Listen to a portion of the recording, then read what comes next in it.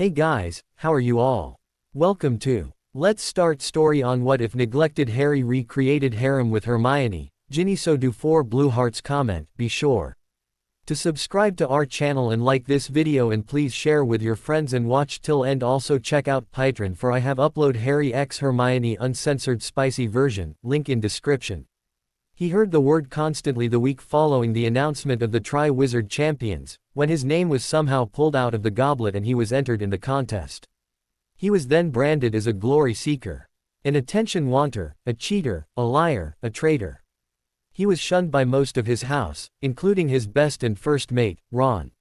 He already had fame with being the bloody boy who lived. Why would he want more of it, when he doesn't even want it in the first place?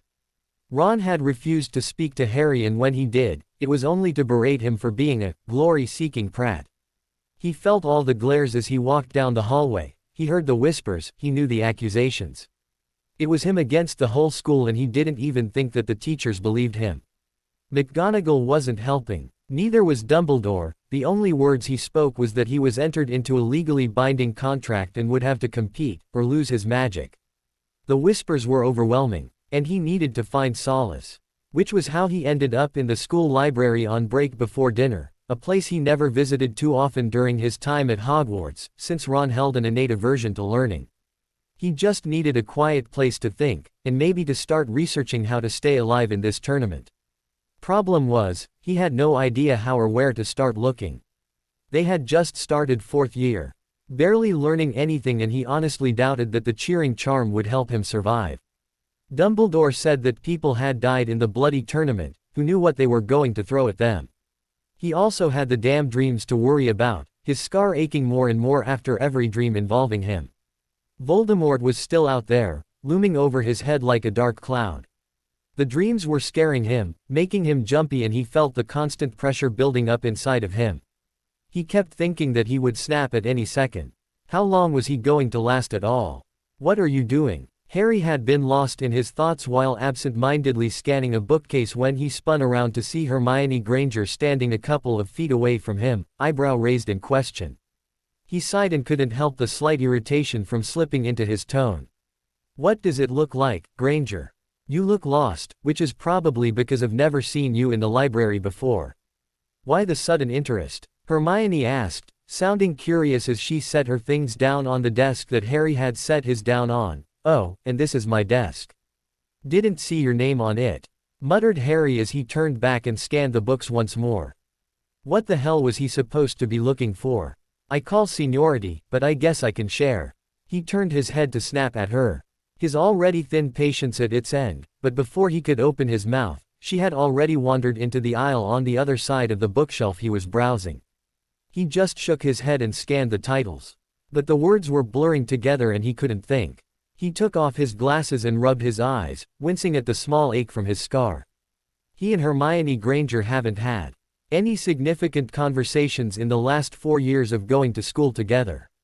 He could barely recall a time where he had said 5 words to her before now. She wasn't in his house, and she was a bookworm, often known as the best in their year. That was the only recognition she really got, as she wasn't particularly stunning. In fact, she was quite plain, with brown hair that was quite bushy, deep brown eyes, and slightly large front teeth. All she was to him was just another student in his year. The only significant amount of time he spent with her was on the express before 1st year. She aimed into his and Ron's compartment looking for Neville's toad with a bossy tone in her voice. She had fixed his glasses for him, showing Ron up, which of course caused the insecure boy to respond in the only way he knew how, his temper. Declaring her mental after she had left. Harry watched as she picked out a book, and he was able to see her face through the shelf, her brow furrowed as she studied the cover of the book. They stayed in silence for a couple of minutes, before Harry felt it becoming too thick on his end. Funny how he would have given anything for silence out in the halls, but he needed to talk to someone. She held no ties to Harry, so he figured that was why he felt the impulse to talk to her. "I didn't put my name in," Harry blurted out, surprised when he saw the indifferent face of Hermione as she flipped through the book in her hands. "I know." He did a double take before frowning, slightly taken back. A girl he had barely said 2 words to throughout their 4 years at Hogwarts believes him. But his best friend and housemates don't. What kind of logic is that? Oh, yeah, he learned that magic and logic do not go hand in hand. How? He asked, baffled and curious, causing her to raise her brown eyes to his. Simple logic. Number 1. Professor Dumbledore set an age line and there was no way you could get through that, unless you had an older student to put your name in. Which brings me to number 2. You looked absolutely terrified when your name was read, genuinely scared, so that cancelled out that idea. Anyone with half a brain could see that you didn't put your name in. She shrugged and let out a sigh. Then again, Gryffindors are not exactly known for using their brains, are they? He normally would have defended his house against the insult, but with the way they were acting. She was right. Yes, but your house doesn't believe me. I thought they were supposed to be the intelligent ones. She grimaced. True, but my house also has God's gift to mankind, Cho Chang in it. And she is going out with Cedric Diggory. As for the others, the Hufflepuffs finally got something that could pull them out of their bad reputation, but you go and steal their thunder, while the Slytherins hate you over something out of your control. Kind of like they hate me. He understood her words immediately. Mudblood. Even though he didn't know Hermione, he knew that word had been thrown at her a lot, especially from Draco Malfoy and Pansy Parkinson. To his newfound shame, he never had done anything about it. He had heard it in passing as he walked halls. Malfoy and Parkinson calling her a filthy mudblood. If Malfoy called him potty or scarhead, like the snake frequently did, he and Ron would go ape shit, but calling Hermione a mudblood was of no consequence to him. He looked back up, but she had put the book back and her face was blocked from his view, though he could see the top of her bushy hair over the books. So, what exactly is it that you're looking for? He heard from the other side. Something to help me with the tournament. I'm going against 6th and 7th years who already know 5th, 6th, and 7th year spells. He practically spat. The bitter venom on his tongue reminding him that he didn't sign up for this tournament. They both reached the end of the aisle and Harry saw that she was juggling a couple of books in her hands. I see your problem, said Hermione, before looking almost uncertain. Would you like some help? Harry frowned. What? Research. Would you like some help? It's what I'm good at, she shrugged, holding his eye contact. But, why would you help me? She didn't answer right away, gnawing on her lip with a thoughtful expression on her face before laughing mirthlessly. I guess, because I know what it's like to be alone.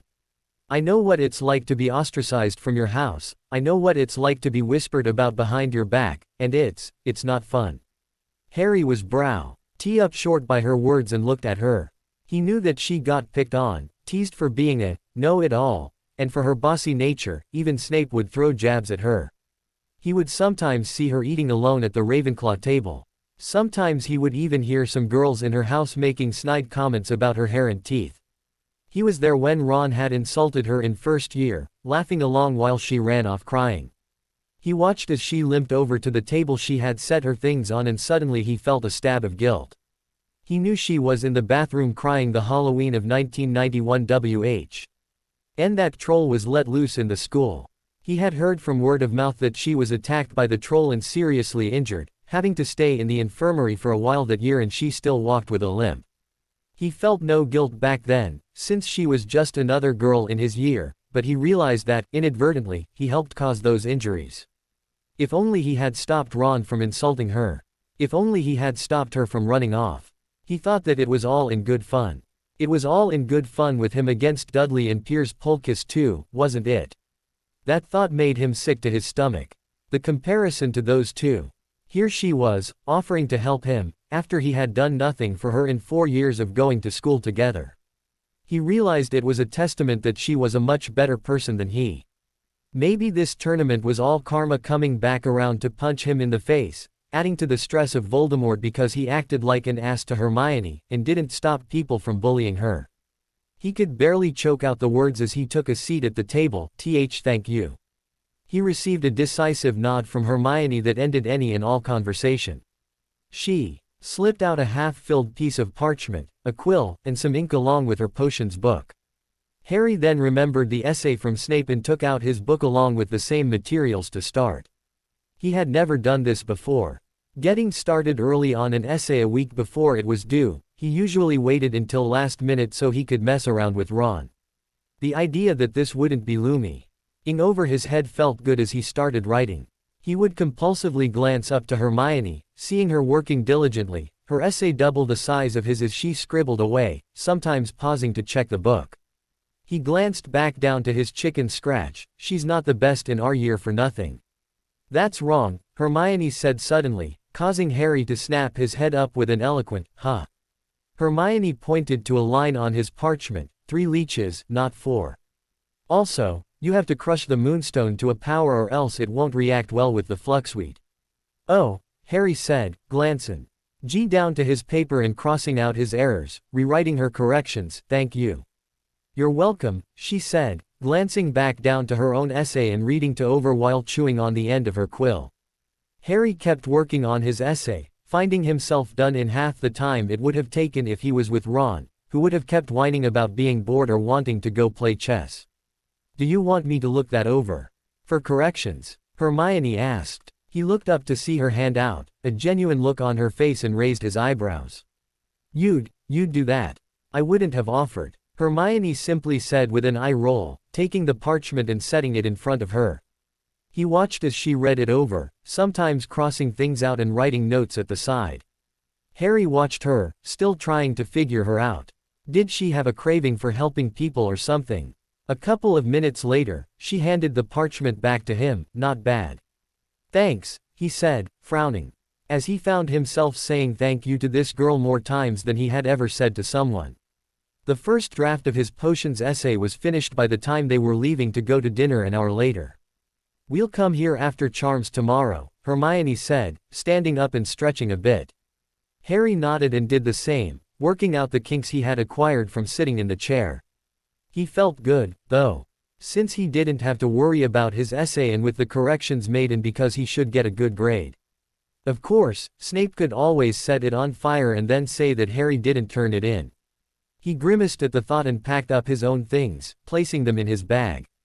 Hermione slung her bag over her shoulder and started toward the exit of the library. See you, Granger. The girl stopped at his call and turned around to the boy who lived, with an eyebrow raised in question. Once again, he said, thank you. Harry watched as her lips twitched into a small grin and she nodded once. You're welcome. And call me Hermione. Ooh, he's still not talking to you? Sirius asked through the mirror as Harry laid in his bed, curtains drawn, silencing charms in place for a quiet conversation. He was glad that Sirius had given him these mirrors that the Marauders used during detention. It was much easier to communicate with him or Moony whenever he needed someone to talk to. He really needed to talk to Sirius, but Moony was unavailable since he was curled up in the basement of Grimmauld due to the full moon. Nope. The whole school still thinks I put my name in, even some of the professors. Harry told his godfather, hearing the muttered cursing of all the assholes at Hogwarts. Harry couldn't agree more. As soon as he had walked into the dorm, he saw Ron sitting with Dean and Seamus, whispering and glancing over to him. It was easy to deduce that they were talking about him. Shaking his head in disgust at his former friend's behavior, Harry got dressed, set into his night clothes and closed the curtains before calling Padfoot. I'm sorry, Pup. I wish there was something I could do to help. Harry actually smiled a bit at this. Actually, I think I do have help. Oh, I was in the library and this girl, Hermione, offered to help me research spells. Oh, Sirius asked again, sounding more interested this time since it was a girl, a mocking lecherous grin on his face. Well, tell me about this Hermione. Well, we've never really talked before. She's in Ravenclaw and easily the best in our year. She's scary smart, always answering questions in class.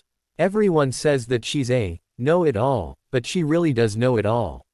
She offered to help me. Is she cute? Can you be serious for once? Harry snapped, before realizing what he said. He groaned at the incoming inevitable joke in 3, 2, 1. I am serious all the time, Pup, the grim animagus was guffawing, making Harry roll his eyes, but, really, is she? I don't know, but I don't think I should be worrying about this right now. People have died in this tournament, Harry said desperately, promptly shutting his godfather up as he adopted a serious expression on his face. I wish that I could get you out of this. Whoever put you in this tournament is not your friend. Don't try to win this thing, research spells with this Hermione girl, and skid through. Who cares if you come in last? What good is eternal glory if you're dead? Dead. The word twisted in his gut and he didn't feel like talking anymore. He just wanted to succumb to Morpheus' embrace, hoping dreams about Voldemort elude him. I'm going to sleep. I'll talk to you tomorrow. Good night, pup. Night, Padfoot. Ooh. Hermione Granger was quite excited to help Harry Potter. She even woke up with a slight smile on her face. And it stayed with her the whole morning. She was in quite the chipper mood. Luna Lovegood even commented about Nargles not surrounding her head or something. She just smiled at her blonde housemate. And ate her breakfast. Hermione had a strong desire to be able to help anybody and anything that needed help, but had trouble with how to approach the things and that made her frustrated. House elves were one of the big issues she wanted to help with. She knew that she could not free the house elves, considering their master needed to give them articles of clothing in order to. But she wanted at least equal rights for them. She had thought about starting a club to promote their welfare and start the road of getting them equality, but her unpopularity and students' general disinterest would hinder it. She also wanted to bring equal rights to all magical creatures. From the essay they were assigned the year before, and then with general curiosity, she knew that wolves were essentially only a small step above house elves to wizards, only house elves get to work. Werewolves were looked down on, hence the reason Professor Lupin was fired, which was a shame because he was their best teacher yet. She had no idea how to go about it and usually made mistakes. First year she seemed to take to learning spells and wanted to help others in her class, but when she would approach them, would come off bossy and they would normally just brush her off or make fun of her. It was like primary school all over again, which disappointed her. She was incredibly happy when she realized that she was a witch. She was different and she would be going to school with other different kids. They would understand her, she would make friends, she would finally be happy. It didn't turn out that way for her. Though, the magical world was totally different from the mundane, and she felt as if she still didn't belong. She tried so hard to make friends, but she came abrasive and immediately turned her classmates off, and she was once again alone. She was excited for this opportunity to help Harry with the tournament. She held a quiet respect for the boy who lived. Even when he would laugh at Ronald Weasley's jokes about her.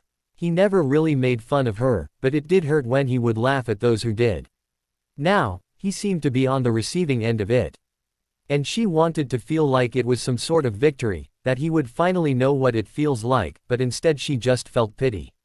She also realized that she would be no better than him if she reveled in his rejection. She knew he didn't put his name in the goblet, it was simple logic. She realized that it was her chance to help someone in need, and that someone was none other than the boy who lived. What a story to tell the kids one day, she inwardly snorted as she glanced up to see Professor Flitwick dismissing class. Glancing across the room, she saw Harry packing up his things. Everyone shooting him dirty looks before walking out of the class. She even felt the pity welling up inside of her at that moment. She was used to rejection, but Harry didn't seem to be and wasn't taking it well, though trying to hide it. Hermione limped over to her favorite professor, wincing a bit.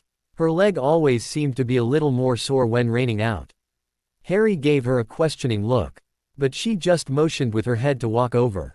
The half-goblin glanced up at his star student along with the son of his former favorite student. "Did you need something, Miss Granger, Mr. Potter?" Professor Flitwick asked. He had remembered back in first year, her thirst for learning was so thrilling, and reminded him so much of Lily Evans. However, he knew that she didn't have many friends. And some of the other students picked on her. It was one of the reasons she was hurt in her first year. He was one of the professors aside Minerva and Severus who took down the troll and found the little girl lying in a pool of blood on the destroyed bathroom floor. The sight made him sick to his stomach, seeing one of his eagles in that state, especially that little eagle. The teasing only seemed to get worse as they had incentive with making fun of the way she walked with a limp, so Phileas offered his room as a sanctuary for her. That was how he began teaching her advanced charms as she old master each quicker than the other students. She had the summoning and banishing charms down in her third year, which he would teach them this year. He had taken to the young girl and was sure she would be his successor when he retired from Hogwarts. He was a little shocked to see her standing with Harry Potter, as he had never seen them together before. He didn't believe that the boy entered the tournament, and was quite shocked that everyone else did. I have to ask, do you believe that Harry put his name in the tournament? Hermione asked her favorite teacher and head of house, hoping that he didn't. When she saw him shake his head, she let out a short sigh of relief. With his help, things would be a lot easier. No, I don't. May I ask why you're asking? No one else is helping him, everyone thinks he's a cheat. I've decided to help him, but we need. Hermione trailed off, but saw understanding in her teacher's eyes. That's very admirable of you to do, Miss Granger. I'm assuming that you were looking for some books to help you. Phileas smiled at Hermione's shy nod, and pointed his wand behind her, levitating a couple of books over to his desk. Hermione noted that it was the standard charms books for years 4 to 7. Thank you, Professor, Harry said, speaking up for the first time, the small teacher smiling. He saw the genuine appreciation in his eyes, Lily's eyes, but wanted to ask the boy something. Mr. Potter, may I have a word? Flitwick asked, the boy nodding and glancing at Hermione. I'll just wait in the hall, Hermione said, scooping the books up and shuffling out the door. Professor Flitwick cast a silencing charm and turned back to the boy who lived. I have to tell you, Mr. Potter, Miss Granger is definitely the person that you want helping you with this. You are being genuine, right? Harry noted that the charms professor's tone was almost pleading. He was concerned about Hermione, and to ease his worries, Harry nodded. Yes, sir. I can't tell you how glad I was that Hermione offered to help me. I haven't really talked to her, but her doing this means a lot. I'm glad, and neither I nor Professor McGonagall believe that you put your name in. Thank you. But I wish I could say the same for my friends, Harry muttered bitterly, clenching his jaw. If they don't believe you over this, were they really your friends to begin with? Harry stopped up short at his words. Staring at the smiling charms teacher, have a nice day, Mr. Potter. Too baffled to speak, Harry nodded and walked out the door, seeing Hermione leaning against the wall and skimming through one of the books. She glanced up to him and gave a small smile, which he returned and held out his hands for the other 3 books in her arms. She handed him 2 instead of all a. He realized that it was a show of independence, something he liked about her. Okay, I've also been reading up on the tournament, trying to compare the tasks to see if there were any similarities. Were there? Harry asked Hermione. Seeing her nod, they reached the library and took their seats at Hermione's spot, the Ravenclaw pulling out Hogwarts, a history from her bag, along with history of the Tri-Wizard tournament. Harry then pulled out parchment and ink to write notes, before taking a deep breath. I've found a connection, I think, but you tell me what you think. First, in the Tri-Wizard tournament there's a standard of 3 tasks designed to test the champion's courage, intelligence, resourcefulness, and magical ability. In 1792, the last Tri-Wizard tournament, the first task was the champions catching a cockatrice. Unfortunately, it went on a rampage, injuring the heads of Hogwarts, Beauxbatons, and Durmstrang. Hermione saw how Harry paled at his information and had to drop the ball. Based on other similar first tasks involving Erumpents, Tebos, and Jobberknolls, I think that the first task involves a magical creature of some kind. Harry wrote that down on a piece of parchment and nodded her to continue. The second task of that year was about retrieving a special item that had been taken from each of the champions from the Forbidden Forest. My firebolt, my cloak, the map. Harry thought about his 3 most important items and going into the Forbidden Forest to retrieve them. The Forbidden Forest full of centaurs, werewolves, vampires, and other dangerous creatures. He suppressed a shudder and nodded for her to continue again. The third task is the hardest and it's always different from what I've read, but it's usually a combination of wit, physical prowess, and displaying magical ability. It's also the most dangerous with the highest number of recorded deaths. Harry copied it down, before just looking at the paper, the inevitability of the dang he was going to face making his breathing quicken. Hermione just let Harry settle down, knowing no words of comfort would help him. He was going to risk his life for a tournament he didn't enter. What exactly could you say to make it better? I still need a place to train, Harry told Hermione, who just gave him a small grin that she hoped was reassuring. Well then, we'll just need a room to fill your requirements. How is Mr. Potter doing? Albus Dumbledore asked as he glanced around the table. Minerva was seated at his left, Phileas next to her, while Severus and Pomona were on the other side. He had specifically called this meeting to find out about Harry and how the students were treating him. He had heard some terrible things from the portraits about his treatment. It seems that the whole school is convinced Mr. Potter has placed his name in the tournament. Some of the words they are calling him. Minerva trailed off, her face turning solemn. Not the whole school. It seems that one of my eagles, Hermione Granger, has been helping him. She and Mr. Potter came looking for books to prepare for the tournament, Phileas said with blatant pride in his voice. Many of the Ravenclaws thought that Harry had put his name in, thanks in part to Cho Chang, but Hermione didn't allow them her views to be compromised by the house's favor. She's the brightest witch in the school. They should make a formidable team. Dumbledore admitted, his beard twitching as he grinned. Do we have any leads on who could have placed his name in the goblet? Pomona piped up, her eyes full of concern.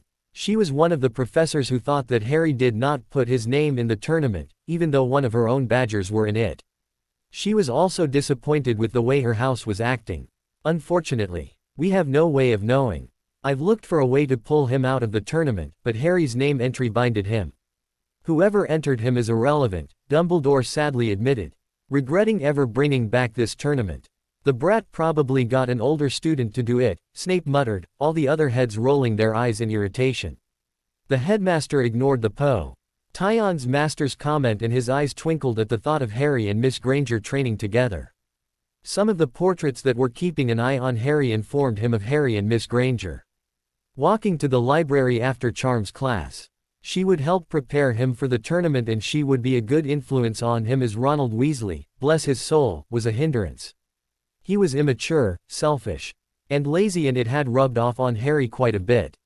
Maybe with Miss Granger's help, she could help him achieve the greatness he was born to. Ooh, you want me to do what? Harry stared at Hermione after her odd instructions and considered her mental health for a second.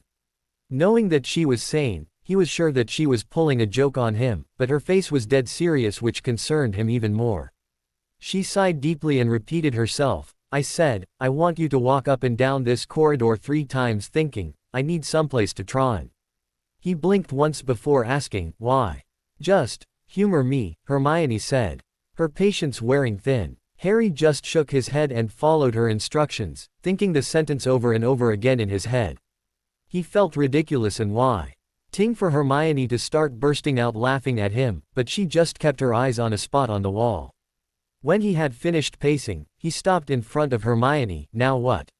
She just smiled and walked around him, right over to the spot she was staring at. It now had a door, that he knew wasn't there when he started pacing. Where did that come from? Harry asked Hermione, who just smiled at him and opened the door. He followed her in the newly discovered room, before sucking in a short breath. Wow, Harry whispered as he and Hermione looked around, what is this place? It's called the Room of Requirement. Or the Come and Go Room. It's when someone really needs something. Like if you needed a place to sleep, you would pace the hallway 3 times, thinking about a bedroom and it would fill your requirements. Harry glanced all around the room, some training dummies, bookshelves full of books, everything they would need to train. It was also quite large, the size of the Quidditch pitch, giving him plenty of space. Harry saw that there was a fireplace with a plush deep blue couch in front of it that he assumed was for Hermione. Harry had only one word to describe the room, brilliant. Let's get started, Hermione said with a small smile. Harry nodded and followed Hermione over to a table, much like the ones in the library, and sat his things down next to hers. First things I think you should learn. And you won't learn this in Charms until later, the summoning charm. I think that it will probably help you in the tournament, Harry nodded his agreement. Okay. The incantation is Accio and the name of the object. The movement is like this, Hermione created a horizontal half-moon curved upwards. Professor Flitwick says that it's all about intent and picked. The exact object that you are trying to summon. She walked over to her bag and took out a quill, before placing it on the ground a couple of steps away from Harry. Okay, summon the quill. Har. Y collected his thoughts and pointed his wand toward the quill, Accio quill. The quill puffed off the ground a bit, but that was it. Harry was slightly disappointed and frowned, before looking up to Hermione's encouraging face. Try again, Hermione repeated after each failed attempt. They were going on 10 minutes without success and Harry was getting more and more frustrated. She could see his hands shaking in agitation and his breathing shortening, which she knew wouldn't help his concentration. Okay, I know. Hermione walked over to Harry and stood next to him. Close your eyes. Okay, now picture the quill in your mind. The color, the shape, the feel of it as you write. You want the quill to come to you, now make it. Harry pictured the quill in his mind, he saw it coming to him, he saw himself holding in his hand. He memorized what it looked like and snapped his eyes open. Accio quill. The quill flew right into Harry's hand and he stared down at it with a large smile on his face. Hermione mirroring the expression. Good job. Let's try that again. Ooh, I think that's enough for today, Hermione said after Harry had banished a training dummy across the room. She was jealous. While she had the knowledge in her corner, Harry had raw magical power behind him. He didn't pick up summoning and banishing as quickly as her, but he could summon and banish objects at further distances. More than being a little green with envy, she was a little proud of him. Harry to admit that he was having fun learning these new spells and that Hermione was a good teacher.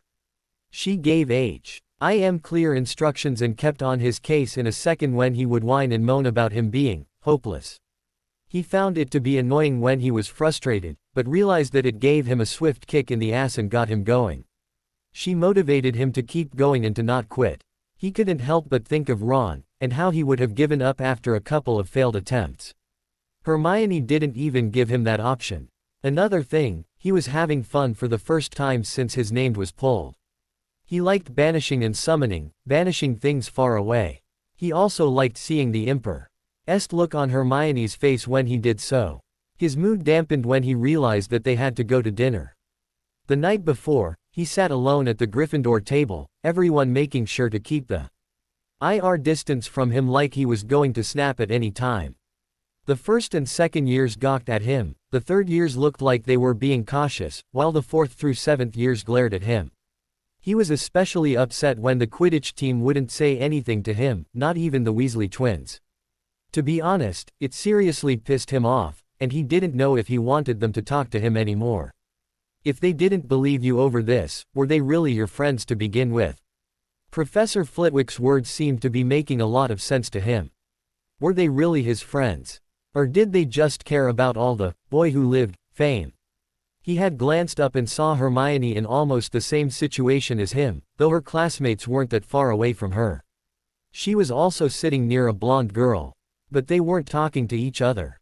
She was ostracized from her own house, and he didn't know why. Who cares if she was bossy or because she was a know-it-all, she was a genuinely nice person. She was picked on constantly, and she didn't deserve it. He even laughed about it before, and it further fueled the karma idea. He was getting his comeuppance with all his friends being taken away. He had another thought as he watched her eat her dinner. Would it be better to be in Hermione's situation, where she didn't have that many friends to begin with, or to be in his and have them all taken away because of some stupid tournament? The grass is always greener. I don't think I want to go to the Great Hall, Harry muttered. Hermione looked up to Harry, remembering how he was being treated by his house at dinner. Truthfully, she didn't care to go down to the Great Hall anyway. Well, why don't we go down, get our food, and then bring it back here? She saw his eyes brighten at the idea and he smiled. I have a better idea.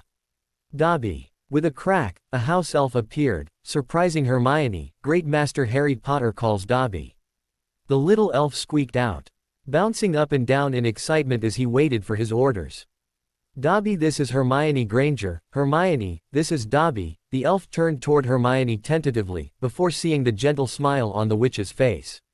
Hello, Dobby. How do you do? Hermione said, offering the elf her hand to shake, but she wasn't prepared for the tears accompanying the introduction and thought she had done something wrong. Until the elf opened his mouth. Great Master's Granger treats Dobby kind, he said, tears falling from his tennis ball-like eyes. Hermione was a little taken back from the name, but Jen Tly took Dobby's hand and shook it in greeting, the same soft smile on her face. Inside, She was fuming that an act of general politeness had such an impact on the elf. It also made her sad because it obviously wasn't normal of him to be treated like someone deserving of it, when he did. "Dobby, could you go bring Hermione and I dinner? It would be Dobby's honor too," he said before popping out. Harry and Hermione walked over to the table in the room and sat facing each other. "You have a house elf?" Hermione asked, somewhat disappointed in Harry. It was what she stood against, and didn't know if she could continue to help Harry if he did have one. "Oh, no, well, Dobby used to work for the Malfoy family," Harry said, and Hermione grimaced at the thought of what that family probably did to the poor elf. "I kind of tricked Lucius Malfoy into freeing him." Hermione's eyes widened, the disappointment completely disappearing as she stared at Harry in admiration. "How?" Before she could answer, Dobby popped back in with 2 plates full of food, along with utensils, 2 plates of treacle tart, and 2 goblets of pumpkin juice. Harry thanked Dobby with a large smile, and Hermione couldn't help but smile at how Dobby straightened up slightly at the gratitude, looking incredibly accomplished. "Thank you, Dobby," Hermione told the elf, whose cheeks took on a rosy hue as he wrung his hands in front of him. "It was Dobby's pleasure, Masters Grandee," he said, before popping away. Hermione wrinkled her nose at the name, before grabbing the fork and following Harry's lead, digging into the food. "How much do you know about what happened in second year?" Harry asked, a couple of minutes after they started eating. Hermione finished chewing before answering him. "Well, I was one of the students petrified. I heard that you opened the Chamber of Secrets, went down into it with Ron Weasley and Professor Lockhart, used Gryffindor's sword to kill the basilisk, were bitten in the process, almost died. But Dumbledore's phoenix saved you." Harry startled at the first piece of information she said. He then remembered how she was petrified alongside Penelope Clearwater because she was inside the castle during the Quidditch match. He laughed at the other information, since the crazy rumors seemed to spread around the school, and shook his head. "Most of that is fabricated." "I did nothing that heroic as it was pretty anticlimactic actually. After everyone started getting petrified, I tried to figure out what the monster was. I figured that if it was Slytherin's chamber, then the beast would be a snake. That was the most amount of time I had ever spent in a library, looking for what kind of snake it could be. I found it in most macabre monstrosities about the basilisk, the king of snakes, which can kill with a stare. Since everyone didn't see it head on, it only petrified them."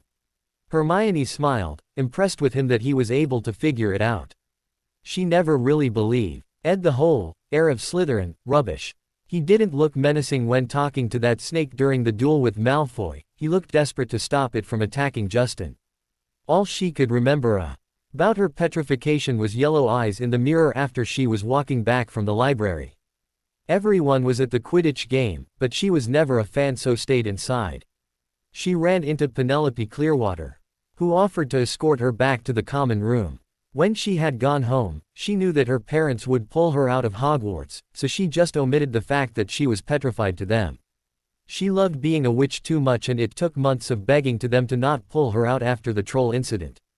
I told Professor Dumbledore, who confirmed it from the portraits, and he called Amelia Bones, the head of the DMLE. She and a couple of Aurors came to the school, and since I'm the only one who can open the chamber because I'm a Parselmouth, we all went into the chamber.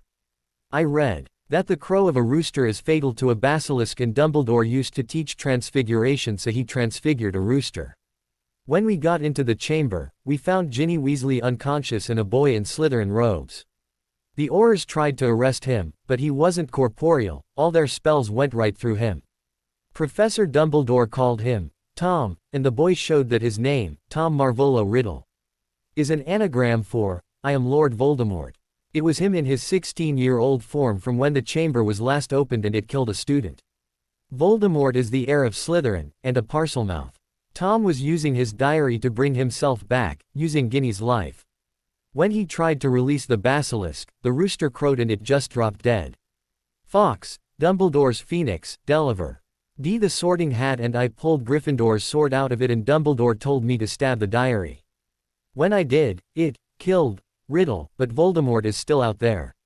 Apparently Ginny was being rolled all year by Riddle through the diary that was slipped to her by Lucius Malfoy in Flourish and Blots. After that happened, I went to Dumbledore's office and saw Lucius there with Dobby. After they left, I slipped my sock into the diary and gave it to Lucius, saying that he forgot it, who then gave it to Dobby. If you give your elf an article of clothing, then they're freed. Wow, Harry, that's still incredibly heroic. You know how many people you probably saved. You probably saved Dobby's life as well. Harry just shrugged shyly, a pink color tinting his cheeks. It wasn't just me. It was Professor Dumbledore, Madam Bones, and those Aurors. Don't sell yourself short. I don't think I would have the courage to do what you did. Hermione saw Harry blushing under her praise. So she changed the subject so she didn't make him uncomfortable. Wait, why wasn't it put all over newspapers? Professor Dumbledore and Madam Bones agreed it would cause more panic than needed, so they kept it under wraps. What about in first year? You went against Voldemort then, right? No, not exactly. You heard about the Cerberus guarding the stone, right? She nodded and he went on to explain every single test they had to go through, watching as her eyes became wide and wider. I couldn't get past the last test, a logic puzzle, but Professor Dumbledore found us and brought us back. We thought that Snape was trying to steal the stone, but Snape wasn't even in the castle at the time. Hermione, I'm about to tell you something I've never told anybody and I'm not really supposed to tell anybody. So you can't tell anybody about anything I've told you and what I'm about to tell you.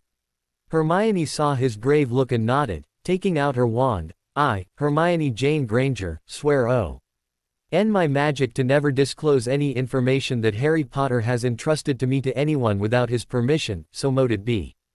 Harry's jaw dropped as a white light surrounded Hermione before disappearing. What the hell was that? A magical oath, Hermione said, but Harry just stared at her with a blank look. You've never heard of magical oaths?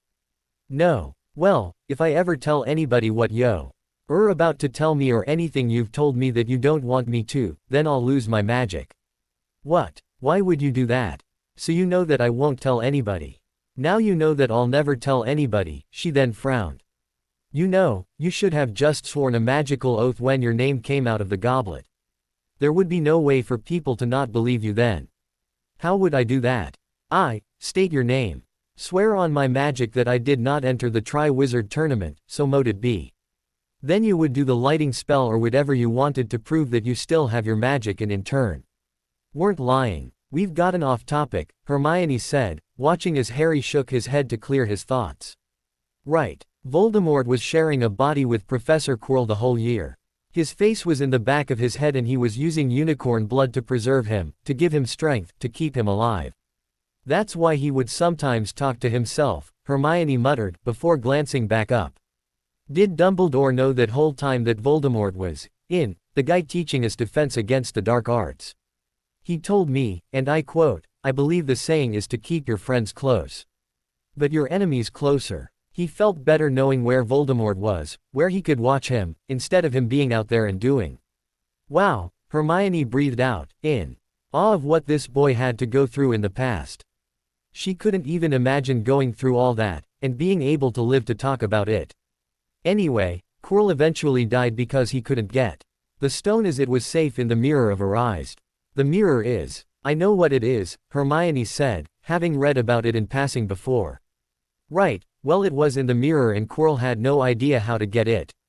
So supporting not only his soul, but Voldemort's spirit, put too much strain on his body and he just dropped dead one day.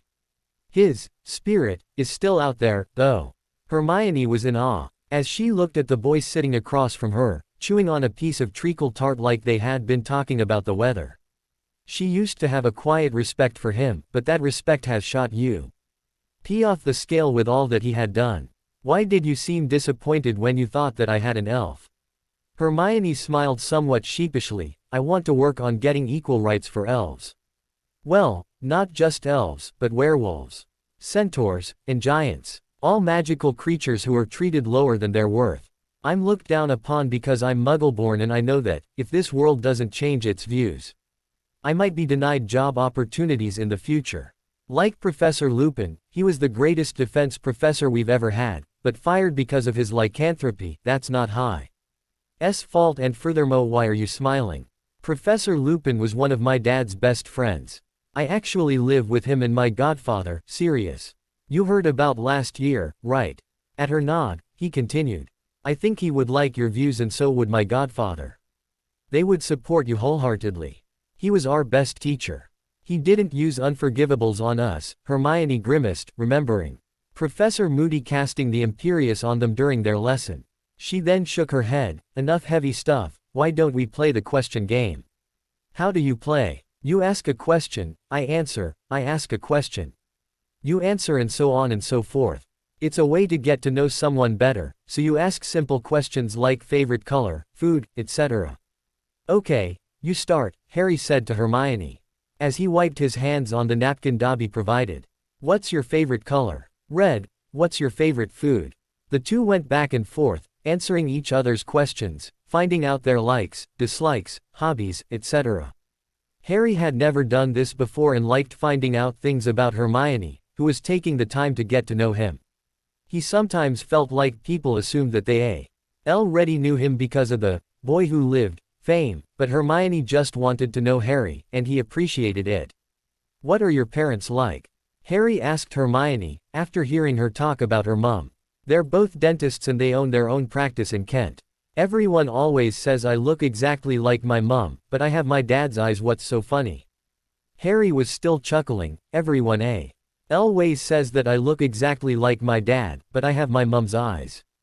It's the opposite. All of my mum's friends say that I'm her mini, since we're both bookworms. She's also my best friend. Is that pathetic? Not at all, Harry said, shaking his head with smile. He was happy that Hermione had a good relationship with her parents, and also a little jealous. Knowing those thoughts wouldn't get him anywhere, he shook his head. How do you know so much already? The charms, the spells. Professor Flitwick taught me many of them already. Really? He is my head of house. Whenever I was teased and I didn't want to be in the Great Hall, I would go to Professor Flitwick's and he would teach me all advanced charms. His classroom was a sanctuary, still is, and then he showed me this place, where I could escape to. Hermione admitted quietly. That lapsed them into a pregnant silence. Harry squirmed a bit, before raising his eyes to Hermione. Can I ask you what happened Halloween in first year? Harry asked, his voice barely audible over the cackling of the fire. The witch gave a sad smile, before looking down at her lap.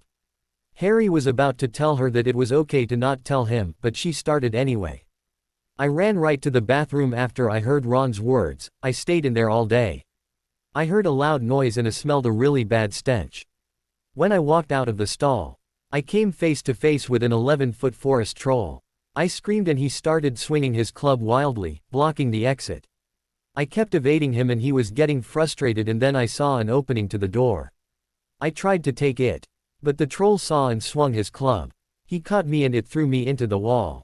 I lost consciousness after that, but Professor Flitwick, Professor McGonagall, and Professor Snape found me.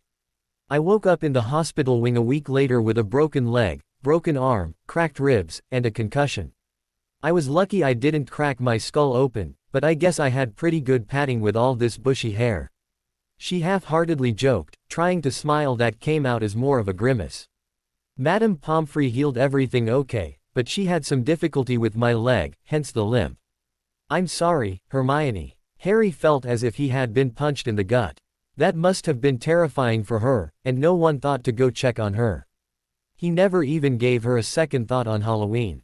He was a selfish git and he felt shame. Shame like he had never felt before. I'm so sorry. I should have stopped Ron from talking. I should have come for you. I could. Woulda, coulda, shoulda. Hermione shrugged nonchalantly, ignoring Harry's surprised look. If there's one thing I've learned, it's that you can't live in the past, or it will eat you alive. All you can do is pick yourself up and move forward. Harry glanced at his watch and saw that it was almost curfew. I guess we should head back, Harry sighed, not wanting to leave just yet. I had fun. Me too, Hermione said with a smile. We should do this again. Definitely, Harry agreed. Both of them cleaned up their things, Dobby popping in to bring the plates, goblets, and utensils back to the kitchens. Harry and Hermione grabbed their things and walked to the door. They walked together in a comfortable silence, all the way to where they separate to go to their towers. Good night, Hermione. Good night, Harry. Ooh. Harry had a smile on his face as he strolled back to the Gryffindor tower, feeling the perpetual weight on his shoulders growing even lighter with each step. He wasn't even dreading walking into the tower where he knew the glares and stares would wait for him. As soon as he walked into the dorm, he saw that it was empty, save for Neville Longbottom. He walked over to his bed, stopping up short when he heard Neville's timid voice. "Hey, Harry." "Neville, listen, I just want you to know that I thought about it and I don't believe that you put your name in. I'm sorry or believing it at first though, and I don't expect you to forgive me, but I really am sorry," Neville said quietly, not meeting Harry's gaze. The green-eyed boy studied Neville, who was fidgeting nervously, but trying to be brave. He was close to snapping and asking why he didn't defend him or at least speak up for him, when he remembered how shy and insecure Neville was. He sighed and nodded his head with a small smile, extending his hand. "Thanks, Neville." The slightly pudgy boy took Harry's hand and shook it, nodding his head. "I tried talking to Ron, to get him to see reason. You can probably guess how that went." "Don't worry about it," Harry shook him off, before throwing his things in his trunk and starting to get ready for bed. Harry felt himself changing through all of this. He wasn't sure if he would even want to be friends again with all who abandoned him after the tournament. He wasn't sure if he could forgive them, and he wasn't sure if he even wanted to. If they were true friends, they would have taken his word for it, right? It was a couple of days later that the whole school, minus a few like Hermione and Neville, had been wearing badges that read, "Support Cedric Diggory, the true Hogwarts champion," before switching to the ever-clever, "Potter stinks." They had taunted him as they showed him the badges, though he had ignored it quite well. It was just an irritation. Neville had taken a seat across from Harry in the Great Hall the day after he apologized, showing his views. People were now glaring at him as well. Glancing across the table, he saw Hermione eating her lunch at the Ravenclaw table, the fifth-year charms book in her hand as she diligently read, researching spells for him. For him, they had been training in the room of requirement every night, and he had already had the summoning and banishing charms down. They had started on the blasting hex with training dummies, which Harry liked as it helped him vent out a lot of frustration. He figured it was just regular teenage boy stuff with blowing things up. When he told this to Hermione, he smiled when she just rolled her eyes and muttered, "Boys." He kept questioning why he had never tried to get to know her. Why he had never tried to befriend. She was a genuinely nice person, someone who should have millions of friends around her. He had liked talking to her in the room of requirement, he had liked training with her. And found himself excited to do it again every day. Shifting his eyes, he saw some fellow schoolmates averting their stares when they saw him looking, and he sighed in annoyance. He remembered Hermione's magical oath and a small smile tugged at his lips. Summoning all of his Gryffindor courage, he stood up on the table, capturing the attention of everyone in the hall. He saw Professor Dumbledore regarded him curiously, while the other professors looked like they wanted to snap at him to get down. He caught Hermione's eye at the Ravenclaw table and smiled, before yelling, "I, Harry James Potter, swear on my magic that I did not enter the Tri-Wizard tournament and that I did not have anybody enter my name for me, so mote it be. Expecto Patronum." A stag burst from Harry's wand, proving that Harry was telling the truth. The Patronus pranced around the hall for a bit, before disappearing. The hall was stunned into silence, no one daring to talk, no one eating. All of them were gaping at Harry. The Gryffindors squirmed in their seats as they realized that there was no way the cheater could go around a magical oath, as displayed when he produced his Patronus. Cedric Diggory, who was torn between wanting to defend Harry to his friends, and believing that he'd put his name in, was re-evaluating his choices. Everyone watched as Harry got down from the table and shouldered his bag. Before walking right over to the Ravenclaw table, stopping in front of know-it-all bookworm, Hermione Granger. "Are you ready for potions?" Hermione shook her head to clear her thoughts and couldn't help but give Harry a small smile, slinging her bag over her shoulder and walking out of the stunned Great Hall with Harry. They walked to potions with smiles on their faces, before Hermione commented, "That was brilliant." She saw that he looked quite satisfied with himself and he caught her look. They both laughed as they made their way toward the dungeons. All the Gryffindors were in tense silence during potions as they brewed the draft of peace. They looked like they wanted to say something to Harry, but he never paid any attention to them. He and Hermione decided to partner up together and brewed a perfect potion that Snape couldn't even sneer at, though he did try to accuse Harry of copying off Hermione's work. They had received their grades F. or their essays, and Harry immediately smiled when he saw his. He glanced up to see the greasy git sneering at him, but couldn't find it in him to care. He and Hermione cleaned up their station and wall. Ked out of class after they were dismissed. "How did you do?" Hermione asked, and Harry handed over the essay, displaying his exceeds expectations grade. She frowned when she saw the grade, handing the essay back to Harry. "Oh, I thought that it was worthy. I don't care about that, this is the first E I've gotten on an essay in his class." "Thanks, Hermione," Harry said with a broad grin, which Hermione couldn't help but return, ignoring the fluttering of her stomach as she looked at him. "You're welcome," she smiled, both of them lapsing into silence as they walked down the hallway. Hermione kept giving Harry side glances, before finding it within her to ask him a question she had been wanting to. "Harry, can I ask you something?" she asked, and at his nod, she continued, Could you teach me?" "Teach you what?" "The Patronus charm." Harry stopped up short, walking, causing Hermione to stop as well. He glanced over a little unsure, but saw her looking at him hopefully and knew that this could be his chance to start repaying her for helping him. With a large smile, he nodded, sure. Another perk of agreeing was that it put a large excited smile on Hermione's face. The corners of his lips quirking at the sight. He was basking in the good emotions he was feeling, until they heard a loathed voice, "Well, look at this riff-raff, Scarhead hanging out with the mudblood. You know, I didn't think you could find anyone worse than the weasel to hang out with, I guess I was wrong." They turned to see Malfoy standing there, everlasting sneer present on his face, ONL. Why, it was more prominent as he looked at Hermione, the mudblood. His two bodyguards were at their posts, Crabbe and Goyle laughing at their bosses, clever words. Harry glared at Malfoy, the name that he called Hermione actually sparking his temper for once. Someone's circumstances of birth had no effect on the kind of person they were. Actually, it might, considering most of the purebloods he knew were assholes. His hand itched toward his wand and he was about to snap back, before Hermione opened her mouth. "You know, I wouldn't talk about people to hang out with Tweedledee and Tweedledum flanking you there, Malfoy," Hermione said, and Harry had to grin at her words as he saw Crabbe and Goyle share a confused look. Malfoy's face had darkened to a shade of red, his face curling into a snarl as he looked at Hermione as if she was dirt at the bottom of his shoe.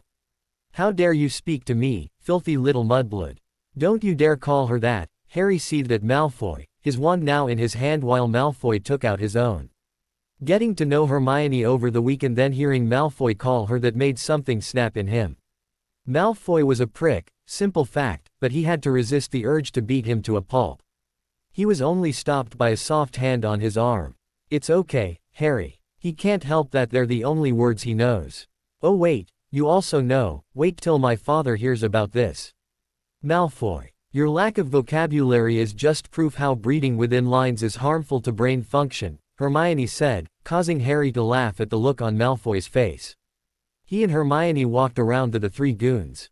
D'Insaggio. They weren't even prepared for the spell, because only a coward curses someone behind their back. It hit Hermione in the back of the head, causing her to stumble forward and fall to her knees. She felt her two front teeth start growing and started whimpering in panic and fear. "Hermione!" Harry yelled in concern, before turning around to see a smug-looking Malfoy. Something snapped as he saw his ferret-looking face satisfied and Hermione on the ground. He pointed his wand to the unassuming Malfoy as he was still celebrating his victory and all but roared, "Furnunculus!" Malfoy's perfect alabaster skin turned red as huge painful boils started popping all over his body, appearing on his face, neck, hands, and arms. He started screeching like a little girl, which alerted some of the professors to come over. Many students had already gathered around to watch the show, while Harry walked over to Hermione and helped her up. He winced as he saw her teeth were growing below her hands as she tried to cover them up. Professors Flitwick and Snape came rushing over to see the commotion, the head of Slytherin bearing a snarl on his face as he looked at the spawn of James Potter. 100 points from Gryffindor and a week's detention for attacking a student. What about him? He cursed Hermione. "Look, Hermione was completely embarrassed. But raised her head and removed her hand for Snape to see the evidence.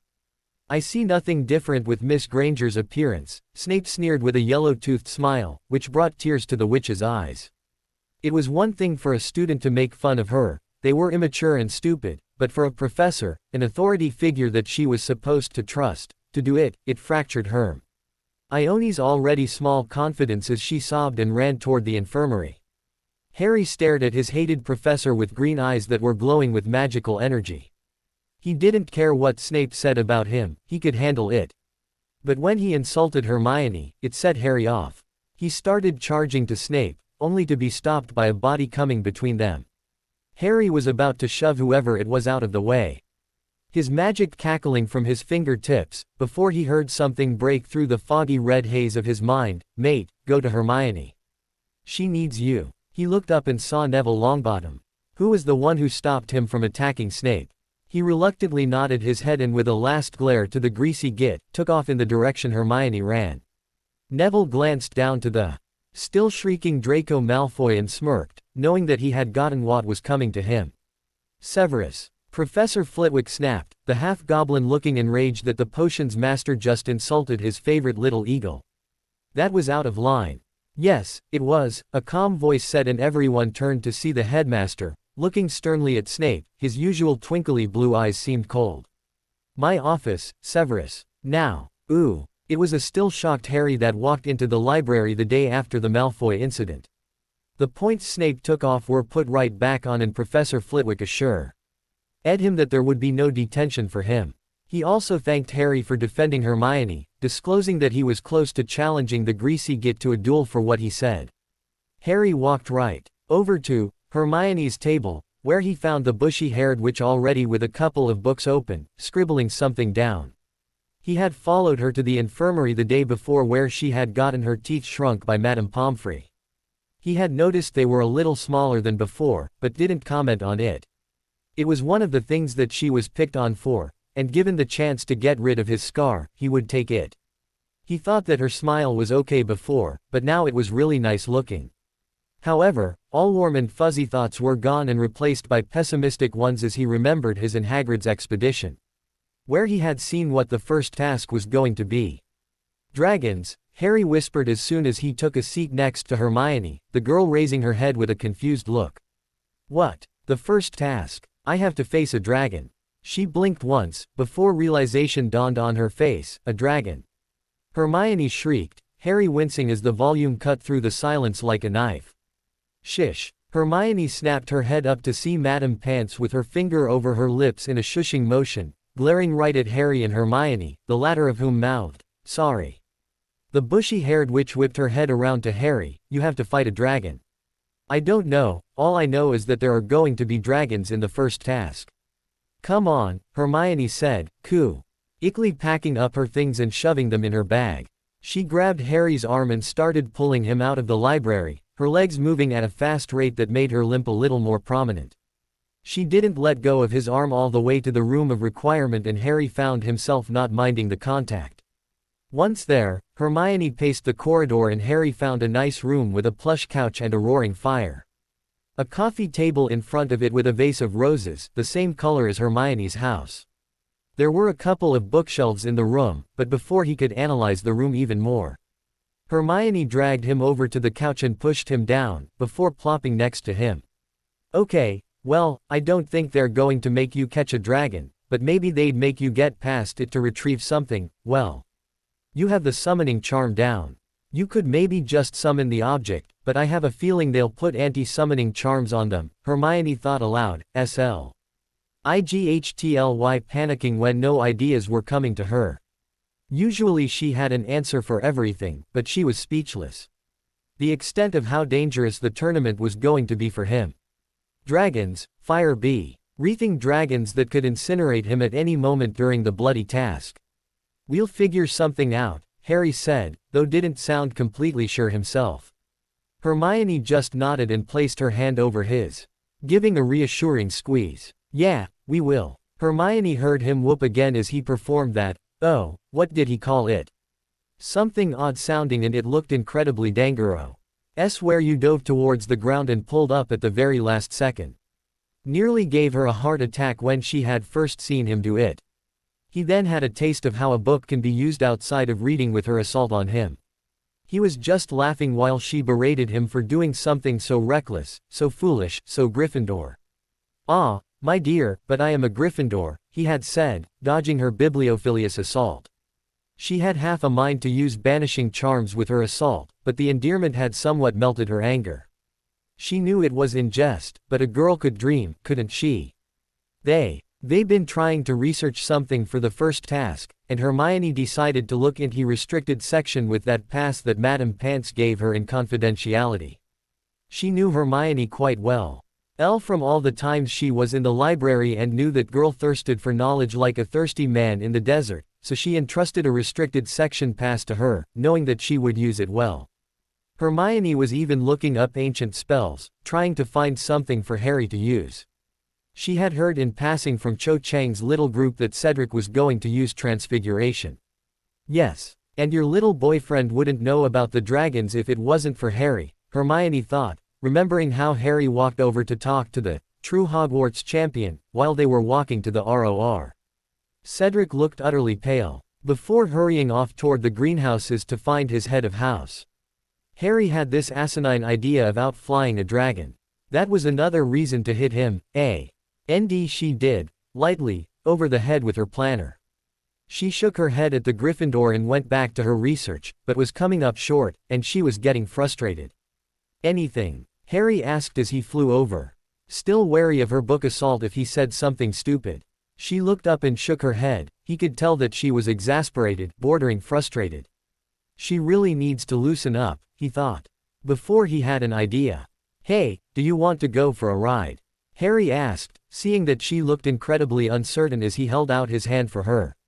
She looked and forth between his hand and face a couple of times, nibbling on her bottom lip, before dropping her gaze and mumbling something that he couldn't quite catch. "What was that?" "I said, I hate heights," Hermione said, meeting his eyes. A blush coloring her cheeks like she was embarrassed. Harry swooped down more until he was right next to her. He reached down to hers and grasped it, gently tugging her off her seat and behind him. "No better way of conquering your fears than facing them," Harry said, Hermione's expression still uncertain. "Come on, it'll be fine. I promise," he added, what he hoped was puppy dog eyes, and even pouted his bottom lip out for good measure. It seemed to work because her face crumbled and she sighed deeply, swinging her leg over and mounting the broom behind him. She wrapped her arms around him, and when he was sure she was set, he kicked off a bit. She squeaked in surprise and her hold around his waist tightened. Harry registered that it certainly wasn't uncomfortable, and her body heat felt quite good against his back. "Please, don't let me fall," she whispered softly into his back. He wasn't sure if he was supposed to hear it, or if it was a silent prayer to a deity, but he answered anyway. "Never. Ooh. So. Okay. I had fun," Hermione admitted, laughing at Harry's childish pestering. He whooped in victory and pumped his fist in the air, making her laugh even harder. She had to admit she enjoyed being on the back of the broom with someone controlling it, then actually in control of the broom. Harry was the youngest Quidditch player in a century, too, and a natural at flying, so it definitely helped ease her fears. She could have sworn he promised never when she pleaded that he not let her fall. She hadn't meant for him to hear her, and she wasn't sure if he did. But she hoped that was really what he said and not a figment of her imagination. The ride itself was exhilarating, and hanging on to Harry was confusing. Confusing because it felt so good. She held on to him for dear life, burying her face in his back and listening to his heartbeat when they were up high. She noted that he also smelled really good, like grass and something else. But she discreetly took gulps of his scent when close to him. He was laughing the whole way, and she could tell that flying filled him with joy that she could never understand. She used that she could compare it to receiving a new book or getting good grades in her classes. They were walking up the path towards the entrance when a pair of red-headed twins blocked their way. Our usually bright and mischievous faces were solemn. "Harry," they both said at the same time, Harry noticing that even their voices were flat. "Fred, George," he said, his jaw locked as he met their gaze with a head held high. Their abandonment was one of the ones that stung the most, considering that they always considered Harry a brother to them. "Do you want me to go?" Hermione whispered, feeling uncomfortable with the staring match and to be in the presence of anything that shared blood with Ron Weasley. "No," Harry said, shaking his head vehemently, before turning back to the twins. "What do you two want?" Surprisingly, they dropped to their knees and looked up with apologetic eyes. "We acted like asses. And we don't expect you to forgive us. We wouldn't forgive us if the situation was reversed. But we just wanted to apologize to you for believing that you entered. Truthfully, we were a little jealous since we wanted to enter. But we realized that we shouldn't have taken it out on you. So, what we're trying to say is, we're sorry, Harry," they finished in unison. Harry was surprised to see the twins so serious. They both looked at him, waiting for an answer, their faces showing blatant guilt and sorrow at their abandonment. Not exactly sure what to say, he turned to Hermione, but saw that she had a shocked look on her face. He assumed was from their impeccable way to finish each other's thoughts and sentences. He turned back to the twins. "Give me a little bit of time to forgive, but I do appreciate this, guys." "Thanks," said Harry, the twins standing up and dusting the grass off their trousers. They flicked their eyes from Hermione to Harry, back and forth a couple of times, growing smiles on their faces. Harry frowned, before it clicked in his brain. "Oh. Guys. This is Hermione Granger, 4th year Ravenclaw." "Nice to meet you," Hermione said, still wary as they were related to the cretin that almost got her killed when she was 12. It was a natural reaction to not trust anything with the name Weasley attached to it. "Pleasure to meet you, Miss Granger," they said, each taking one of her hands and placing the kiss on the back of it like chivalrous gentlemen. "We'll see you guys later," Harry said, him and Hermione continuing back up to the castle, the twins watching them go with growing grins on their faces. George turned to look at his brother, his grin turning into a smirk. "What do you say to a bet, uglier brother of mine?" "I say 5 galleons that they're together by Christmas halls, and I will say it again, you're just jealous of my good looks," Fred said, before shaking his brother's hand. "Ooh, think of the happiest memory you can. It has to be the happiest as the Patronus runs on positive emotions," Harry told Hermione, who was frowning as she tried to follow what he said. Hermione frowned as she realized that she didn't really have any good memories. Her early primary school years were full of bullying and sadness. Her early Hogwarts years were full of bullying and sadness. She thought about using the memory when she found out that she was a witch, but that was tainted with the memories of her early Hogwarts days. She was so innocent and naive back then, thinking that Hogwarts was going to solve all of her problems. She thought about using her memories of her parents and her love for them, and she did love them. But sometimes they did many things out of pity. They would take her on vacations every year, but she saw the looks they gave her when she would prefer to stay in and read instead of go out with friends. They loved Hermione. She knew that, but the pity was unbearable. It seemed that everyone in her life, including herself, had these expectations of her. Her parents wanted her to be more sociable and have friends. She herself wanted to get perfect grades and she also wanted to make friends, but no one accepted her for her friends. She looked over to Harry, who was waiting patiently, an encouraging smile on his face. Her friend, Harry. She could call him that, right? She wouldn't have dared to call him that a month ago. They were friends though, right? From what she observed, friends help each other in times of need. Friends are there for one another to talk to. Friends listen to problems and help you figure them out. Friends have fun with each other. Hermione knew she wasn't exactly the funnest girl in the world, but she had been having fun with Harry in the couple of weeks. They had laughed a bit and Hermione felt like she was shedding the protective layers she had up when she learned how cruel people truly were. She was actually joking with Harry and laughing at jokes she would have considered juvenile. Harry was changing her, for the better, and she also though. That she was changing him quite a bit. What scared her was how scared she was that he was going to leave her. She was scared that after the first task, his friends would see the error of their ways and take him back, and he would believe them, leaving her once more. The last couple of weeks had been the greatest of her life. She was scared by how much she needed Harry, a boy who a month ago had forgotten she existed. However, she focused on their time spent together, their laughs shared, and their broom ride that he took her on. She smiled at the warmth filling her, copulating with her magical energy as it built and built.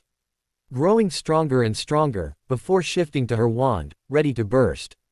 Expecto Patronum. While the Patronus was non-corporeal, and it wasn't all that bright. It was still brighter than what Harry had done on his first time, and he was incredibly impressed with the witch. He was slightly envious with how quick she was able to grasp things and wanted to know what her secret was. Was it her determination? Was she motivated by something? He wished that he had paid more attention in his first couple years of school, maybe actually try to make friends with her. And he would have been a better student. She had a light sheen of sweat on her forehead from the amount of magical energy she used, and she was breathing like she had run around a bit, but he knew how tiring it could be and summoned the bar of chocolate from his bag. Wow, I wasn't even that good on my first time. Good job, Harry told Hermione, who smiled and tried to catch her breath. He was curious, what memory did you use? Hermione blanched in horror. What would he say if he knew that she used memories of her time spent with him? What would he think of her? Would he think that she was weird? Would he think that she had no life? Well, it was a fact that she didn't really have a life, well, not until his name was pulled out of that goblet. How pathetic that probably one of the worst days of Harry's life was one of the best for her. Well, it's kind of personal, Hermione stuttered through her explanation. Oh, no, I'm sorry that I asked. It's fine, Harry said, before walking back over to their table. He smiled like the cat that ate the canary. I taught Hermione Granger something. Yes, well, miracles do happen, you know, Hermione said in a haughty tone, laughing at the faux offended look on Harry's face. Ooh, Harry, Hermione yelled as she burst into the room of requirement, ignoring the ache in her leg as she ran over to him. Seeing him blowing up training dummies. Boys, she thought with an eye roll. She set her thing down on the table and Harry turned to her.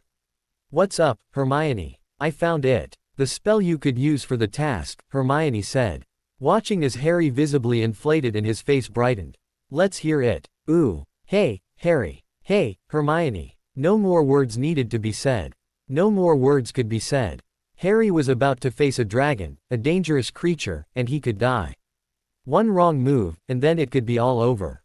They met in the Great Hall for breakfast. Fred and George sat close to Harry, along with Neville and Hermione, due to Harry's insistence. She felt a little uncomfortable with all the Gryffindors looking at her oddly, but took her seat next to a shaking Harry. She made sure that he got plenty of protein in him, gently insisting that he eat more than the little bit of fruit he was able to choke down. She winced as she could feel him shaking, not that she blamed him. She would be nervous too if she had to face a dragon. A bloody dragon, at 14 years old. She shook her head and forced herself to choke down some breakfast that she hoped would stay down through the day. Some of the Champions' family members were coming to the Great Hall to eat breakfast, but Harry just stood up when he was finished and nodded to the twins and Neville's offers of good luck. His eyes pleaded with Hermione to walk with him and she immediately did so. They walked around the lake in silence for a while, neither having anything to say, but took comfort in each other's company. When Harry's watch said it was time, they walked to the Champion's tent. The look on his face was absolutely breaking Hermione's heart and she tried to offer him any comfort that she could. Hold on, Hermione suddenly said as they were just outside the tent, causing Harry to turn to her, brows furrowed. He watched as Hermione took out her wand and tapped his glasses muttering, Harryos. He felt a suction sensation. Before it faded, though he still felt the glasses sticking to him. She gave him a small smile. There, they won't fall off. Thanks, Hermione, Harry said with a gracious smile. Before she shocked the hell out of him. Hermione did something no one had ever done to Harry before. She threw her arms around him and hugged him. No one had ever hugged Harry before, well, maybe his parents, not like he could remember. Padfoot and Moony weren't the touchy-feely type. Harry reckoned it was from serious isolation in Azkaban and Remus, fear of rejection with his lycanthropy. Harry stiffened up immediately, but inhaled and caught her vanilla and parchment scent, which seemed to soothe his nerves and allowed him to bring his hands up and hug her was incredibly nice. I could get used to this, he thought as he allowed his eyes to close in contentment. However, they heard a loud popping and jumped away from each other, turning to see the smoke of a camera and a blonde lady stepping forward out of the tent. Harry groaned as he realized that it was Rita Skeeter. She was dressed in puke green, which Harry thought was her signature color. Her claw-like nails were sharpened to points and painted blood red. Just like her lips, which were curled into a feral grin as she gazed at her next story through her glasses. "Oh, young love," she sighed wistfully, "who's your friend, Harry?" "None of your business," Harry hissed, trying to block Hermione from Rita's view. "Oh, don't be like that. Readers are curious about the young champion, especially after the lovely article one wrote." "You mean that rubbish full of lies?" "There's a word for that in the Muggle world called libel," Hermione retorted, watching the reporters her beady bug eyes as they focused on her. "Ah, she speaks. Tell me, dear, what's it like snaring the boy who lived?" Skeeter asked, her quick notes quill already writing something down, until it promptly blew up on the spot and a most welcomed voice to Harry was heard. "Picking on children now. Have you no dignity?" Harry grinned as he saw his godfather putting his wand away after destroying the quill. Remus standing beside him, glaring at the reporter. "Beat it, Skeeter." The witch sneered and strutted away in her tall heels, the photographer following behind her. Sirius turned to his godson and who he assumed was the famous Hermione Granger.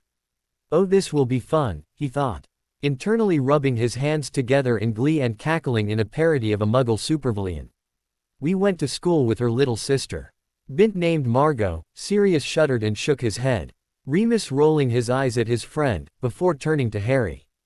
"Sirius, this is Hermione." Harry was cut off by Sirius lightly bumping him out of the way and painting one of his famous charming smiles on his face that made all the witches swoon.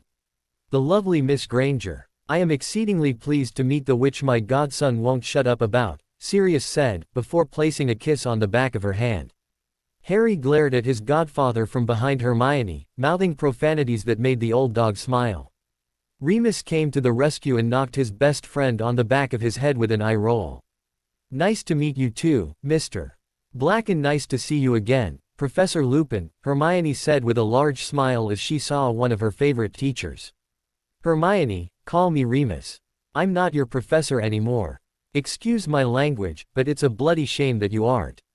"I'll take that as a compliment," Remus said, before Professor Dumbledore walked over to them. "Harry, you should get in. They're getting ready to start," Dumbledore said, his eyes twinkling as he glanced at Hermione's worried face. He noticed that the boy looked focused, something he had never really seen before. He was quite pleased with how this was developing. "Maybe I could tell him by next year." "Good luck," Hermione whispered as she hugged him one last time, before letting G.O. and following his godfather and Remus to the spectators' side. Harry felt a surge of determination rise inside of him, and he wanted to do good in this task. For her, for Sirius, for Remus, and for himself. He walked in the champion's tent with his head held high. "Ooh, just my luck, biggest fucking dragon, so great to be Harry Bloody Potter." Harry was muttering to himself in his thought as he stepped out of the tent. He knew that it was just his luck to pick out the Hungarian horntail, but it never ceased to amaze him how Murphy's Law affected him. Actually, it should be changed to Potter's Law. He glanced up at the crowd for a flicker of a second, but his eyes immediately landed on his support system, Sirius, Remus, and Hermione, who were all trying to smile at him in encouragement. Unfortunately, they looked more like grimaces instead of smiles. "That's comforting," he groused before glancing around. Then he saw the dragon and he felt his stomach drop to his feet. It was a low T bigger than he thought and his heart was pounding against his ribs. Bigger than he thought, it was bloody huge. Bigger than anything he had ever seen before, even the basilisk. Then the dragon saw him. "Oh shit," he thought as he quickly ran and ducked behind a cluster or large rocks, but not before the horntail let out a breath of fresh fire, which caught on his arm a bit. He patted the area with his gloved hands, putting out the small flame but seeing that he was scorched a bit. "Bloody hell, that burns. Okay, let's not get burned again. Your wand, Harry. Do it, now." He heard Hermione's screaming at him and effectively pulling his head out of his ass. "Thank you, Hermione Granger," Harry thought as he did exactly as she asked and pulled out his wand. "Speculum duplicum," Harry muttered, glancing around the rock to see the horntail blow some fire to him. He felt all the magic in his body shifting as he focused on his emotions just like Hermione said. He felt the angry emotions, the hurt, the betrayal. The anger at being abandoned. He realized that those emotions weren't helping and were actually hindering as he felt his magic almost deflate. He then felt the scorch of the fur. As the horntail blew the fire against the stone he was behind, making it heat up. I'm going to be burned alive. Oh, shit. He had actually exclaimed it this time as panic started setting in, his breath quickening. His heart had moved from pounding to slamming in his chest. Then, like a beacon of light, a couple of faces came into his mind. Hermione, Sirius, Remus. They were the ones who truly cared about him. He focused on the night that Sirius was declared free, that Moony taught him the Patronus, the feeling of hope he was given when Hermione offered to help and the feel of her holding onto him as they rode on the broom. Speculum duplicum. He felt a shift in his magic and raised his eyes to see himself. He did it, he created the double and smiled at the fact, seeing his double smile as well. He peeked around once more, seeing the horntail coming toward him as it caught sight of his double. He decided that it was now or never and jumped to a cluster of rocks next to him, the double going the opposite way. But in plain sight of the dragon. Harry smiled when he saw the large beast trying to follow it, though couldn't fully because of the long chain that was keeping it in place. Harry Potter has created a mirrored version of himself and the dragon is following it. Incredible. Ludo Bagman's voice announced. Hermione smiled as her idea was working and Harry performed the spell so well. Much better than he had when they practiced. They had a couple of backup ideas, but this one was the best and it had worked. Well done, Harry, Hermione muttered, a large smile on her face as Harry ducked into another cluster of rocks, the horntail still trying to go after his double form which was in plain sight. All right, pup, Sirius bellowed as he and Remus smiled joyfully. Sirius then turned to the girl who was responsible for helping Harry. You, Miss Granger, are in for a big Christmas present. Hermione just smiled at Sirius and turned back to watch Harry as he continued onto this routine. The dragon moving farther and farther away from him and toward his double. Harry smiled and flickered his eyes up to his supporters once more, seeing Hermione nod her head and mouthing, "Go." He nodded and decided to make his move, hopping over the rocks and running toward the eggs, seeing the golden one for him to take. He chanced a glance behind him, seeing that the rapid movement of his double completely distracted the horntail and that the dragon was trying to fly toward it but was still chained up. With one more glance behind him to see the dragon effectively distracted with his double. Harry ran toward the egg and reached his hands out to grab it. He's done it. Ooh. When he walked back out of the tent, Harry sighed in relief that it was over. He had an accomplished smile on his face though. As he had completed the task, relatively unscathed except for some burns on his arm that were healed quickly by Madame Pomfrey and a couple of scratches on his face from the rocks. Which were also healed quickly from the woman who could regrow the bones in his arm in a day. Damn Lockhart, he thought with a shake of his head. After he had grabbed the egg, the Dr. Ogon caught sight of the real Harry and blew some fire toward him, but thankfully the dragon handlers were able to take care of the dragon and subdue it with a half-dozen stunners that brought it down. He saw puke green out of the corner of his eye and turned his head, seeing Rita talking to Pansy Parkinson and Draco Malfoy. He rolled his eyes, figuring that they were probably telling her more lies about himself. Painting him as a glory-seeking child like she did in the first article. Harry. The boy in question smiled and turned to the source of the call, seeing Hermione walking over to him as fast as she could with her leg. She had a wide smile on her face and hurried over to him. You did great. He beamed at her praise as she pulled him in for a hug, being mindful of any injuries, and both of them letting out unconscious sighs of relief. They both held each other for a bit, reluctant to let go, but did so to prevent awkwardness between them. Sirius and Remus walked over and congratulated Harry. Before saying goodbye and walking to Hogsmeade to flow back to Grimmauld. Remus was close to casting a silencing charm on Sirius as he was about to tease the two about being so close. Oot thought better of it as he didn't want to ruin his godson's chances. He wholeheartedly approved of the girl, just from talking with her as they sat watching the task. Remus had put in a good word, describing that she was the best in their year, probably the brightest witch in the entire school, but what really made Sirius give his approval was the look of pure anguish on her face as she watched Harry compete. Digging her nails into her face. Murmuring encouragement under her breath and then the cheering when Harry grabbed the egg, the relief and happiness in her eyes that he was okay. Ely cared about him, and that was enough for Padfoot. Harry had too many fake people come through his life, and he knew that this young lady was not one of them. Harry and Hermione were about to enter the Great Hall for the feast. Seeing everyone crowd around the champions, excitement buzzing around the hall, Harry decided he didn't want to deal with the large crowd and turned to the girl with him. "Hermione, do you want?" Unfortunately, it looked like his wishes weren't going to be taken into consideration, as he was cut off by a large crowd of Gryffindors swarming around him. He saw Hermione pushed away by the crowd and shrunk back as everyone started yelling in excitement. All the Gryffindors who weren't talking to him, who were calling him a cheat, who were ignoring him. His ex-best friend, Ron Weasley, was at the front of the crowd, wrapping an arm around Harry's shoulders. "Mate, that was absolutely brilliant. You should have seen the look on Karkaroff and Crumb's face. Fleur looked like she was going to pitch a fit. Did you see how big that dragon was? It was the most dangerous one. It was no competition to our Harry." Harry was incredibly uncomfortable with all excitement and glanced around for the only girl he wanted to talk to. He saw that he was boxed in from all sides, everyone trying to talk at once, but saw through a gap a sight that made his chest feel like it was ripping in two. Hermione was limping away from them, towards the way of the Ravenclaw Tower, her shoulders slumped and her head down. He realized that she thought he was going to A-band on her because everyone was talking to him again. Everyone was so excited with his win, and she thought that he was going to forgive them. That same determination from before the task welled inside of him again. "Hermione Granger, for the first time in your life, you're wrong. Oh, just because I do good in this bloody tournament, you all think that all is well. Our Harry, where was this when you were all calling me a cheat? When you weren't talking to me?" Harry's voice was deathly calm, but his green eyes were blazing with anger, making everyone take a step back from him. Ron let go and stepped back with them. Never seeing Harry like this before. No, you all abandoned me when I needed you. So, you can all sod off."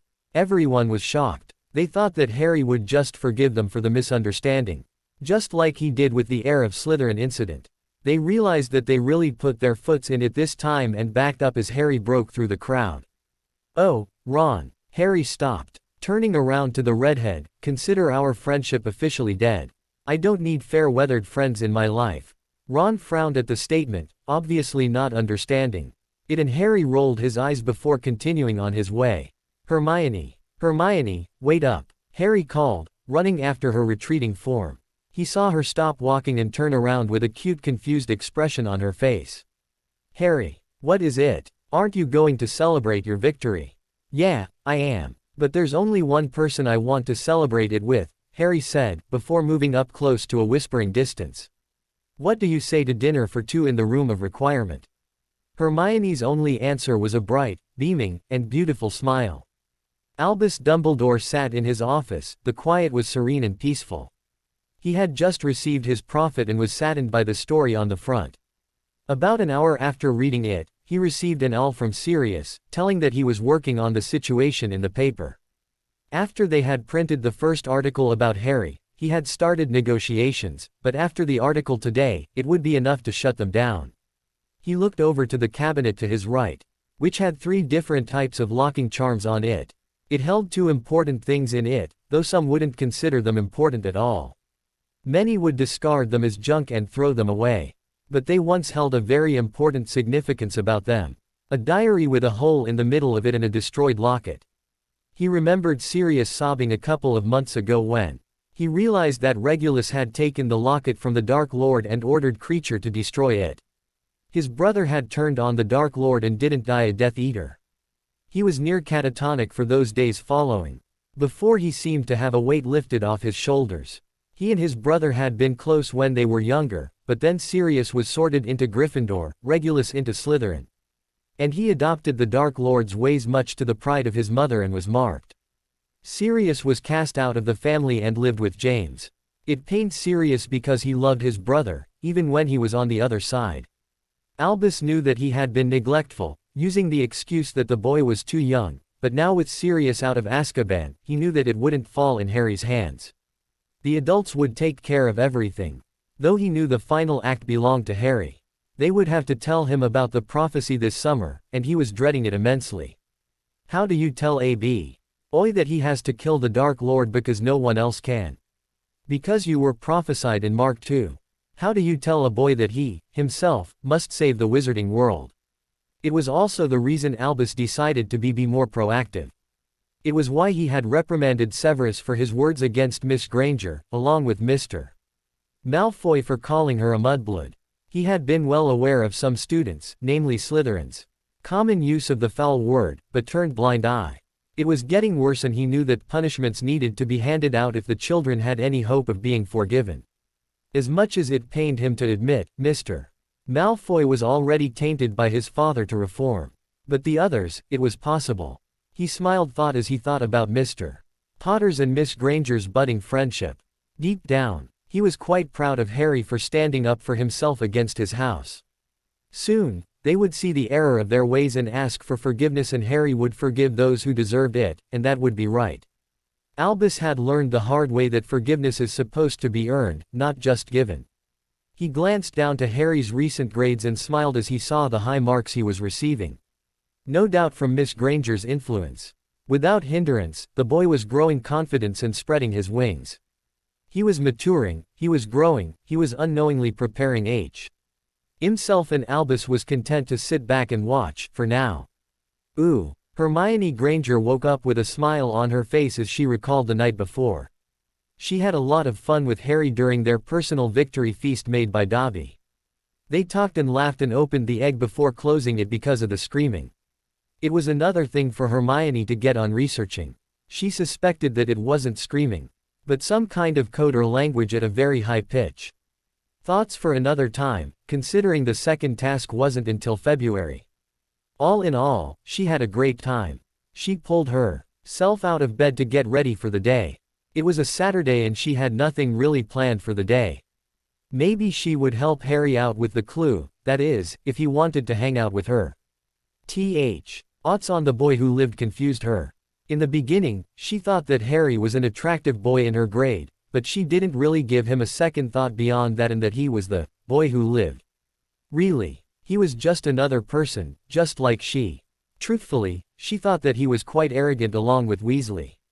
It had even bloomed the last couple of weeks in third year after his godfather was declared innocent. He looked like he was walking on air around the castle. She now knew that arrogance is far from what you could describe Harry Potter as. Ever since that night in the room of requirement, where they actually spent time getting to know each other, something was stirring in her. It was something surprisingly unknown to Hermione. She felt her heart quicken when he looked at her. She felt her stomach tighten when he smiled, and when he laughed, she felt lightheaded. She wanted him to look at her, she wanted him to smile at her, she wanted him to laugh with her. She thought that he had gotten even more attractive to her since they were spending a significant amount of time together. She wrote to her mother, who came up with the conclusion. Hermione had developed a crush on him. At first, she wanted to dismiss it and expel these feelings from her, but then realized that she was 15 and old enough to consider these thoughts and feelings. Life was not all about schoolwork and books. She thought that maybe, just maybe, she could allow herself to fall for the boy. It felt surprisingly natural, like breathing. Like she truly needed Harry. Truthfully, because of her fear of the unknown. Her feelings were scary, but she wanted to let herself feel them. She wanted to explore them despite her fear. It brought her back to her fear of how much she found that she needed, at the very least. His companionship. She wondered what their relationship would be like if she had befriended him in first year, but those thoughts always brought her down a bad territory of remembering her injuries and perpetual limp. She decided back then, laying in the hospital wing all those hours, that she wouldn't dwell on the past, because it was just full of pain. She also wouldn't think about the future, as it was too uncertain. She would focus on the now, and the now was telling her that she had developed a crush on Harry, all because of the stupid tournament trying to kill him. There was a part of her, deep down, that still held an insecurity that it was all a big joke. She was scared that if she disclosed her feelings, Harry was going to laugh in her face, that she would think he would want her. A bushy-haired, know-it-all bookworm. Hermione understood that she wasn't as beautiful as some others in the school. She wasn't an exotic beauty like Cho Chang or the Pottle twins.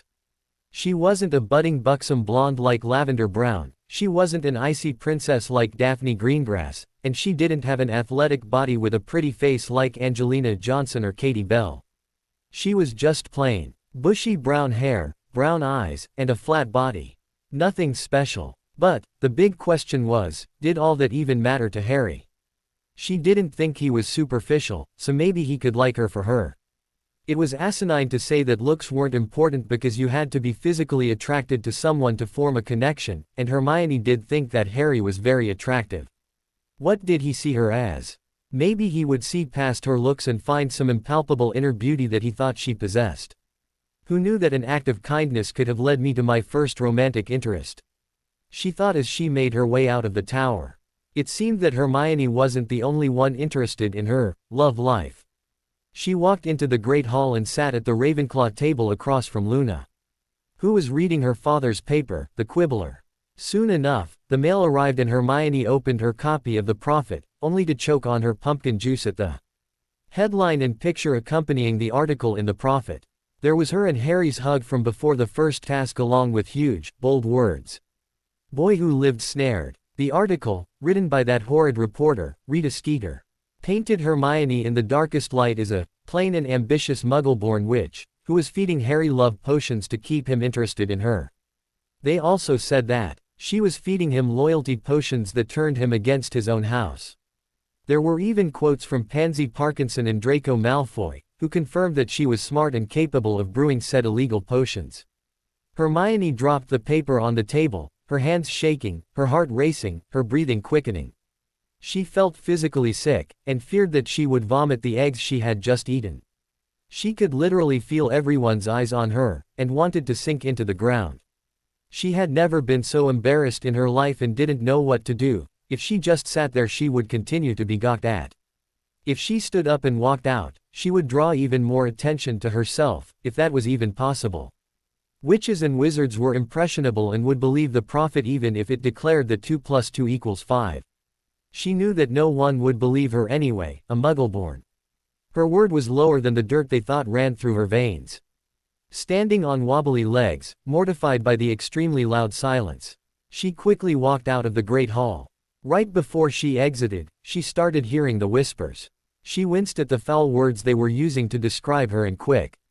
Ned her pace to get out of the least her tears held out until she was fully out of the Great Hall, where no one could see her dignity crumbling to the ground. Ooh, Hermione wasn't aware that the boy who lived was having similar thought as she when he woke up. His first thoughts seemed to land on the bushy-haired witch with beautiful brown eyes. They were quite lovely, he thought with a smile as he got out of bed and started getting ready for the day. He wasn't familiar with feelings, even less with girls' feelings, but Hermione was the first girl he felt truly comfortable with. Lavender Bro, WN and Parvati Patil were too giggly and Ginny was a borderline stalker and still had a huge crush on him. The squeaking and running away when he was over the burrow was damn irritating, too. Katie Bell and Angelina were just from the team. He had known them since he was 11 so he saw them as the closest thing older sisters that he would get. With Hermione, he felt like he could just be himself. From the first moment he met everyone. He was the boy who lived. He could accept that, but wanted someone to just see him as Harry. Then, this year, out of nowhere, Hermione comes and offers her help. She wasn't offering because he was the boy who lived, she was offering because she could relate to Harry, the boy who had been cast out by his peers because of something out of his control. And she was Hermione. The girl cast out by her peers because of something out of her control. It was Hermione offering Harry help, no strings attached, just a mutual understanding. It was also one of the best things to ever happen with her friend that he had gained from it. He kept questioning why he never tried to befriend her earlier. She held many great things about her that he liked. She was kind, she was determined. She was utterly brilliant, she believed in him, she didn't babble about gossip. She talked to and treated him like a normal human being. A blush graced his cheeks as he knew that. There were also physical things about her that he liked. She had a nice smile especially after the Malfoy incident. He snickered as he remembered Malfoy walking around bandaged up like a mummy because of the boils. She also gives great hugs. He chuckled before wondering if he could maybe get another one out of her. Then he blushed even deeper at the remembered feel of her body against his and how it had embarrassingly reacted to the proximity. As he was exiting the bathroom after his shower, he remembered that he didn't stick around long enough the day before to hear how he did on the task. Everyone was just yelling at him too, so he couldn't decipher what they were saying. His main goal was to come out alive, not to win, but everything went better than expected. Thanks to a certain bushy-haired witch, he thought with a smile. Her hair isn't really bushy, just very, very curly. Hell, she has to have big hair to accommodate that large brain of hers. He chuckled at the thought and saw Neville walking out of the bathroom and decided that he was curious enough to find out. Hey, Harry, why did he never form a deeper friendship with the shy Gryffindor? He just returned the smile. Hey, Neville. How did I do in the task? The shy Gryffindor turned to Harry, his face confused. Well, you placed first. Harry blinked. I did. Neville smiled and nodded. Yeah, even Carcaro. FF couldn't find anything wrong, so he gave you a 7. You even completed it in the least amount of time. Oh, wow. Yeah, you were brilliant. How did you do that mirror thing? Hermione found it for me. Harry said with a smile on his face, thinking about she was his savior. Outflying the dragon, looking back, was a terrible idea, he now knew. She's good for you, Neville suddenly said, causing Harry to look at him strangely. You're different, in a good way. It's a good change. Harry just smiled and nodded. Thanks, Nev. They walked out of the Gryffindor Tower into the Great Hall. Hearing excited chatter already. As soon as they walked into the large doors, everyone turned to see Harry, though he was used to it and continued his stride toward the Gryffindor table. Before he could get there, Harry saw one of the last people that he wanted to see walking toward him and tensed up. What do you want? Don't worry, mate, we'll get you help for the bloody potions she's been feeding you. Ron said sympathetically, but with a tinge of anger that had Harry frowning in confusion. What the hell are you talking about? Harry asked, glancing around to everyone's whose noses were buried in the paper. Harry, Neville said, before handing him his copy of the Prophet. He took it and saw the picture first, him and Hermione hugging before the flash startled them and they jumped away from each other. He was surprised at the pure annoyance on his face when he turned to see who disturbed their hug. Then he read the article and he was angry. He kept reading and he became furious. At the end, there wasn't even a word to describe how enraged he was. What the fuck is this shit? He yelled, tossing it down on the table like the rubbish it was. Harry was never one to openly display his anger. So he caught the attention of most of the Great Hall, besides being the topic of the article. Fred and George Weasley picked up the paper and read it, glancing to each other and frowning. I knew that she was doing something to keep his attention, Harry heard Ginny Weasley tell Lavender Brown and Parvati Patil. Honestly, you saw how Harry has been acting recently. I figured it was potions or some spell. Parvati replied, before shifting her eyes full of pity to Harry. She's not doing anything. I'm not being potioned. Harry snapped, his temper growing. He felt everyone's eyes on him, playing him out to be the victim of some pseudo-crime committed against him. When he realized that he wouldn't get anywhere with them, he focused on task number 1, he needed find Hermione and make sure that she was alright. He glanced over to her usual spot, only to find it empty.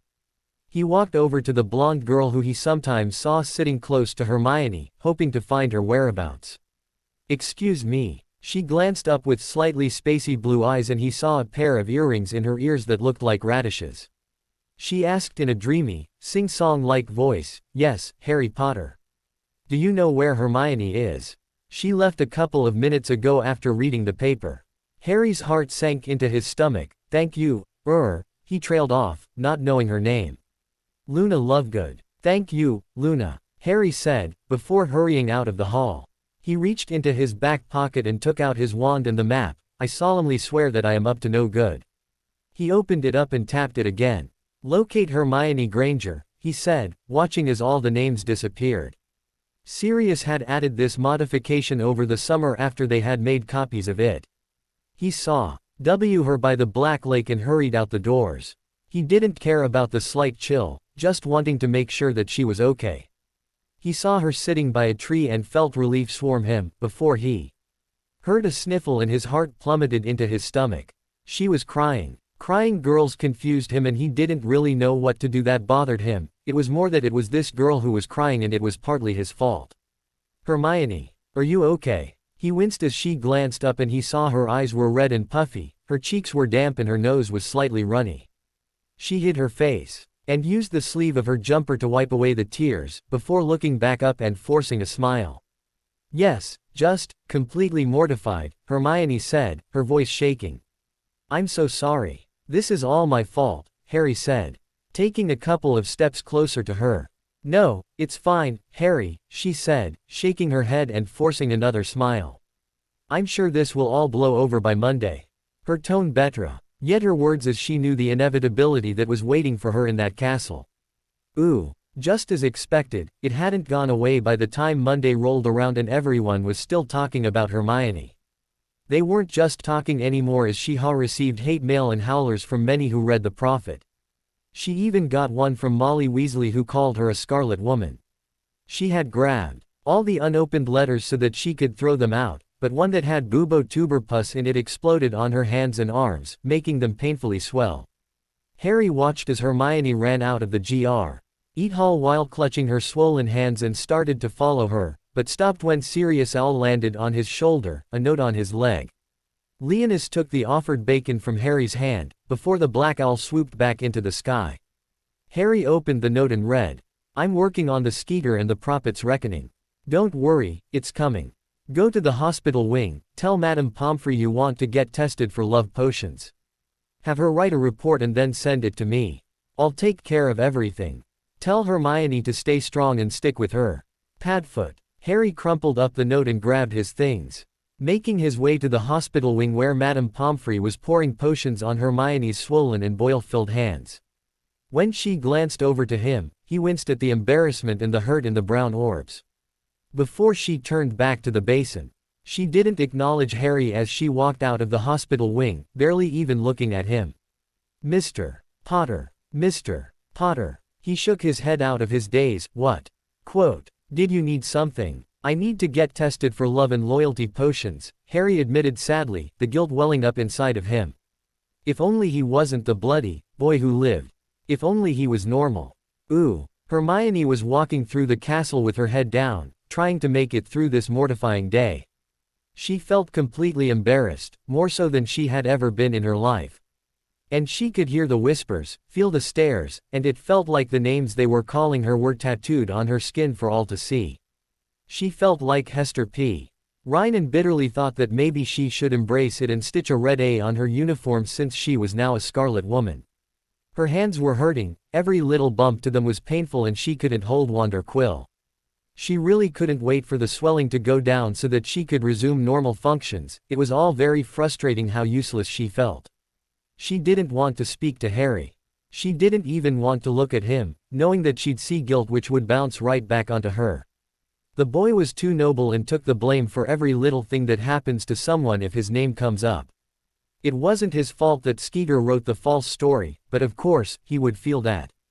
Hermione just wanted the day to end so she could curl up on her bed and sleep. She was almost at her class, when her way was blocked by a brick wall of students. Glancing up, she saw the bane of her existence, Ron Weasley, standing in front of a bunch of 3rd and 4th year Gryffindors. She saw Ginny Weasley giving her the death eye and figured it was because of her fascination with the boy who lived.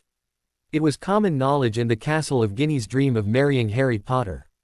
It was a little sickening to Hermione how obsessed she really was. She even saw Ginny Potter written on her notebooks.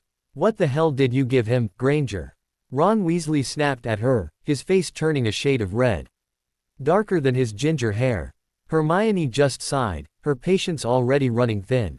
I didn't give him anything, Hermione defended through gritted teeth. Why would you care about him anyway? You all abandoned him. We didn't abandon him, we just didn't know he didn't put his name in. Now we know, Ginny said. Did you ever try to ask him? You were his best friend, Weasley. You should have taken his word for it instead of acting like a jealous prat. Now, if you would excuse me, Hermione said, trying to brush past him. Unfortunately, the Weasley temper had reared its ugly head and he grabbed her wrist to pull her back to him. She shrieked in pain and felt a popping sensation she knew was one of the boils. She then felt a sick warmth was added to the pain in S. He saw that the white bandages were turning red. Harry was trying to find Hermione. He had a bad feeling churning in his gut that turned to a dropping sensation when he heard a shriek, causing his feet to move toward the noise. He rounded the corner and saw a bunch of his housemates and crying Hermione who was clutching her hands.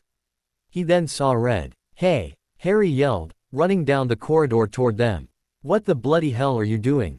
Ron just looked at Hermione in disgust. "Nothing, just confronting the little potion's mistress." "She never potioned me. Don't you people listen. This is why I told you to sod off.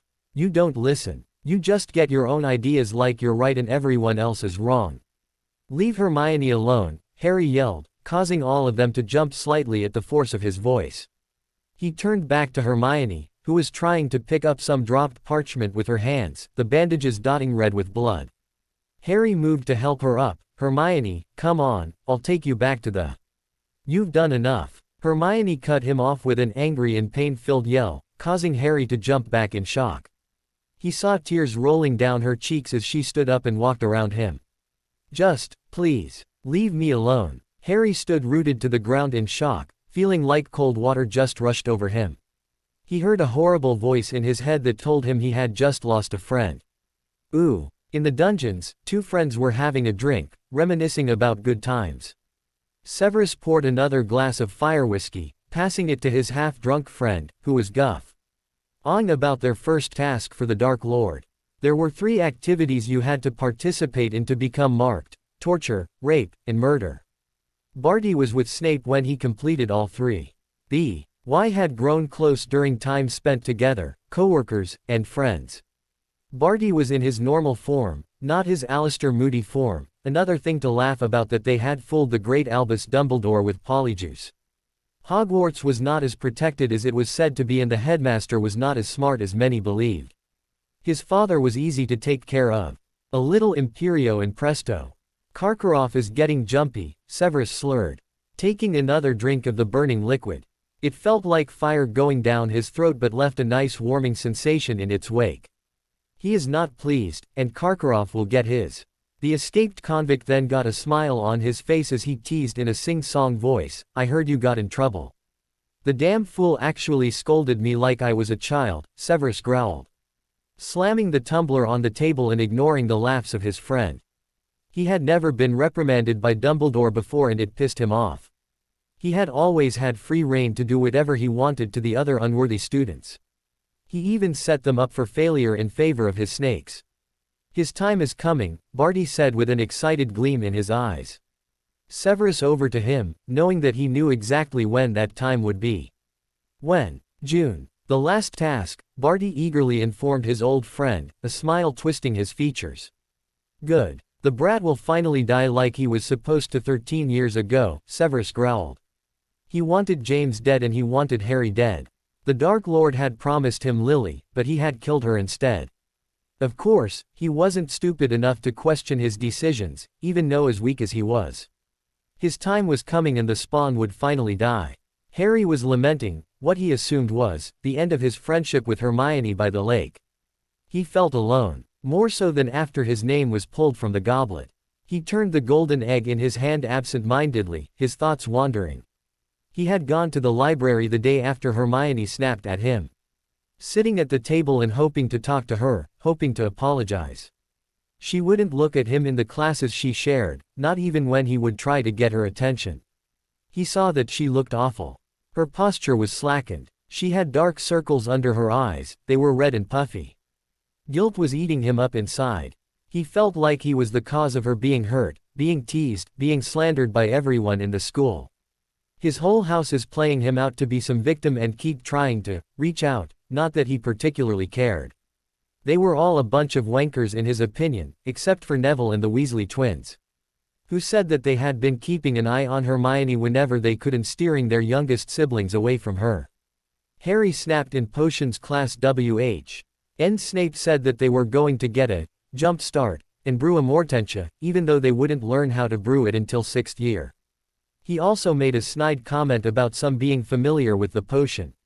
But his eyes were on Hermione as he said it, eliciting snickers from everyone in the class. Hermione had walked right out of the classroom, ignoring the protests and threats of Snape. Harry could see tears starting to gather in her eyes. He then got into a screaming match with Snape, which ended with him losing his temper and calling Snape a cold-hearted, greasy son of a bitch. Not one of his greatest insults in retrospect. He was sent to Professor McGonagall's office, who assigned him a detention, but disclosed that she agreed with his observation of the potion's professor, much to his shock and amusement. Harry. He thought that it was his imagination messing with him as he heard the voice he had wanted to hear for the last couple of lonely days and closed his eyes. He missed her terribly. And even though the twins and Neville were good enough company, there was something about spending time with Hermione that just felt right. Harry. He heard it again and turned his head in the direction it came from, seeing her standing there. She had her Ravenclaw scarf on to protect her from the cold and her heavy cloak on. Her cheeks were pink from the chill, the tip of her nose also pink and making her look very cute in his opinion. He was stunned that she was talking to him, though, and just looked at her, relishing the sight. Hermione, Harry said, surprised that she was talking to him. And that her tone was sad. I have to apologize, Harry, she said, surprising him. He just stared at her as she wrung her, now healed, hands in front of her, vaguely reminding him of Dobby. He took a glance at the hands and saw that they weren't scarred. Madame Pomfrey is a miracle worker, he thought. She took a couple of tentative steps closer, keeping an eye on his face as if testing his reaction. I've been trying to figure out how to say this, because I didn't think you would want to talk to me. Hermione started, seeing that Harry wasn't saying anything, just staring. That he wasn't lashing out at her for being a brat was a good start. She hated herself for snapping at him, just because she was in pain and embarrassed. It wasn't fair of her to take her problems out on him. She had been sleeping horribly the last couple of days, not able to focus on her work as her mind kept drifting back to Harry's hurt face. The hurt that she had put there. She was willing to do whatever she could to make him forgive her, and even if he didn't, she planned to still help him with the tournament, any way that she could. I had no reason to snap at you, Harry. My hands hurt and I was embarrassed and I took it out on you, and I'm really sorry. Can you forgive me? Hermione asked, her gaze dropping to the ground. Harry recognized that her tone was now shameful and that she was truly repentant for what she said. He could understand her situation and there was nothing to forgive, it was all his fault anyway. No, he said, causing her head to snap up, her eyes wide. He saw her nod sadly and turn to leave, when he realized that he had said that wrong. He stood up and rushed over to her before she could leave and gently grabbed her shoulders, turning her around. Hermione, no, I don't forgive you, because there's nothing to forgive. You have nothing to apologize for. It's my fault your hands are like that and I'm sorry. Harry, please. Hermione was pleading with him and he knew that she needed to say this. He just sighed and nodded his head. I'm sorry snapped at you and I'm sorry that I hurt you. Harry knew that he needed to say it, I forgive you. Hermione. He just smiled at a smiling Hermione, assertive, wonderful Hermione who he had missed during their time not talking. He only realized how much he really missed her by talking to her again. You know, I'm used to people talking about me. They usually pick the favorite topics. My hair, my teeth, being a know-it-all, but I've never had someone talk about my full love life. I guess I was just used to the embarrassment accompanying the other topics, Hermione admitted, her tone was like she was telling a joke. I'm so sorry about everything that happened to you, Harry choked out. Though wasn't meaning just this situation. To have her so resigned about her bullying sparked something inside of him and seeing his housemates ganging up on her in the hallway really pissed him off. I'm so sorry that everything happened to you. It all seems to correlate to me. The troll, I did nothing to stop it. The basilisk hurt you, it was partly my fault, now this. I won't blame you if you want to back out. Get real, Potter. Hermione snapped at him, though it had a teasing tone to it this time. It's taken me 15 bloody years to make one friend, I'm not giving him up for anything. Harry smiled at Hermione, who smiled right back. For some reason, not giving him up for anything sounded really good to Harry. He knew that no matter if he never forgave his house, he would still have Hermione in his corner. They both walked over to the large rock and sat down next to each other, watching the calm lake in comfortable silence. That was embarrassing in Snape's class. Hermione muttered, feeling as though she needed to talk. It had been eating her up inside, the embarrassment, and knew that she could talk to Harry. She felt comfortable enough to talk to him. If it makes you feel any better, I called him a cold-hearted, greasy son of a bitch, Harry admitted. Harry, oh, you shouldn't have done that, she said, her tone borderline scolding, before she smiled at him. No one has ever really stood up for me. Thank you just the same. No problem, Hermione. Did you get into trouble? Just a detention with McGonagall, but I spent it doing homework. Harry said with a smile. I got an O on that summoning test in charms, by the way. I must be rubbing off on you, Hermione said smugly, really proud of Harry. It took a couple of seconds though to realize her words, and then she flushed. Harry watched impressed as her face turned a couple of shades of pink, though it was vastly different from the shade of puce his fat uncle used to turn. I mean, well. Because. Oh my goodness, Becca. Relax, Hermione, I know what you meant. You don't need to have a complex, he laughed at her stuttering and stumbling, causing her to smack his arm.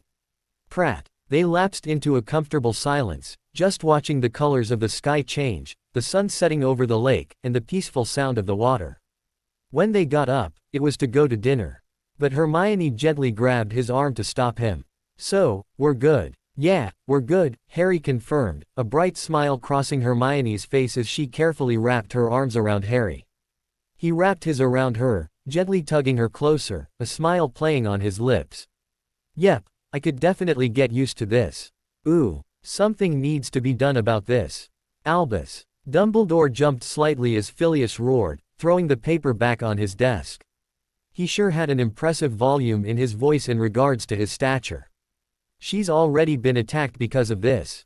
And I've had to assign 15 detentions already for the foul things students are saying about her, the M word being included. I've been trying to make sure she doesn't get hexed when she walks down the hallway. Dumbledore was a little surprised at the anger, then again, he knew Hermione was undoubtedly his favorite student. He was a little concerned that he was going to respond the goblin way to someone he cared about getting hurt. It usually involved the loss of limbs and Albus suppressed a shudder at the thought. Now, the lions are ganging up on her in the hallway. This needs to end, Al. Bus or else Hermione is going to get hurt worse than she already has, Phileas said, forgetting for formalities as he used her given name. He had taken the little eagle under his wing, offering her AFE harbor from bullies as he could sympathize. He had one foot in each door, both goblin and wizard, but wasn't fully accepted by either. Hermione had one foot in each door as well, muggle and magical, but until there were changes made, she couldn't fully fit in either. I also heard that they were brewing a Mortentia in potions. That potion is not supposed to be brewed until their 6th year. Would you care to explain that, Severus? Minerva fixed the potion's master with a steely glare. I thought that it would be beneficial for them to get a jump start on their lessons, Severus replied in a silky drawl. His arrogance blowing the fuse that was Minerva McGonagall. Oh, Stapper Heverin, Severus.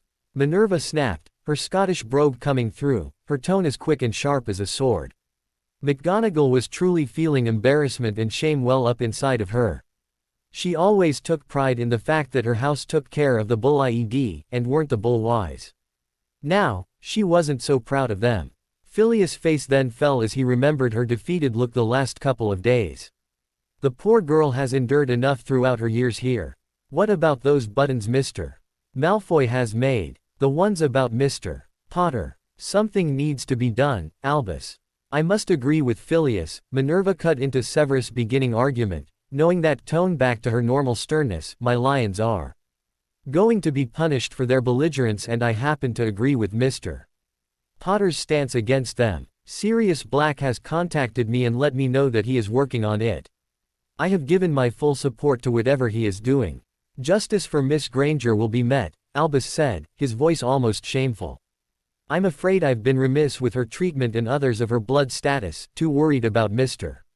Potter. I admit that. We cannot change the past. What we need to lock down on the treatment today forward, Pomona spoke up, shooting an icy look at Severus, who was known for his tray. T meant towards others, not in his house, and how he basically encouraged it. We need to get more proactive in the bullying here. We know it happens, yet we've all turned blind eye, for no reason. We're supposed to offer the children safety. To let them know that they can trust us, they can come to us with problems. We are the authority here, but we've been letting the kids run amok. I agree. That word has been said too many times in this school. It needs to be done, Phileas said sternly, his tone daring anyone to contradict him, and he would show why he was a champion dueler. If we start giving out detentions for using that word, then half the school will be in detentions by the end of the week. Severus argued, Minerva silencing him with a glare. If that's what it takes, so be it. The head of Gryffindor snapped. The lioness making an appearance. Agreed, Albus said, nodding with his heads of house and ignoring Severus' scowl. I will make an announcement tomorrow before breakfast of the punishment given. Ooh. Hermione was for a shock the day after her and Harry's reconciliation. I have an announcement to make, the headmaster started, sharing a look with the staff, who were fully on board when told about what will be done. We, the staff, have all agreed, and from this day forward, any student that says that foul word used to describe Muggle-born students will find their House 100 points less and will serve a week's detention cleaning the castle without magi. Professor Dumbledore cut himself off at the uproar from the Slytherin table, threats to write home to their parents being made. Wait till my father hears about this. Made his way to his ears, and he inwardly rolled his eyes. Merlin, that boy was irritating. He then noticed the cheering from the other read tables and the wide smiles of some of the Muggle-born students in their seats, happy that their abuse was finally going to end. Excited chatter was beginning to accompanying some of the applause and cheering. He then spotted Miss Granger and Mr. Potter sitting together at the Ravenclaw table, a wide smile on both of their faces. Those smiles, to an educator, were like a balm of the soul, and it warmed his heart to see them happy. However, he had to end the Slytherin protests and took out his wand. Silence, he roared with the sonorous charm, cutting through their protests like a knife through hot butter.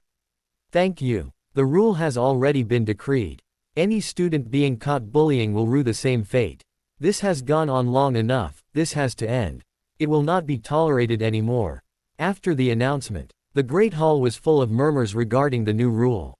A regal-looking owl flew into the Great Hall, calling everyone's attention to it, murmurs being made as it landed right in front of Hermione.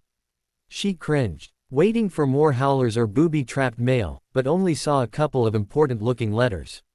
I think that you should open them, Hermione, Harry said from his spot next to her. She glanced at him and saw him smiling encouragingly.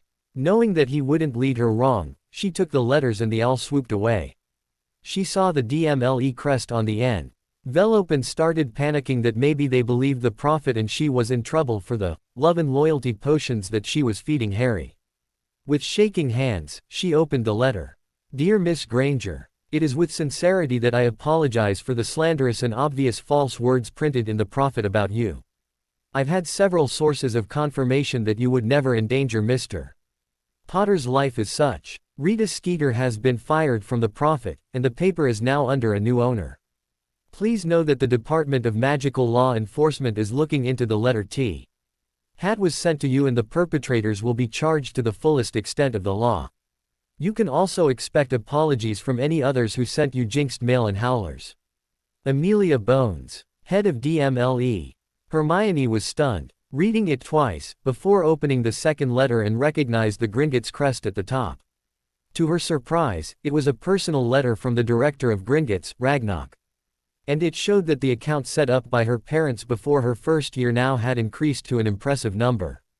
Quickly doing the math in her head from galleons to pounds, she widened her yes as she realized that it was a 5-digit amount to the left of the decimal as compensation for her injuries. Bloody hell, Hermione muttered, her hands shaking. She looked up to Harry, who was smiling knowingly, giving her a clue that he had something to do with this. He perked up when he heard the owls arriving to deliver the prophet to everyone. It was a couple of minutes later that the Great Hall erupted with talking. It actually wasn't just the Great Hall, it was also all around the whole country.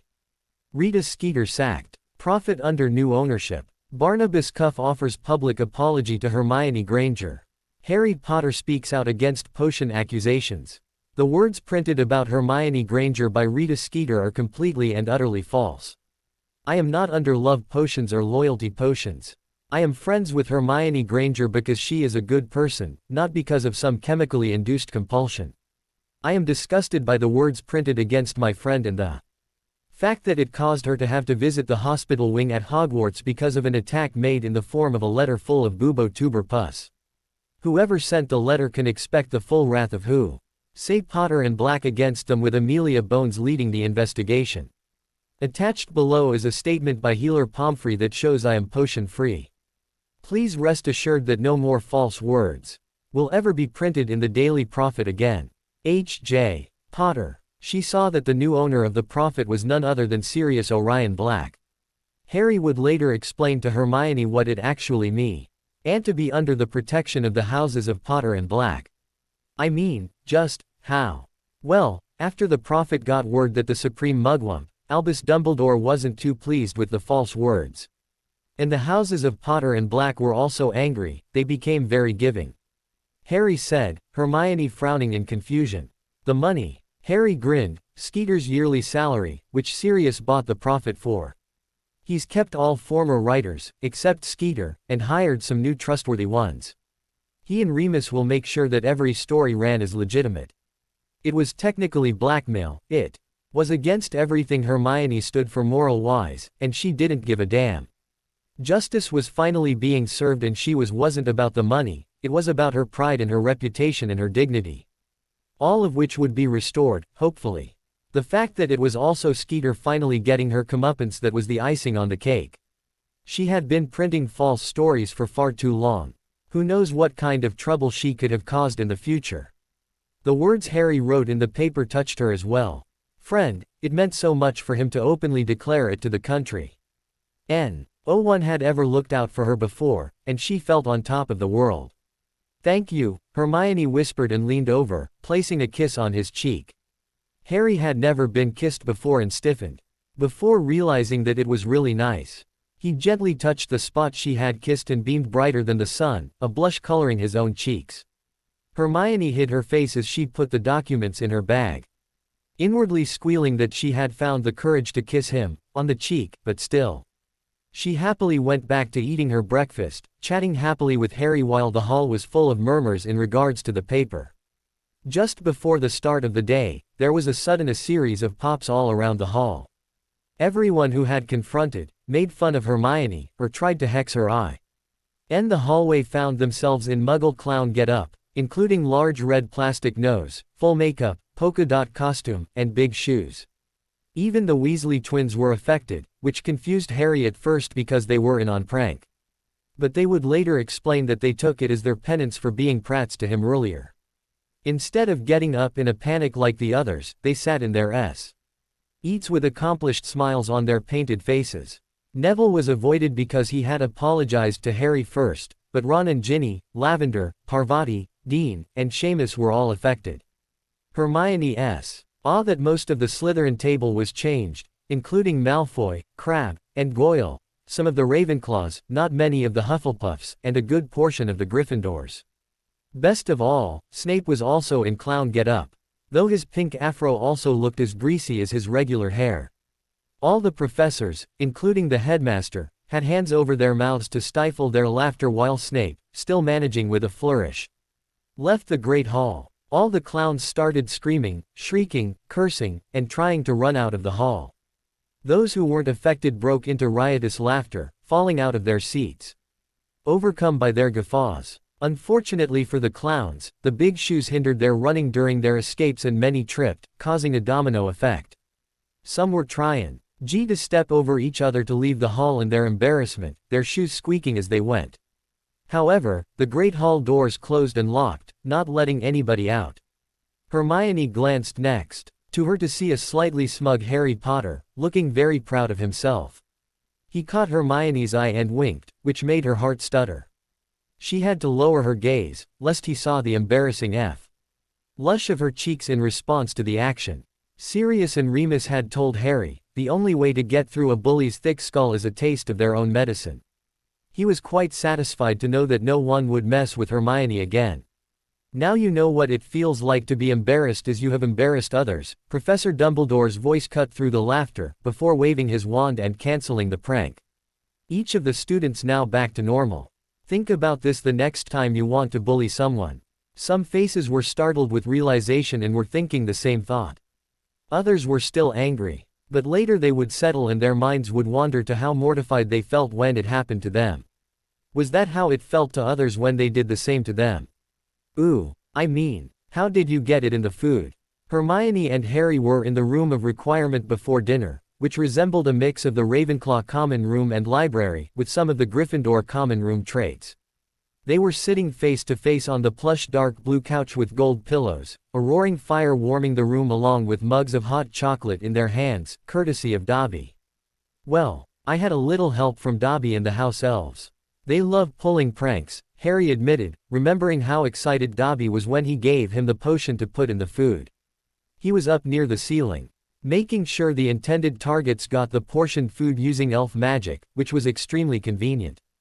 That was incredible. No one's ever done something like that for me before, Hermione said. Harry smiling sheepishly with a blush coloring his cheeks. You'll also have to thank my godfather and Remus. They were the real masterminds behind the operation. They really like you and were mad when they found out what was happening to you, Harry said, smiling as he remembered the interesting use of vocabulary Sirius was using when he told them about the pus-filled letter. Remus was a little more tame. But both were seriously pissed off. So, I wanted to suggest something, Hermione said, seeing Harry nod. She placed the mug on the small coffee table and took a book out of her bag. I picked this up from the library. Basics of Occlumency. Harry read the cover of the thick tome in her hands. What's Occlumency? Mind magic. It helps shield your mind from legilmency, mind reading, attacks. Wow, people can do that. Professor Flitwick and I got into a discussion about it last year and he let it slip that Professor Snape is a master legilimens and occlumens. Harry's eyes widened and he felt his body tense. So what you're saying is that Snape could just be reading my mind without me even knowing. If you held eye contact with him, yes. Hermione, how do I do this? Harry was now desperate, not wanting that greasy git probing around his mind. He felt violated that anyone could be messing with his mind, and was now anxious to learn. Plus sighed. It was more time to spend with Hermione. Well, first you have to read the book and then I'll help you with organizing. Organizing. Yes, you have to organize your thoughts. It helps to pick something that's familiar with you. For example, I picked a library where all my memories are in books. Harry smiled at Hermione, who went on to explain. I was concerned because there were more books than memories. But Professor Flitwick said that was okay because during an attack, the legilmency user would have to search through each book and would sometimes come up with nothing, giving me time to get my walls up. Okay, sounds good, Harry said, reaching out to grab it, but she let it go too quickly and dropped it. Here, I'll get that. No, let me. Both crouched down at the same time and reached for the book. Their hands brushing, they realized how close their faces were to each other and green met brown. Their eyes locked contact and Hermione felt a weird sensation twisting in her G. Ood as she looked at his handsome face up close. What she didn't know was that Harry was feeling the same way as he stared at Hermione up close. Her brown hair up close was not so bushy, but really curly. Her face was free of blemishes and makeup, which was a difference from the girls in his house who looked like they spent hours on it. He inwardly chuckled as Hermione would rather spend those hours reading. Her eyes locked him in and Harry was met with a startling discovery: she's beautiful. A couple of months ago, he would have said no way and that someone like Daphne Greengrass was beautiful. No, in his eyes. Hermione was the prettiest, no, the most beautiful witch in the castle. It wasn't just her looks, it was her inner beauty.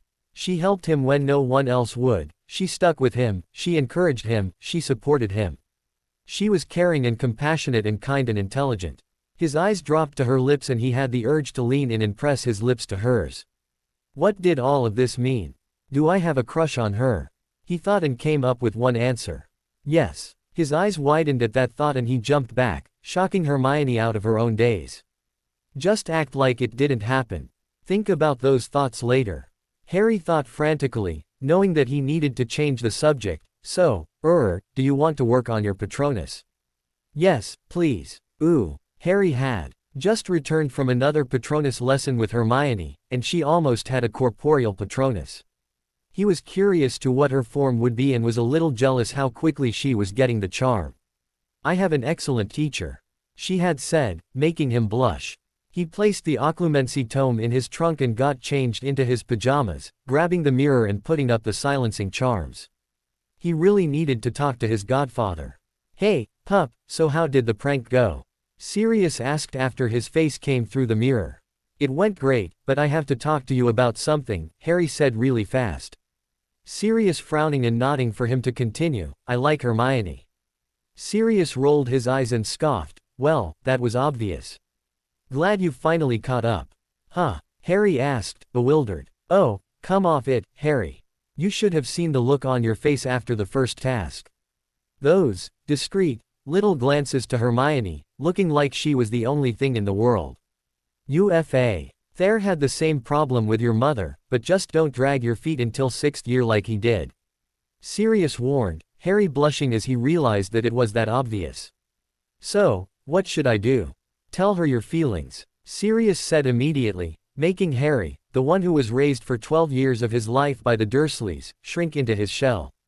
He still didn't understand feelings, and was confused to how and what he would tell Hermione. I don't think I can do that. Pup, if you're scared because you think she won't reciprocate, it's obvious she feels the same. Just talk to her," Sirius encouraged. Harry lapsing into a thoughtful silence. "We had a moment today." Sirius quirked an eyebrow. "A moment." She dropped her book and I bent down to pick it up at the same time she did and we brushed hands and I just looked at her and thought that she was so beautiful and I think I wanted to kiss her, but I don't know. Sirius barked a laugh. "It's perfectly natural. To want to kiss a pretty girl and it shows that you do have feelings for her. Tell her how you feel, be honest." Harry nodded but still felt unsure. He tried to change the subject. "Thanks, Sirius. Where's Remus?" "Over Andy and Ted's with Nymphadora. She's got a crush on the old dog." "Looks like I'm the only one not struck by Cupid's arrow," Sirius sighed mockingly wistful and Harry just rolled his eyes at his self-proclaimed playboy godfather. "No, it's just that no girl wants flea-filled dog in their house," Harry teased, laughing at the mock-outraged look on Sirius' face. "Oi, ooh, ha." RRY took a couple of days to think about what he felt for Hermione, and to try and find what to say to her. What would he say to her? Should I ask her out on a date? Turned out that the opportune moment arrived when Professor McGonagall asked to talk to him after the announcement of the Yule Ball. "Wait, what? You will be leading the procession in with the other champions, then you and your date will have the first dance. Make sure you get a date and know how to dance," the Transfiguration teacher said, watching slightly amused as the boy looked like a fish out of water. But dismissed," Professor McGonagall said sternly with a raised eyebrow that dared him to challenge her. Harry rose from his seat, walked out of the classroom and toward the library where Hermione was. There was only one girl he knew he wanted to ask. And maybe this was fate giving him a perfect opportunity to ask Hermione out. To test the waters, so to speak. If she said yes, then he would tell her how he felt. He found her in the library, sitting at her desk, writing something down. His heart was pounding in his chest as he tried to get his brain unscrambled. He was just asking her to the ball, that was it. But his brain wouldn't stop running so he could form a coherent sentence. "Hermione, will you do me the great pleasure of—" "No, that sounds fake. She'll think that's stupid." "Hermione, will you consent to—" "No." Hermione had been uneasy in the usually comforting library, with the presence lurking 3 tables over. Victor Crumb had taken to coming to the library ever since the paper denounced Hermione as a potions mistress. And she always felt his eyes on her. Every time she looked up, she would see him look away from her quickly, which confused her. She was glad when she caught sight of Harry walking into the library and sighed in relief, her shoulders untensing a bit. "Hey, Harry," Hermione said without looking up as he slid in his chair. "So, what did Professor McGonagall want?" He opened his mouth, but no sound came as he was choking on his words. "Oh no. What are you doing? What are you doing? You're going to ruin this. Where are your balls, Potter? Just ask her." "Hermione, will you go to the Yule Ball with me?" Harry all but shouted in a fast pace, Hermione jumping at the volume of his voice. She glanced up to see him looking at her with wide eyes, his face looking completely nervous and uncertain. Did he really just ask? Her heart sank to the pit of her stomach as she stammered through her answer, oh, well. I'm flattered, Harry, really, but I can't. I'm already signed up to go home for Christmas. Quote. Rejection. Harry's face fell as he plopped down in the seat across from her. He hadn't really prepared himself for rejection, and he probably should have. It hurt. Well, it wasn't exactly rejection. Just unfortunate circumstances, and it wasn't her fault. Oh, Harry said dejectedly, his heart plummeting into his stomach. I'm supposed to have a date for this thing. I'm really sorry, Harry. Hermione said, placing a hand over Harry's and giving it a squeeze. She held the contact for a while as she also held his gaze. Yeah, me too. She saw a slightly hurt look in his eye and cursed herself. Why did she always have to hurt him? She was inwardly berating herself for signing up to go home. When she saw dress robes on the list, she figured there would be a ball of some sort and didn't even bother. Who would want to ask her? If she knew then what she knew now, she would have bought them. But it was too late. She would make it up to him. Somehow. Expecto Patronum. An otter burst from Hermione's wand, making her gasp and Harry stare. It swam around as if it was in the water, moving around Hermione as if it was playing with her. Warm feelings enveloped the witch. Amazing memories flashing through her mind, spending time with her parents, books, and Harry. All their time spent together was flashing through her brain and she felt completely safe with her protector. She giggled at the otter, an actual giggle escaping from the lips of Hermione Granger, and watched it disappear into a white wisp. Hermione was breathing a little heavy from the amount of magic used to get her form, and Harry was just smiling at her, a feeling of pride welling up inside of him as he looked at Hermione. She had been the one helping him these last weeks, teaching him spells. And he finally taught her something. He taught her something that would keep her safe, something that seemed to be becoming a goal of his. I did it, she squealed happily, feeling accomplished. More so than any other achievement she received. More so than winning the spelling bee competition when she was 7, more so than receiving perfect scores on her OWLs and NEWTs. It was even better that Harry taught her.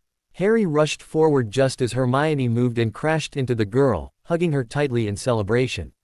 In his excitement, he picked her up and twirled her around. Her giggles like music to his ears as they celebrated her accomplishment. Time caught up with them and they realized what their position was, Harry hugging Hermione to him tightly and Hermione's arms around his neck. Their faces only inches apart. Emerald locked to brown, Hermione felt the heat flaming in her cheeks as Harry gazed at her, looking content and relaxed. A small smile quirked at his lips. And she felt her own lips mirroring it. Harry's eyes dropped down to Hermione's lips, which looked incredibly inviting, and he had the urge to close the short distance between them. It was something he was curious, yet also afraid of. The ramifications of kissing her. He was sure that she wanted to kiss him, but what would it mean? Just the thought of explaining his feelings made an uneasy feeling settle into his gut. He didn't like talking about things along those lines and usually bottled them up deep down. But he wanted to kiss her badly. Bugger it, he thought, leaning forward. A sudden pop caused the two to jump back and turn toward the noise, seeing a sheepish Dobby standing there holding a tray of hot chocolate. Truthfully, both were thankful for the interruption. No. Exactly sure about the feelings that were unfolding. They were rushing through the two teens and slightly overwhelming. Hermione would compare it to a roller coaster. You psyche yourself up to get on the ride. Knowing that it's an exhilarating adrenaline rush and you might be a little scared, but you want that feeling of euphoria at the end. Hermione felt that she wasn't quite yet ready to get on the ride. But she was in the process of psyching herself up for it. Thank you, Dobby, Harry and Hermione said as Dobby sat the tray on the table, popping away with a small smile on his face. They settled on the couch with their homework and hot chocolate, not speaking of what just occurred. Further analysis would be reserved for later. About a half an hour later, while Harry was doing his typical teenage boy blowing things up stuff, Hermione saw a photo album peeking out of his bag, and her curiosity got the better of her. She gently took it out and laid it on the desk, looking over her shoulder. She saw that Harry was too occupied with practicing spells to notice what she was doing. She opened it up and saw a magical picture of a beautiful auburn-haired woman with bright green eyes much like Harry's. She was enveloped in the arms of a man who looked like Harry's brother with hazel eyes. At the bottom of the page in elegant script was Lily and James, 1978. Harry's parents, Hermione. One thought as she flipped through the book, finding several more pictures like that, including their wedding, a pregnant Lily, and a baby Harry, the last couple making her smile. He was such a cute baby. Like being hit with a bludger bat, she finally knew what she was going to get Harry for Christmas. She had been fretting, not having much knowledge in the buying gifts for your friends department. Considering Harry was her first friend, the fact that he already had everything money could buy was also disconcerting, and she was going nuts trying to think of something. Then a picture formed in her head and she was positive she could do the charms with some help from her head of house. She took out her wand and saw the magical pictures, tapping her wand on each one, muttering, "Exemplum."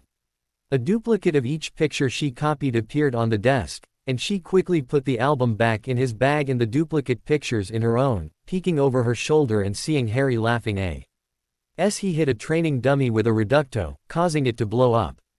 "Boys," she shook her head and grabbed her book from her bag, opening it up to read with a smile on her face. "Ooh." Harry and Hermione were walking through Hogsmeade side by side. Many of the students were shopping for Christmas presents, others were last-minute shopping for the Yule Ball. Harry and Hermione separated for a bit to do some shopping for each other's presents. Since she had the pictures and a general idea, Hermione's supplies for Harry's gift was very easy to get. On the other end of the spectrum, Harry had no clue what to get Hermione. He never had to shop for a girl before and spent an hour the night before talking to Sirius about it. Girls like jewelry, and I'm sure Hermione's no different, Sirius had told him. Which was how he ended up in Diamante's magical jewelers, looking and feeling completely out of his element. There were some couples shopping quietly, while Harry just looked idly, not a clue in the world of what to get. "Can I help you?" Harry turned to the voice to see an auburn-haired, brown-eyed witch standing there with a warm smile on her face. Harry guessed that she was in her mid-20s and very pretty. "You have no idea what you want, do you? Am I that obvious?" Harry asked and the woman sympathetically nodded. "Don't worry, it's why I'm here. I'm Amber," she said, shaking Harry's hand. "First things first, who are you shopping for?" "Ah, my friend. She doesn't really wear jewelry, but my godfather said that it was always a good way to go with a girl," Harry admitted sheepishly. "Your godfather is right. Even an athletic tomboy type of girl loves a nice piece of jewelry. Now, we just have to figure out what to get her," Amber said, leading Harry over to a couple of shelves. She took out her wand and tapped it against her chin. "I assume that a ring would be too much for her. Tell me, and this is a little personal, so you're free to not answer, but is this girl just a friend?" Harry's eyes widened, comically in her opinion. "Does that even matter?" She smiled. "Oh, yes. Girls are naturally more in touch with emotions and can read gifts, seeing the hidden messages in them. Messages you didn't even know you were trying to convey." Harry blanched, the pressure suddenly building on his shoulders. He didn't know what kind of message he was trying to give Hermione. He just wanted to show her how much he appreciated her help, and maybe slide in that he had some more than platonic feelings for her. His eye then caught the nice piece of jewelry on Amber's wrist. "Do you have something like your bracelet?" She looked at him before glancing down to it and smiled fondly. "Why, yes we do." Harry watched as she tapped the third shelf with her wand, the shelf opening and then expanding until it was about 5 feet tall with different bracelet chains on it, of all different colors and sizes. "So, what do you think? Gold, silver, platinum, white gold?" She saw his blank look and picked up the white gold chain and placed it on the table in front of her. "I prefer white gold. So, what kind of charms do you think to put on it? We can transfigure just about anything. How many should I get?" Quote, "Well, I'd only get 2 or 3 right now, just to start her off. It's good to build on it with different memories of your relationship," she said, BEF. Or extending her arm and showing her own. "See, my husband gave me this back when we started dating my 5th year. The 3 broomsticks charm signifies our first date, the snitch because he played Quidditch. The rose because it's my favorite flower, my birthstone. Stuff like that. Harry thought about it, before he smiled and glanced up to Amber. He knew exactly what to get Hermione, and the next hour was spent transfiguring the charms and placing extra charms on the bracelet so it wouldn't be stolen, wouldn't break, etc. It was the best money Harry had ever spent. Ooh. Harry walked out of the jewelry shop with a large smile on his face. Amber said that Hedwig could pick up the completed bracelet in the next 2 days, which meant that he would have to have Dobby pop over to Hermione's to give her her gift on Christmas. All in all, he couldn't wait for her to open it, but was a little glad that she'd be home opening it so he wouldn't see if she hated it. He decided to make a trip to Ohms and Scrolls to get her a backup gift. He found an expensive book on the animagus transformation and figured that they could probably do it together if they wanted. He had been wanting to ask Siri. And now would have someone to do it with, if she wanted, that is. He knew that she'd appreciate the knowledge anyway and bought it, before walking out of the store to see Hermione walking toward him. "Hey, how did it go?" she asked, adjusting her blue and bronze scarf tighter. Around her neck the chill had picked up a bit and Hermione's nose and cheeks were rosy, her brown eyes sparkling. Harry felt his breath get caught in his throat as he gazed at her, but managed to answer her. "Great. Great," she repeated with an extra bright smile, which made Harry's own smile brighten. Were her smiles contagious? He wondered as they started walking toward the 3 broomsticks to grab a bite to eat. Ooh. 2 mischievous red-headed twins were watching from afar and knew that they needed to give the kids a little push together. Since they both seemed either oblivious to each other's feelings, or just too scared to admit them. It was also an opportunity to be a little naughty, and really, when would they pass that up? They walked up to them just as they were exiting the 3 broomsticks. "Aw, Forge, look at these 2 lovebirds out on a nice romantic stroll. Makes this heart warm to see it, Gred. What are you 2 on about?" Harry asked as he and Hermione blushed red at the word, lovebirds.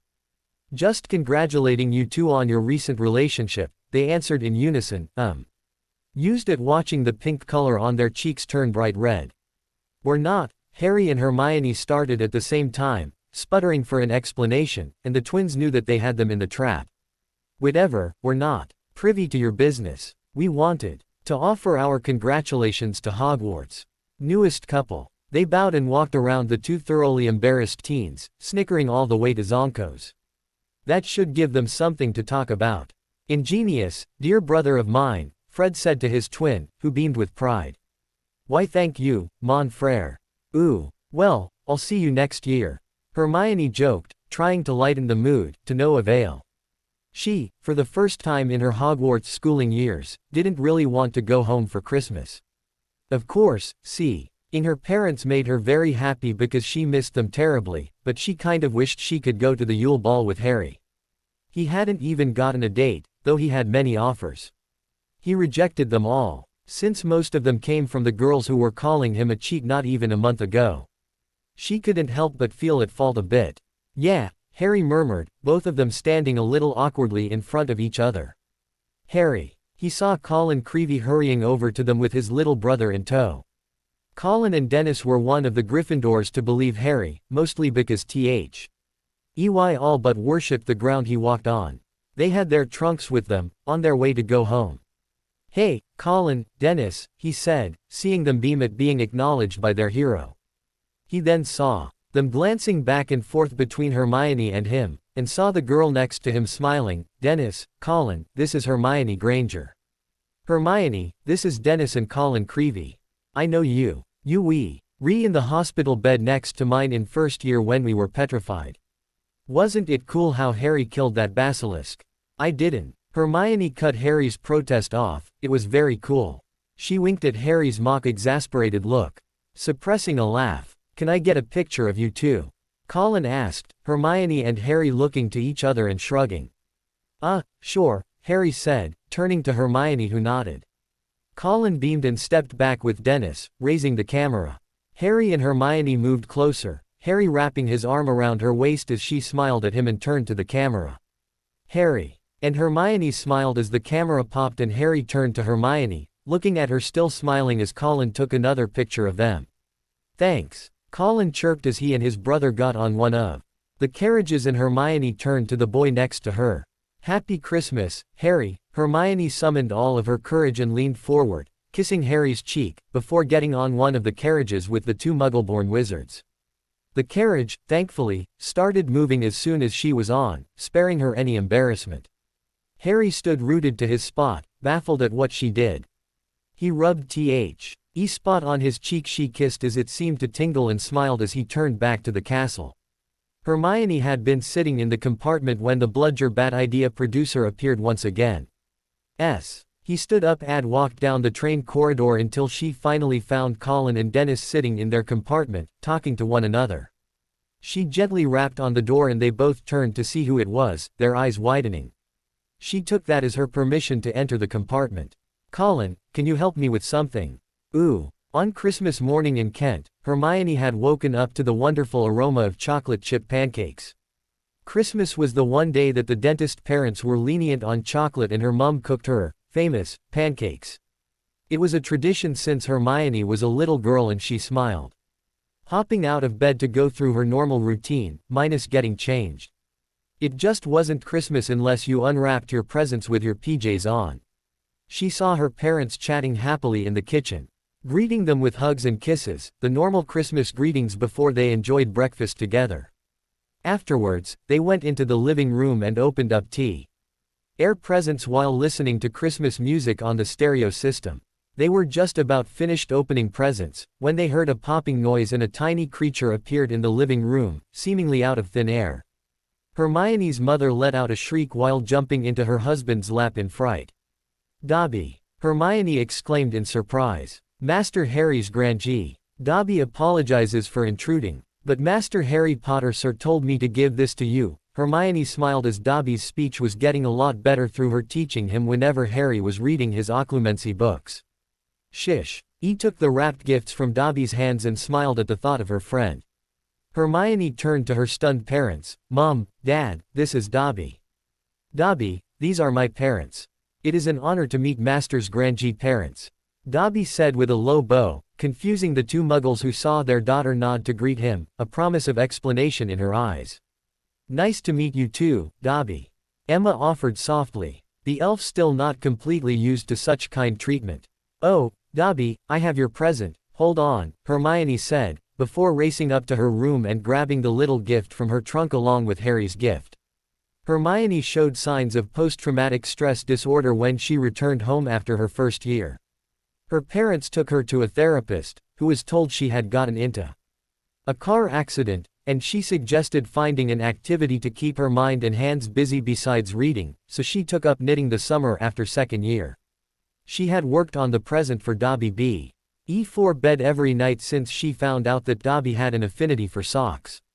Happy Christmas, Dobby, Hermione said as she handed him the wrapped gift, the little creature's tennis ball eyes misting. Open it. They are beautiful. Dobby choked out, holding the blue socks in his hand, his eyes misting, and Hermione moved forward, enveloping him in a hug. Here, could you give this to Harry, too? Hermione asked, handing him the gift. She had worked on the present the ride home with Colin since she couldn't do magic at home. It would be Dobby's honor too, he said before snapping and popping away to Hogwarts. Sweetheart, what exactly is Dobby? Dan asked, hoping that he put that in best terms he could. He's a house elf, Daddy.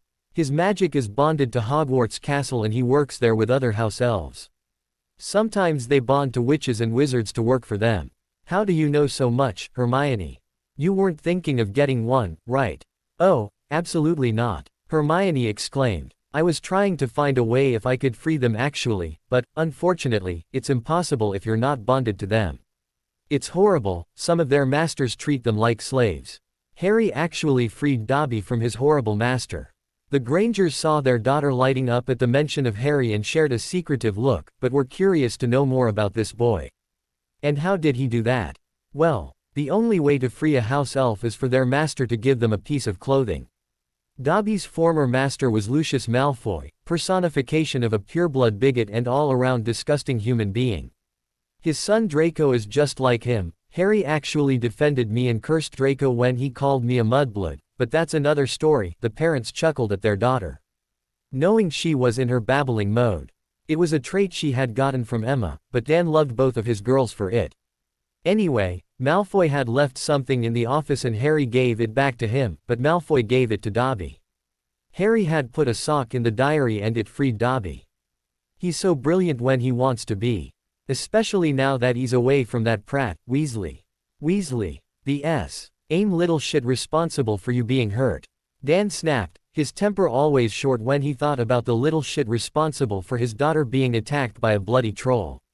It was only T.'s puppy dog eyes she pulled that saved her from being pulled from Hogwarts and the magical world. He was friends with that little git. Was being the operative word, Dad. People make errors of judgment. Harry's a much better person now that they're not friends anymore. He was really angry when he and the other Gryffindors had confronted me. I thought he was going to punch Ronald. Maybe it would knock some sense into the git. Dan Granger muttered. Hermione and her mother shared an eye roll, though they also shared the same thought. Hermione took Harry's presents and opened the biggest one first. Seeing that it was an animagus book. She was stunned, her jaw dropping. What is that, Hermione? Mum, this book is all about becoming an animagus, which is basically turning into an animal. It takes a lot of studying and discipline to accomplish. Hermione explained, handing her mother the book while she grabbed the other present, which had a note on top of it. She smiled at Harry's chicken scratch. I'm rubbish at gifts. And I've never seen you wear jewelry before, but my godfather said that it was always a good way to go with a girl. If you don't like it, I hope that you at least enjoy the book. Happy Christmas, Hermione. Harry. Hermione unwrapped the gift and opened the velvet box, gasping at the contents. She reverently picked up the silver piece of jewelry and held it up. It was an absolutely beautiful charm bracelet. She studied the 3 charms already on it. A book, an otter, and the letter H. Ooh, sweetheart, that's beautiful. Emma exclaimed, looking at the beautiful charms. Why an otter? It's my Patronus form, Mum, Hermione said, but saw Emma's blank look. A Patronus is like a magical form of protection. Some have corporeal forms and mine is an otter. It's extremely difficult, but Harry taught me how to do it. The bracelet is simply beautiful, sweetheart. It is, Hermione murmured, her tone bordering dreamy. She gazed at it for a bit, before turning to her mum. Could you put it on me? Her mother just smiled and gently took it, putting it on her daughter's left wrist. She watched as her daughter examined the present, her eyes sparkling a smile on her lips. Her baby girl was positively smitten with this boy and she was so happy for her. Hermione constantly had trouble making friends. She was too precocious, too intelligent, too different. Her letters from Hogwarts were the bare minimum, nothing about any friends. The only other student she had mentioned in her letters was Harry Potter, only once or twice, though, and it was mostly Zhu. Telling them the general idea about who he was in the wizarding world. Then they got the visit from Professor McGonagall, who told them that their daughter was attacked by a troll, something out of a storybook. It was devastating to see her so broken, and then the terrible nightmares she was plagued with after, and wasn't able to have any of the potion they gave her at school. They saw Hermione become indifferent with the isolation. Burying herself in her studies, resigning herself to loneliness. It wasn't healthy. Then a couple of months into this school year, she told them about befriending Harry Potter and how she was helping him with the tournament he was being forced to compete in. Emma was overjoyed when Hermione described her growing feelings for Harry, and Emma tried to help her daughter as much as she could. She had a crush on the boy, though her feelings were growing quickly. She tried to aid her in confessing her feelings to Harry, but she knew it would be difficult due to her isolation. Opening up to her and Dan was tough enough. That time to confess was coming though, and Emma would help her daughter any way she could. The happy mom just smiled and snuggled into her husband's side. Enjoying Christmas with her family. Ooh. Harry opened his eyes and rubbed the sleep from them before putting his glasses on. He saw Dobby standing at the foot of his bed, bouncing up and down in excitement. Happy Christmas, Master Harry Potter. Happy Christmas, Dobby, Harry said with a smile, before standing up and walking over to the elf, handing him his gift. He had given Dobby Hermione's present the night before so he could pop over to her house and give it to her. He was incredibly happy when Hedwig delivered it, the final product exceeding his expectations. For Dobby, he had bought a nice sweater. Since he knew Hermione was knitting him socks. He snickered at the old lady jokes he made to Hermione when she knitted in her.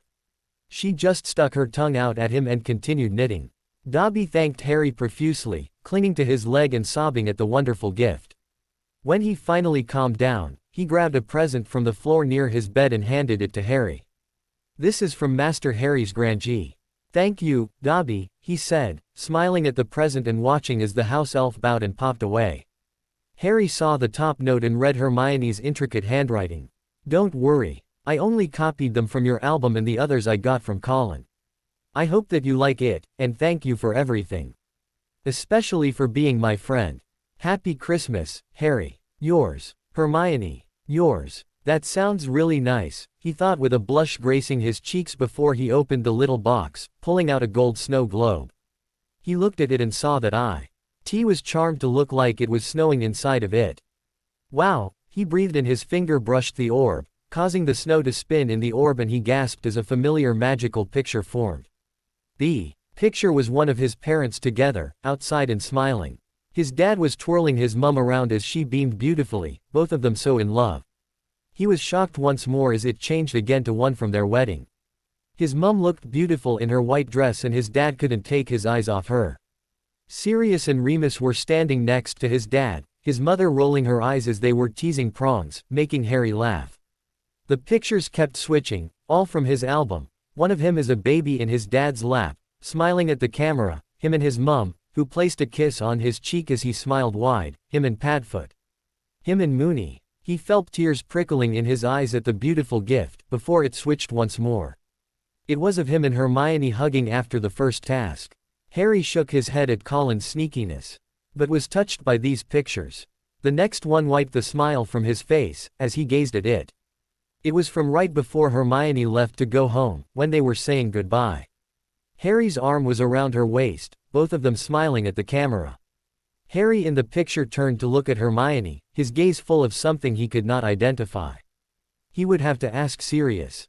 Hermione looked beautiful, beaming at the camera. She just looked so happy, so different from a month ago when he didn't really know Hermione. Was there a time when he didn't know Hermione? He knew that definitely didn't want to go back to then. He liked the here and now. He had felt himself change, for the better. He didn't let people just walk all over him. He stood up for himself. He could look at himself in the mirror and not be disappointed. He was finally starting to be the man he wanted to become.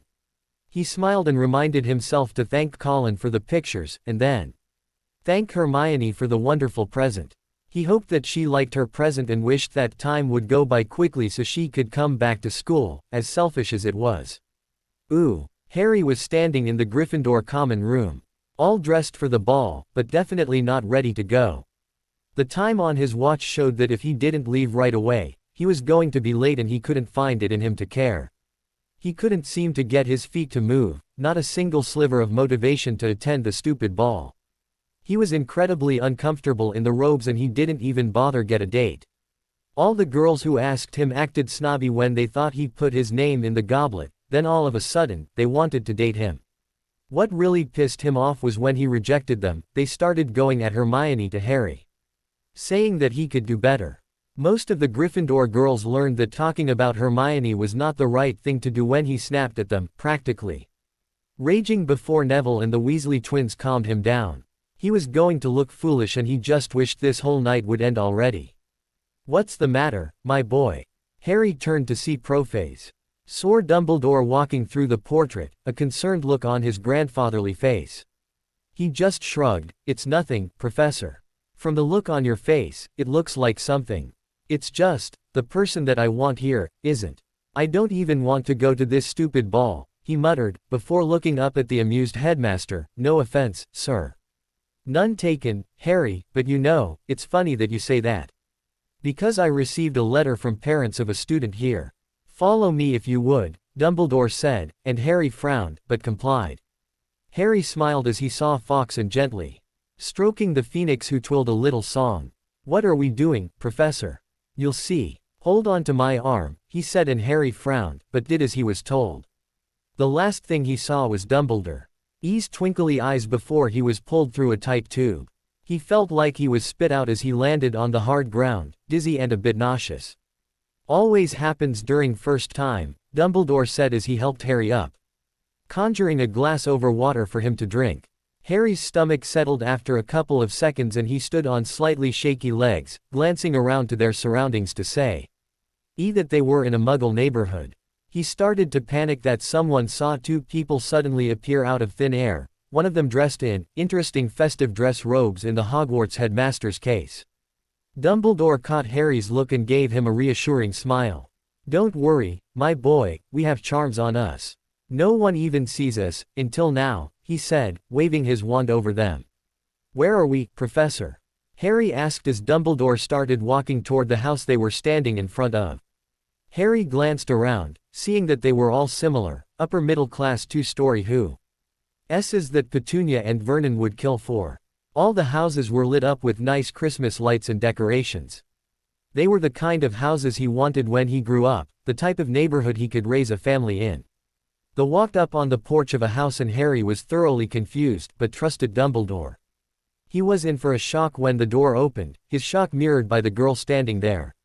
"Harry. Hermione. Hello. Miss Granger," Dumbledore said, his eyes twinkling and a wide grin on his face. Hermione seemed to realize that her headmaster was standing there and sputtered, "Professor, wah." "Ah, hello, Mr. and Mrs. Granger," the old mage said as he saw the two Granger parents walking toward them, knowing smiles on their faces as the two teens just stared at each other. "Thank you for allowing this," Emma Granger said to Dumbledore as he walked by a stunned Hermione and inside the house. "What's going on?" Hermione asked Harry, who could only shrug in response. He had no idea, but followed Hermione into the Granger's home. "So, what is going on?" Harry decided to ask the obvious question on his and Hermione's minds. Professor Dumbledore just smiled. "Well, Harry, Mr. and Mrs. Granger here wrote to me asking if you could spend the rest of Christmas holidays with them." Hermione's eyes widened. "What? Are you serious?" Harry asked, staring at Dumbledore. "Nope, I am," a voice said from the doorway and everyone turned to see Sirius Black standing there with a cheeky grin on his face. "Emma, Dan, nice to see you again." "Sirius. Hey, pup, I have some clothes for you," he said, handing him the bag with a wink, before turning to Hermione. "And the lovely Miss Granger. Wonderful to see you again." But, what about the," Harry asked, turning to Dumbledore, who just shrugged. "I think that they can make do with 3 champions." "Thank you, Professor," Harry said with a grateful smile and the headmaster winked with eyes twinkling, before apparating out of the house. Much to the surprise of the Muggles. "Well, I gotta get back to Grimmauld. Andy and Ted are visiting with Nymphadora. I'll see you later, pup," Sirius said, hugging his godson and kissing Hermione's hand. Before waving goodbye to the Grangers and apparating away. Harry was then approached by Hermione's mother, who was smiling warmly. "Hello, Harry. I'm Emma and this is my husband, Dan. We're so happy to finally meet you," she said before pulling Harry into a gently hug, just like Hermione's. Just like Hermione said, she looked just like her mom with her father's brown eyes. She had the same kind nature that Hermione had and he felt extremely welcome. She led them into the living room. Harry saw that it wasn't like the Dursleys' stuffy home during Christmas, it was comfortable. The tree had what looked like personal ornaments on it, with a gold star on top. There were some Christmas decorations placed around the room. Harry smiled, he liked it. "Nice to meet you, Harry," Dan said, shaking Harry's hand. But his brown eyes were studying the boy in front of him, sizing him up. Emma saw what her husband was doing and knew how protective he was with his girls.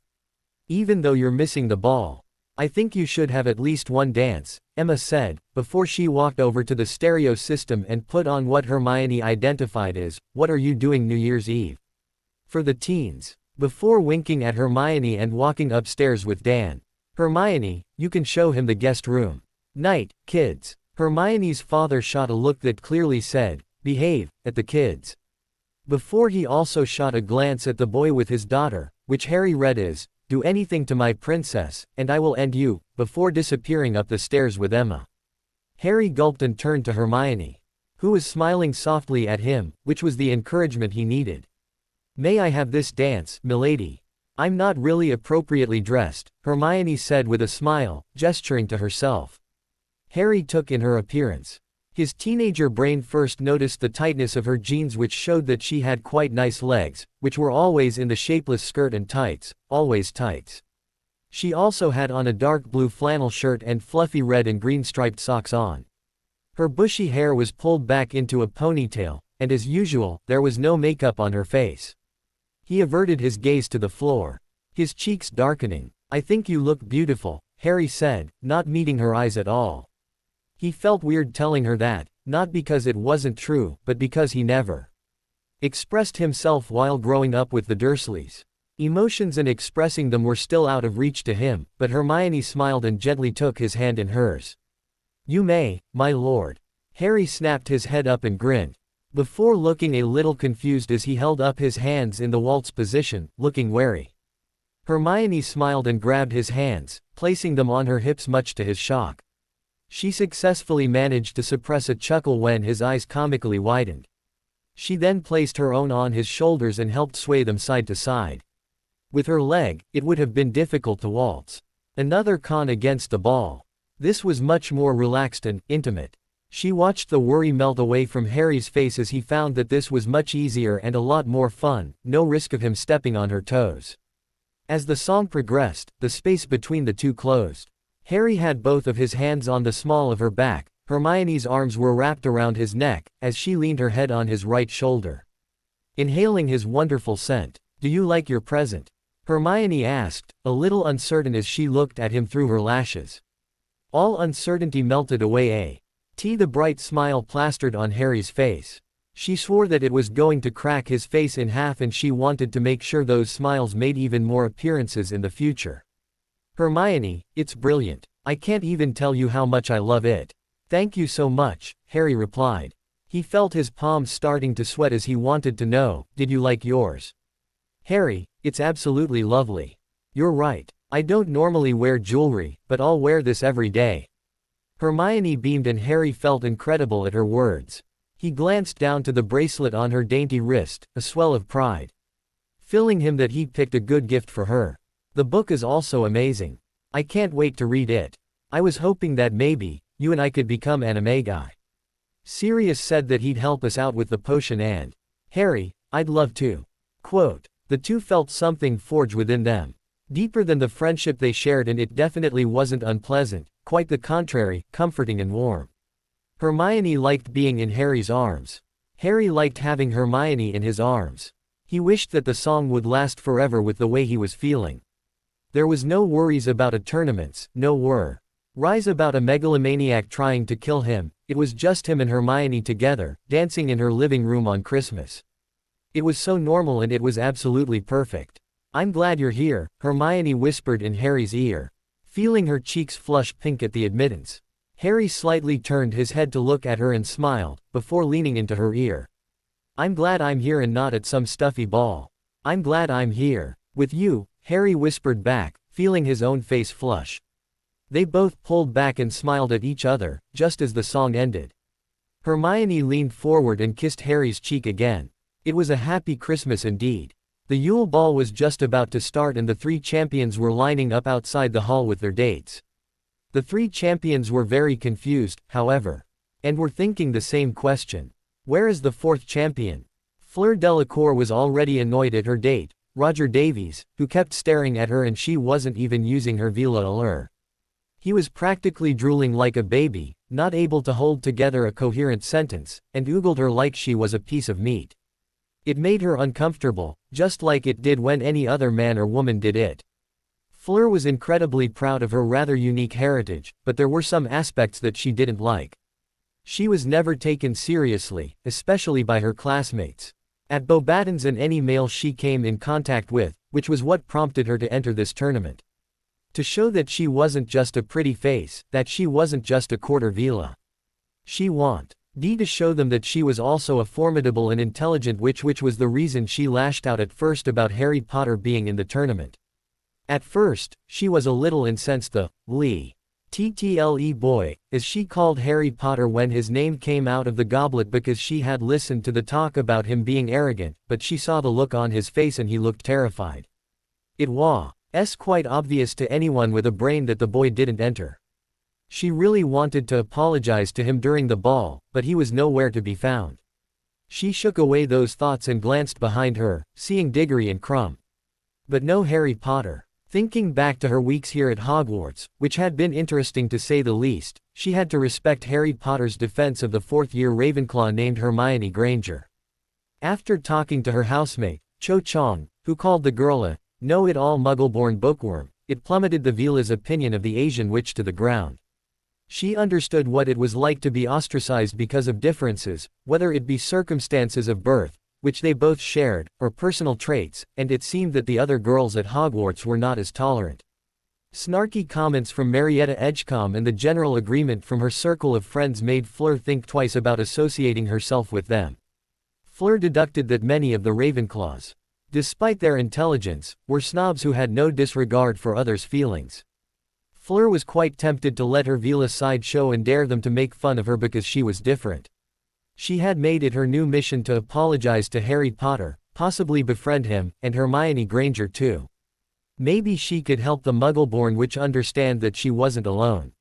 Cedric Diggory was ignoring his girlfriend's idle and vapid chatting as he glanced around for any sign of Harry Potter.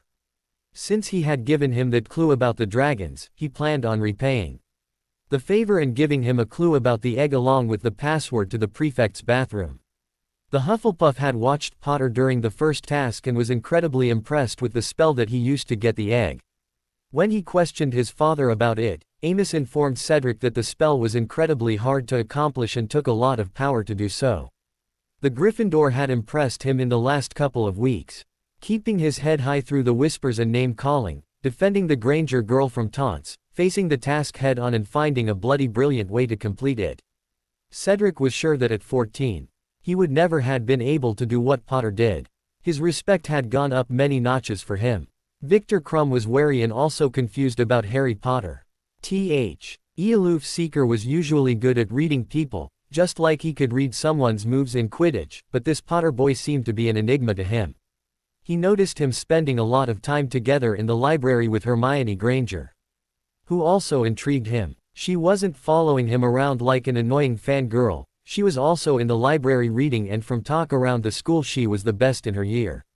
It also seemed that wherever she was, Potter could be found as well. He glanced around for any sign of the boy who lived, but couldn't, and wondered where he was. He was already on edge for the past couple of months. Everyone at Durmstrang seemed to be waiting for something to happen while his headmaster seemed jumpy, nervous all the time. He had no idea what was going on, but it unsettled him. Just like the clue to the second task did. He shook his head and glanced down to his beautiful date, Tracy Davis, a rare smile gracing his lips. He had planned on asking Hermione Granger to go the ball, but overheard that she wasn't going, so he asked the Slytherin. His attention was directed to the Hogwarts deputy headmistress as she called all the champions forward to enter the Great Hall. Ooh, as expected. Murmurs were already flowing all around the Great Hall turned ballroom when only the champions entered with their dates. 3 champions. Where was the 4th? Where was Harry Potter? Everyone wanted to know where the boy who lived was. They kept craning their necks to see him enter while the champions opened with a dance, assuming that maybe he was just late. It was only when the headmaster appeared to make an announcement. Our 4th champion has been excused from the ball and will be away for the rest of the holidays under personal reasons. Thank you and enjoy. Bloody course, the boy who lived gets special treatment, Ron Weasley muttered from his table. His date, who was also his sister after he had failed to achieve the task in getting a date, sat next to him. Everyone still snickered over his attempt at asking Fleur Delacour to the ball, which was how Roger Davies scored her as his date. The poor Vila was shaken up at someone practically screaming at her an invitation to the ball. She just nodded to Davies' question. All the 4th year and up witches witnessed that scene and were intent on finding dates since they did not want to go with Ron Weasley. Ginevra Weasley was looking crestfallen that Harry wasn't here. She had gotten all dressed up in her best, making sure that her mother forewent buying Ron new robes and bought her a new dress. She had Lavender and Parvati pull her hair up and do her makeup. She looked absolutely perfect, and this was supposed to be the night that he'd see her not as Ron's little sister, and he'd start to fall in love with her. The whole thing was ruined. She suspected that Hermione Granger had something to do with it and silently fumed from her seat. It was bad enough she had to have her brother take her as a date. There was no way she was going to dance with him. How embarrassing. Some of the smarter students put 2 and 2 together. Harry wasn't here, neither was Hermione Granger. Could they be somewhere else together? It was obvious how close they were getting, disappearing to unknown whereabouts only to reappear later, still together. Some speculated they were disappearing to broom closets to snog, which angered many pureblood princesses who wished to snatch the boy who lived for themselves. They decided that they needed to get the message through to the Muggleborn that Potter was off limits to her and the rest of kind. While Harry Potter never drifted far from their minds, the Weird Sisters started playing and the ball was in full swing.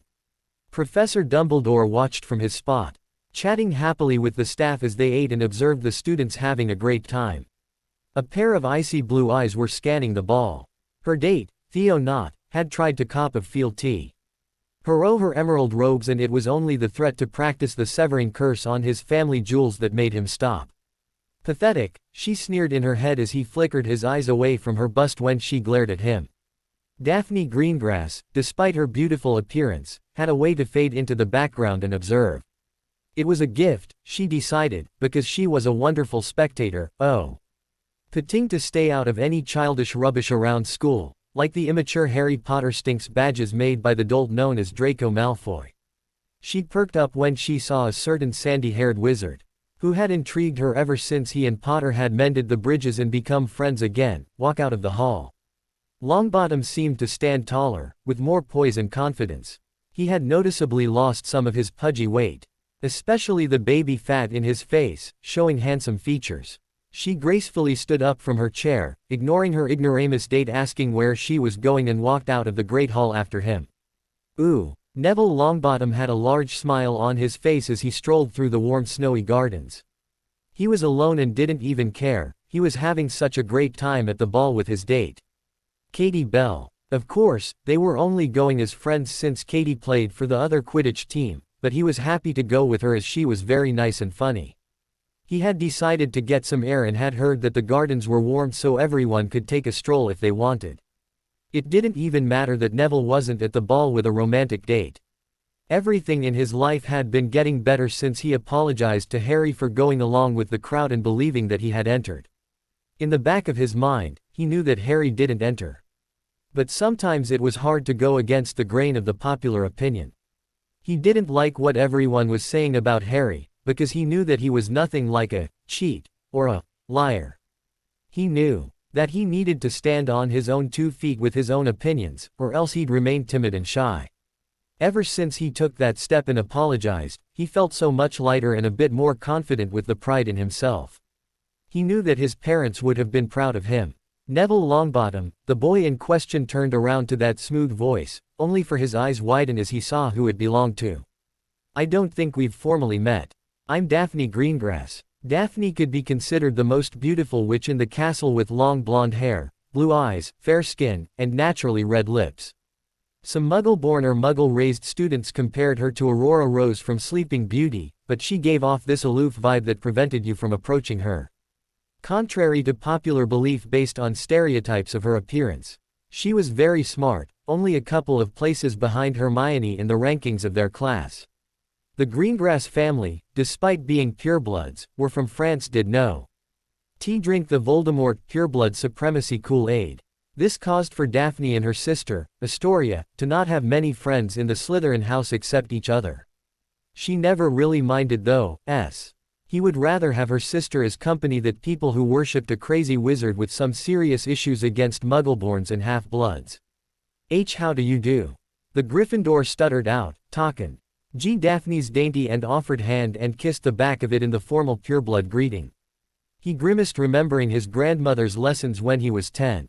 I am well, thank you for asking, Daphne smiled at Neville, which made his heartbeat race. So, where is Harry Potter? Do you know? Neville's rising mood promptly fell to the snow-covered ground and inwardly sighed. Of course she was just interested in Harry. No one would be interested in him. Daphne, however, caught the look on his face and smiled. I was just wondering because he's been the talk of the ball and I'm naturally curious. You two seem closer than him and the red-headed weasel too. I actually don't know. I saw him getting ready, but... Neville shrugged, his gaze dropping to the floor. He really had no idea how to act as the most beautiful witch in the castle, in his opinion, was talking to him. Why don't we take a walk? She asked, and Neville stared at her in shock for a second, trying to comprehend what she just said. She waited patiently before he shyly offered his arm, and she smiled, placing her hand in the crook of his elbow. I hear that you're the top of our class in herbology, Daphne started, a blush gracing Neville's cheeks. Yes, it's the one class I'm good at. Do you think that you can help me? Neville stopped walking and blinked. You want me to tutor you? Yes, Daphne nodded. I would really appreciate the help. Quote. Neville's insecurities and self-doubt reared their ugly heads, and anger rose in him. No, she looked over at him in shock, seeing the anger set into his face. No, I'm not going to tutor you just so you can joke about it to your friends. Or are you just using me to get a better grade? If that's the case, no way. Daphne was surprised by the anger he was speaking with in his accusations. Warranted accusations, she understood, considering all the shit Draco Malfoy had put him through. She wasn't lying when she said she needed help, despite her asked name being Greengrass. She had no green thumb and was truly rubbish at anything in that general likeness. It was also the perfect opportunity to get to know Neville better. She was pleasantly shocked by the ire in his words and how he was standing up straighter, sticking up for himself. It made him look even more attractive to the Slytherin. Neville, she gently laid a hand on his arm and stopping him from storming away. I'm being serious. I also don't appreciate being associated with that wanker, Malfoy, Daphne said, before trying the desperation technique with a little poutiness for good measure. Please, I'm close to failing. Neville studied her face for a bit, reading if she was serious or not before sighing. Okay, but I'm not doing your work for you. I'm going to help you, Neville said. The fire still in his eyes, and Daphne smiled, nodding her head. Of course, I wouldn't expect you to do my work for me. Thank you, Neville. Sincerely. Why yeah, sure, shy Neville was back in D. Daphne couldn't help but find this side endearing. Like a little adorable puppy, though she hoped to see the Rottweiler side of him again. The two walked back into the great hall where Daphne dragged I am over to the dance floor as a slow song came on. Ignoring all the disbelieving stares and whispers, they danced smoothly together, thanks to pureblood classes on dancing, and had a great time spending the rest of the night together. Too soon in their opinion, it was close to midnight and the end of the ball. Walk me back to the dungeons? Daphne asked. Sure, Neville said, more confident in her presence as he offered her his arm. He walked her back to the dungeons where she turned to him. I had fun tonight, Daphne said before leaning up and kissing Neville's cheek, shocking the boy and turning him red in embarrassment. Happy Christmas, Daphne said, smiling at Neville before gliding away. Neville glanced down to his arm and pinched himself. Nope, not dreaming. Safe to say the long-bottom scion went to sleep with a large smile on his face. Ooh, Harry had a large smile on his face. He had started out the day, a little unsure of everything. First of all, he was in Hermione's house.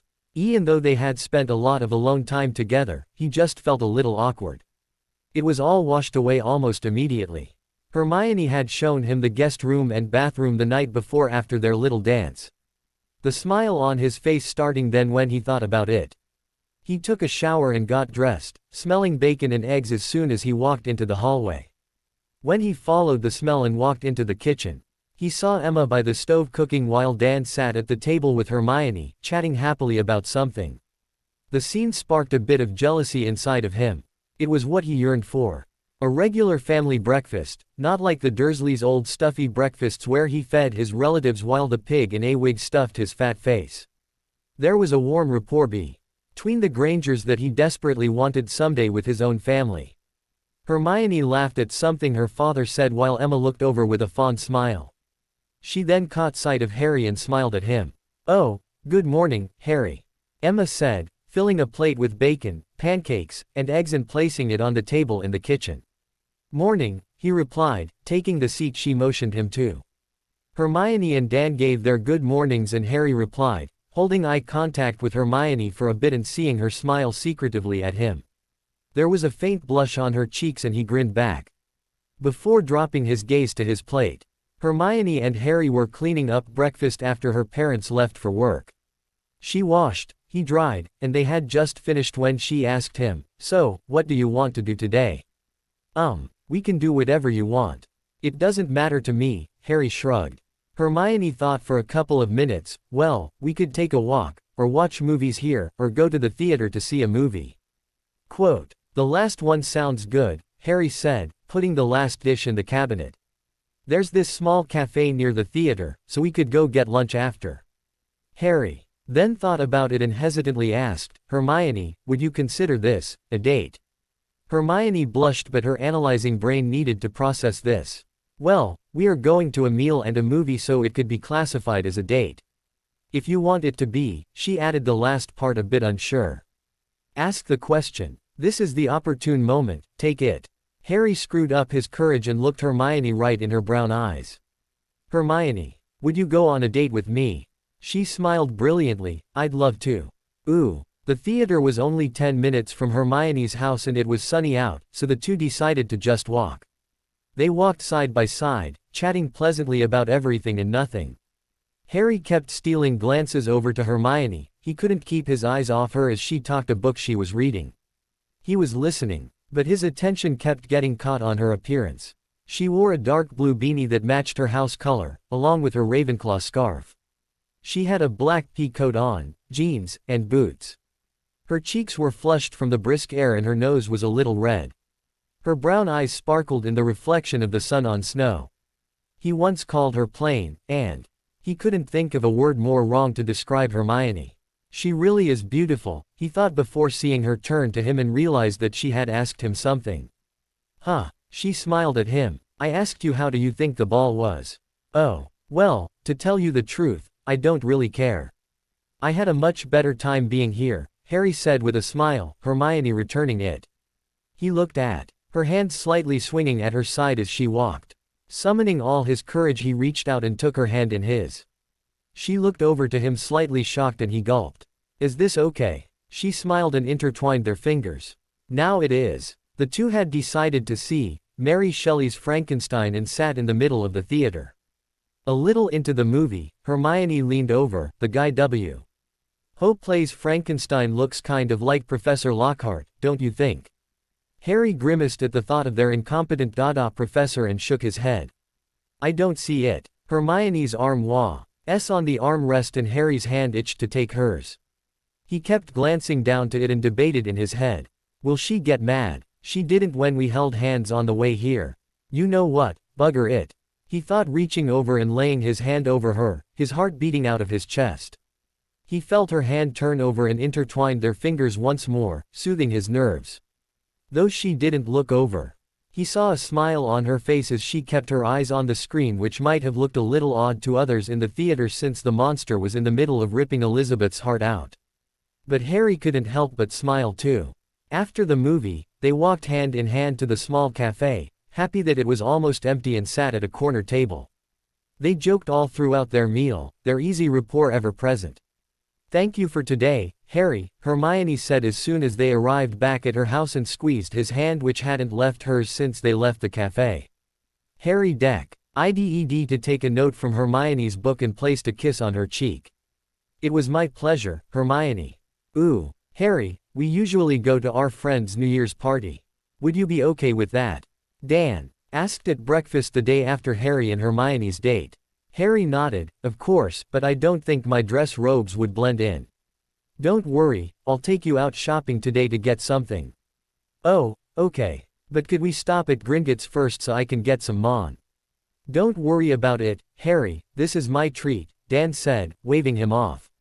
Oh, you really don't? Harry felt a hand slip into his and glanced over to Hermione, who gave him a look that he could read easily. He wants to do this for you, just let him. It was pretty scary how he and Hermione were able to have silent conversations. Thank you, Dan. I'd really appreciate that. Dan drove them to London to go shopping. Hermione and Emma separated from the guys to go shopping for dresses while Dan took Harry to a tailor that he frequented. Harry getting fitted when he asked Dan about this party they were going to. Em and I met Pete Lovett at college and we opened up our dental practice together. Hermione usually opts to not go, though. Why? Harry asked. Because Pete's circle of friends includes kids who she went to school with before Hogwarts. They weren't very nice to her, Dan admitted. Why is she going now? Harry asked. He'd be fine with staying home with Hermione, but she seemed quite excited for the party. You, he said simply. Me? Harry asked, confused. Yes, she feels safe with you. She also wants to show them that she's not the same little girl that they like to pick on, Dan said, and Harry frowned, determination burning inside of him. The thought of his housemates ganging up on her in the hallway, Malfoy cursing, and all those tarts that asked him to the ball badmouthing her flashed through his mind. Dan could even feel the magical energy cackling around him and saw the deadly expression on Harry's face. Harry realized where he was and closed his eyes, taking a couple of breaths to calm himself. I can assure you, Dan, no one will be picking on Hermione. Not if I have anything to say about it. That's why I like you. Harry, Dan said as they walked to the register to pay. Hermione said that you defended her from a bunch of your housemates, but she snapped at you and as in pain. Her letters following that were very self-deprecating. I never blamed her for that. I understood immediately why she snapped at me. She thought she was going to lose you as a friend, but said even if that happened, she would find a way to help you with the tournament. She said she would sneak you books that you needed if need be, Dan said with a small smile as they walked out of the store. Ry couldn't help but smile at that, and the words escaped his mouth before he could stop them. That's why I like your daughter, Dan. Among other things. Dan almost laughed at Harry's wide eyes and fish out of water impression, but remained stern. He had to maintain the overprotective father. That's another thing I wanted to talk to you about, Harry. I'm going to ask the cliché father's question. What are your intentions toward my daughter? Harry wanted to shrink into his shell, facing down the 6'2" Dan Granger, who was sternly looking at Harry with narrowed brown eyes. Brown eyes. Ari then had a picture of Hermione's smiling face with sparkling brown eyes, and it filled him with determination and confidence. Dan watched impressed as the boy straightened up and met his gaze. He was a fair bit shorter than Dan. Probably around 5'8". He was really only a couple of inches taller than Hermione, but he felt like he was meeting him eye to eye. He set his jaw in a defiant-like manner, showing that he wasn't backing down from Dan's intimidation technique. He held the ferocity of a lion as he spoke. Your daughter, in simple terms, is wonderful. She's kind and caring and intelligent. All of my friends abandoning me this year was the greatest thing to ever happen to me because it led me to Hermione. She's the most important person in my life. Really? Dan asked, a bit disbelieving. Not your godfather, or that former teacher of yours. Sirius is my godfather, and while I do care about him and he cares about me, he likes to keep his distance. After I went to live with him, I realized that when my parents died, he experienced the loss of his brother in all but blood, and that hurt him. Right after that hurt, he was put in Azkaban for 12 years, isolated. Now, he prefers to keep people at arm's length, including me, to avoid that pain. Sometimes I think I'm just a replacement for my father. Harry naively thought after his godfather was proven innocent thanks to Amelia Bones. He was going to have the family he always dreamed of, but it didn't work out that way. Azkaban really messed with Sirius' mind and happiness. He doesn't like to get too close to Harry. And sometimes when he hit the fire whiskey too hard, he'll call him James. I've really only known Remus for a little over a year. He, like Sirius, keeps his distance because of his lycanthropy. He's scared of the pain of rejection. I do care for them deeply, but it's different with Hermione. Technically, I've actually known her longer than I've known both of them, Harry said, Dan keepy. In his eyes on him as Harry's word vomit continued. I need Hermione to be happy. If she's not happy, then I need to do something, anything to make her happy. I like hugging her and sometimes I think of kissing her. But I'm scared of her rejecting me. I mean, who would want me with all my baggage, but those feelings get wiped out in a second because Hermione makes me feel important and wanted. She's the first person to ever hug me. Did you know that? I can safely say that I've gotten addicted to Hermione Granger's hugs, Harry admitted with a smile, just thinking about her smiling face and warm feeling that accompanied seeing it.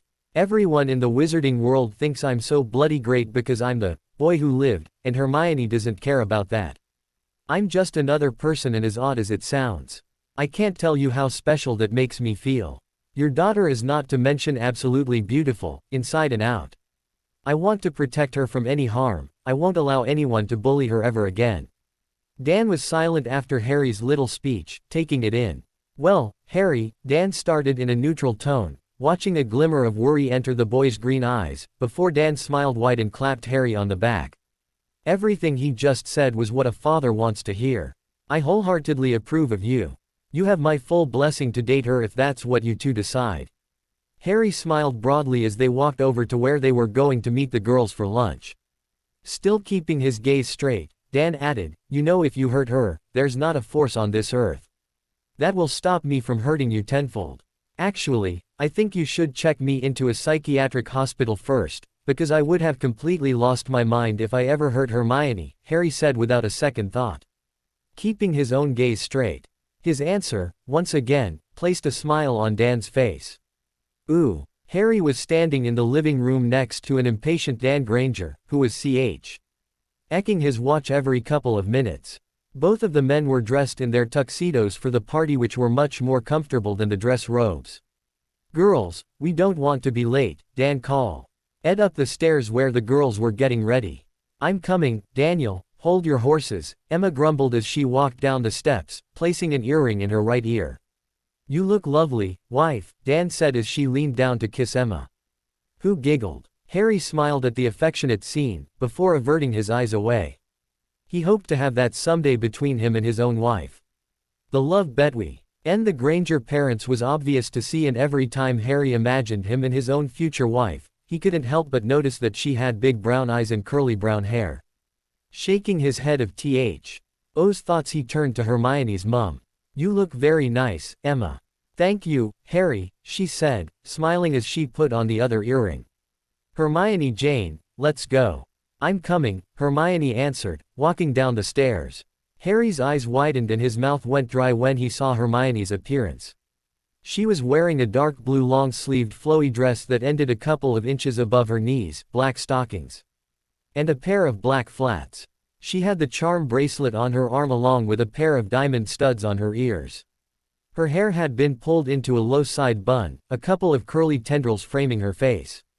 Speaking of her face, a light layer of makeup had been added, including mascara, which brightened her eyes a bit, and some blush, giving her an angelic appearance in Harry's opinion. She looked breathtaking, and Harry didn't even know his jaw had dropped until Dan pushed it back up with an audible snap as teeth hit teeth. Emma was giggling from the side while Hermione was just smiling shyly at Harry. Hermione, you look beautiful, Harry said in awe, and Hermione's smile brightened. Thank you, Harry. You look very handsome. Well, let's get going, shall we? Dan asked, breaking the teens' staring contest. Harry formally offered Hermione his arm and they walked out to the Granger's car. Ooh. Dan pulled the car down the large driveway to the Lovett's family manor that was a bit smaller than Potter Manor. It was very nice, a lot of land surrounding it, and Harry figured they could even put a Quidditch pitch in the backyard. As soon as they were inside, Hermione took Harry's hand as the house was crowded with people. Dan and Emma led them through the crowd until Dan's name was called by someone. Harry saw a blond man about the Granger's age and a handsome face shake Dan and Emma's hand. He chatted with them for a bit before catching sight of Harry and Hermione and introducing himself to them. Oh, well, look who it is, Hermione heard a voice she hadn't heard for a while and turned around to see two blonde twins standing there with smirks on their faces. Their dresses were scandalously short and tight, showing off their womanly attributes, and they eyed Harry like he was a piece of meat. They were the bane of Hermione's existence in primary school. Katrina, Irina, nice to see you again, Hermione said politely, feeling Harry squeeze her hand with a hidden message, I'm here. Nice to see you too, Hermione, and who is this? They said in unison, showing off for Harry, who just looked at them indifferently. Harry Potter, he said with a nod of his head. Nice to meet you. Nice to meet you, they purred in unison, giggles following it. So where did you meet our little Hermione here? We go to the same boarding school.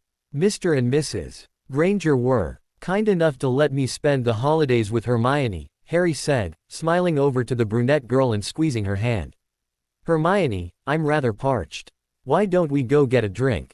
Excuse me, ladies. The twins' jaws dropped at Harry's dismissal despite their best attempts to sway him. To make a point, Harry dropped Hermione's hand and wrapped his arm around her waist, leading her away before sending an icy glare to them as he passed. Safe to say the twins were not seen again for the rest of the night. Hermione just smiled at Harry and did nothing to discourage the arm from her waist.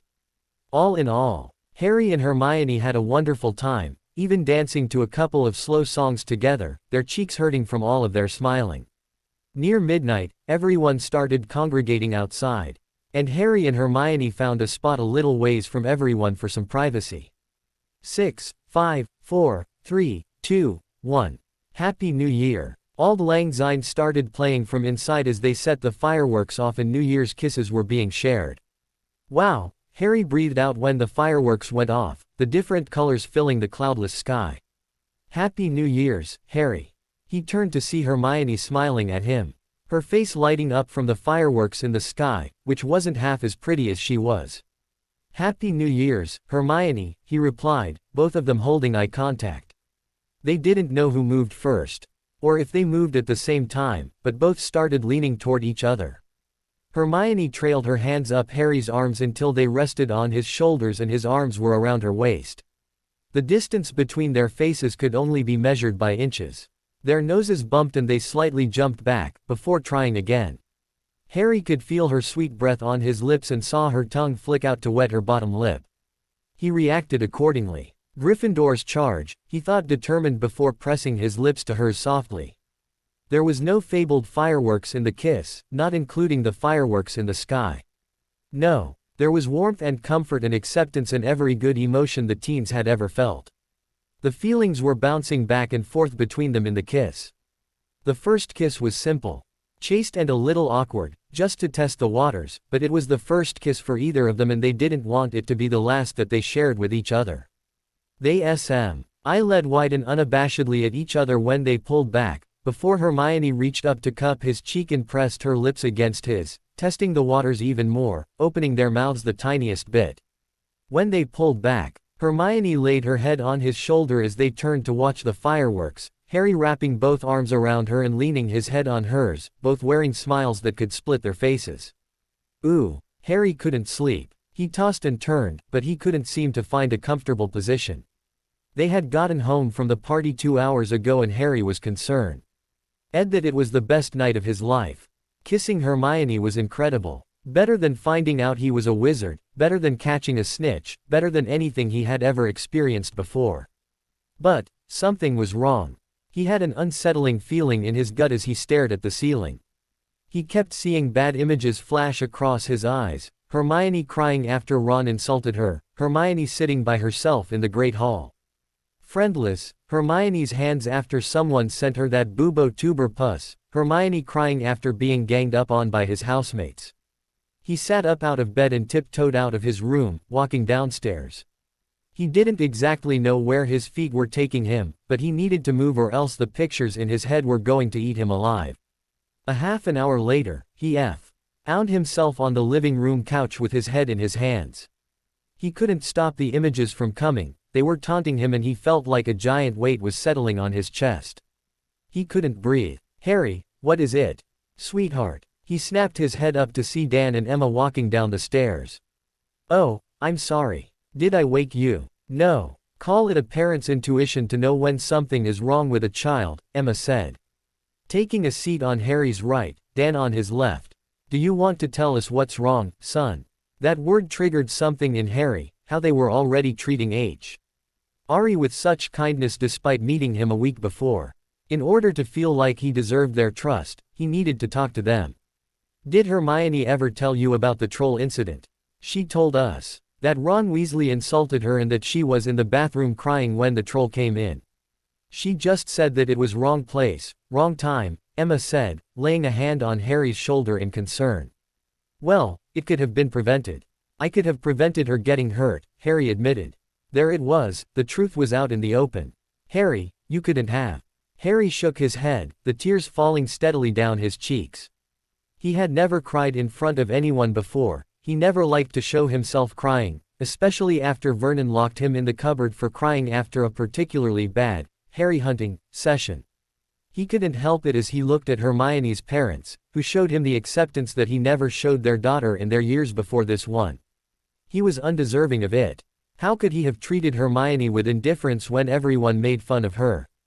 How could he have sat back and laughed when Ron imitated her from Charm's class? What kind of person was he? He understood what it was like to be bullied with Dudley. Why would he allow someone else to be put through the same treatment he was? No, Emma, you don't understand. I don't think you'll even want me in your house after what I tell you. Those words made Dan want to get angry, but knew that he needed an explanation before wanting to crucify this kid, and the look from his wife that said, "Shut it or you're sleeping on the couch," cooled his anger a bit. "It's okay, Harry. You can tell us," Emma soothed him.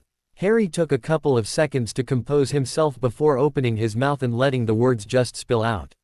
"Ron was my first friend. Growing up, and please don't ask for details, I didn't have any friends. My cousin scared them away and I was so appreciative to have a friend. I didn't really care what he did as long as he accepted me." On the train to Hogwarts, Hermione came in looking for my friend, Neville's toad. She was already helping someone and she helped me too, repairing my broken glasses. Her and Ron immediately clashed and it all built up to Halloween when he said some really mean things about her and I laughed. I laughed. Harry choked out through the tears, his throat tightening. Hermione heard and I saw her run off to the bathroom, crying. We made her cry and I didn't even care. He felt bile rising in his stomach but choked it down. He felt like I didn't even give her a second thought while I was at the Halloween feast with my friends, enjoying my time and having fun. I didn't give her a second thought when we found out about the troll. I didn't even have any guilt. Harry shook his head, looking so defeated and disgusted with himself. I'm a bad person and I don't deserve yours or Hermione's care. She's been so great and I've been nothing but an ass to her all these years. I'm so sorry, I'm so sorry. Harry, you were a child and you made mistakes, Dan Granger started, laying a hand on his shoulder. Oh, he was incredibly angry at Harry's actions. Or lack thereof before, but he was just a child back then. He was a young man now who was showing true remorse for his actions and it's incredibly mature of him to apologize. He couldn't deny that the boy made his daughter happy and her letters had picked up the last month. Hermione was born premature, teetering on the edge of living and dying. Later in life, he always joked at it was her impatience and maturity started right out of the womb. Due to the complications in her pregnancy, Emma wasn't able to conceive any more children so both parents devoted everything to their only child. Dan only wanted the best for Hermione and whatever would make her happy. She was happy with this boy and he knew that Harry would take care of her. Oh, he would assure that he did. Ione had told them all about the tale of Harry Potter defeating the Dark Lord as a baby, but Dan knew that Lord Voldemort or whatever his bloody name was would be no match against Dan Granger if he saw one tear slip down Hermione's cheek that Harry put there. He was already itching to take a hunting trip for a red weasel. No one hurt Hermione without answering to Dan Granger about it, and he felt better that he could rely on Harry to watch out for her at Hogwarts. A person's true character is shown with how they handle the mistakes they make. If they brush it off, or if they show remorse and apologize. If you truly need this, we forgive you, Harry. You've been taking care of our daughter, you've befriended her, all is forgiven. Emma said as she wrapped her arms around the now sobbing boy. Why don't you hate me? You should despise me, you should be disgusted to even be AR. I said that we forgive you, Harry, not that we'll ever forget about how you treated our daughter. We'll never forget the pain she was in. But the burden of not forgiving someone who is truly sorry is too much and takes too much energy. Forgiveness is given, but we will never forget, Dan Granger explained. Which actually helped Harry feel better, that they weren't just forgiving him and brushing it aside. Harry cried and cried and cried in Emma's motherly arms. He was letting everything that had bubbled up inside of him out. He was exercising all the thoughts inside of him and letting them out. He was taking a step in the right direction with showing his feelings. It would only get easier after this. He felt Emma's arms disappear from around him and he assumed that she came to her senses and hated him. He wouldn't blame her if she didn't, but then he felt arms go around him once more. The familiar feeling of safety and comfort welled up inside of him and he glanced up to meet the tearful brown eyes of Hermione. She gave him a small, but beautiful, smile and brushed away the tears from his face with the pad of her thumbs. From the look on her face, he realized that she heard everything and felt oddly lighter. He melted into her embrace, burying his face in her neck and just said, "I'm sorry," over and over again. Not able to convey how truly repentant he was for all the shit he had directly and indirectly put her through. The Grangers knew that the two teens needed alone time so Hermione could help heal Harry. So Emma placed a kiss on Harry's head and Dan squeezed his shoulder, before making their ascent upstairs.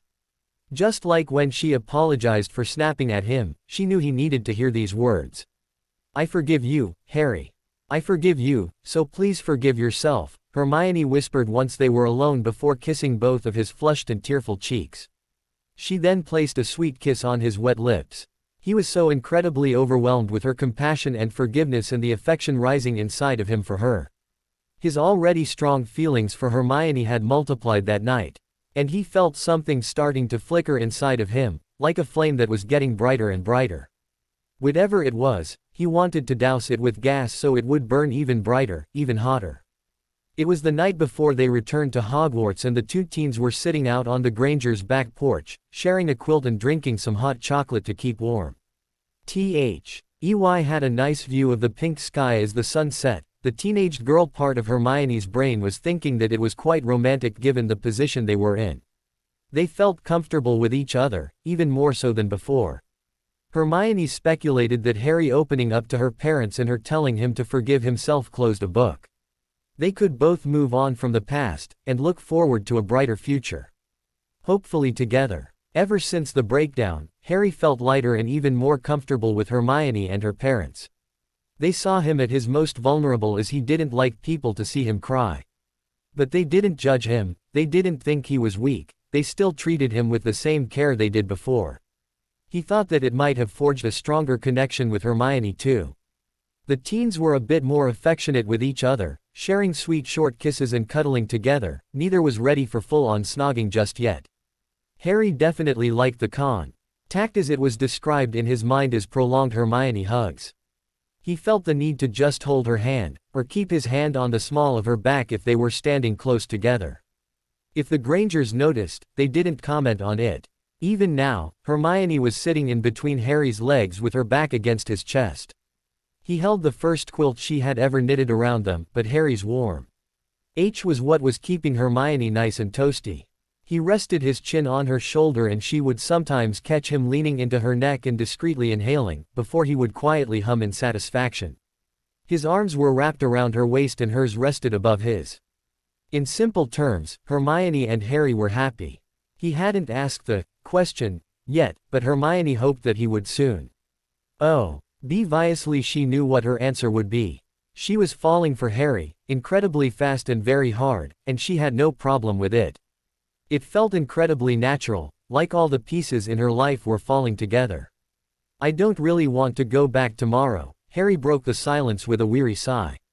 "Me neither," Hermione admitted, placing her hands over Harry's which rested on her stomach and intertwining their fingers.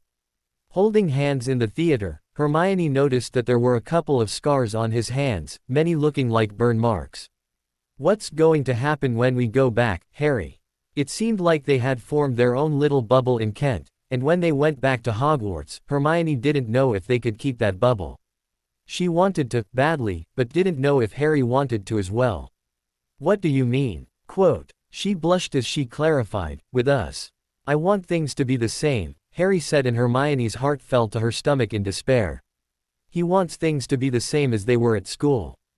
Of course he does, she thought, and physically deflated. Harry noticed Hermione's head drop to her chest and her shoulders slump. He wondered what he had said to use that reaction and replayed his words. His eyes widened at his poor choice of words. No, Hermione, I didn't mean the same as they were." Harry gently turned Hermione and she looked up to him with glassy eyes. The sight more painful than a dagger to his heart. He leaned forward and placed a sweet peck on her lips, watching as her face brightened. "I want them to be the same as they are now.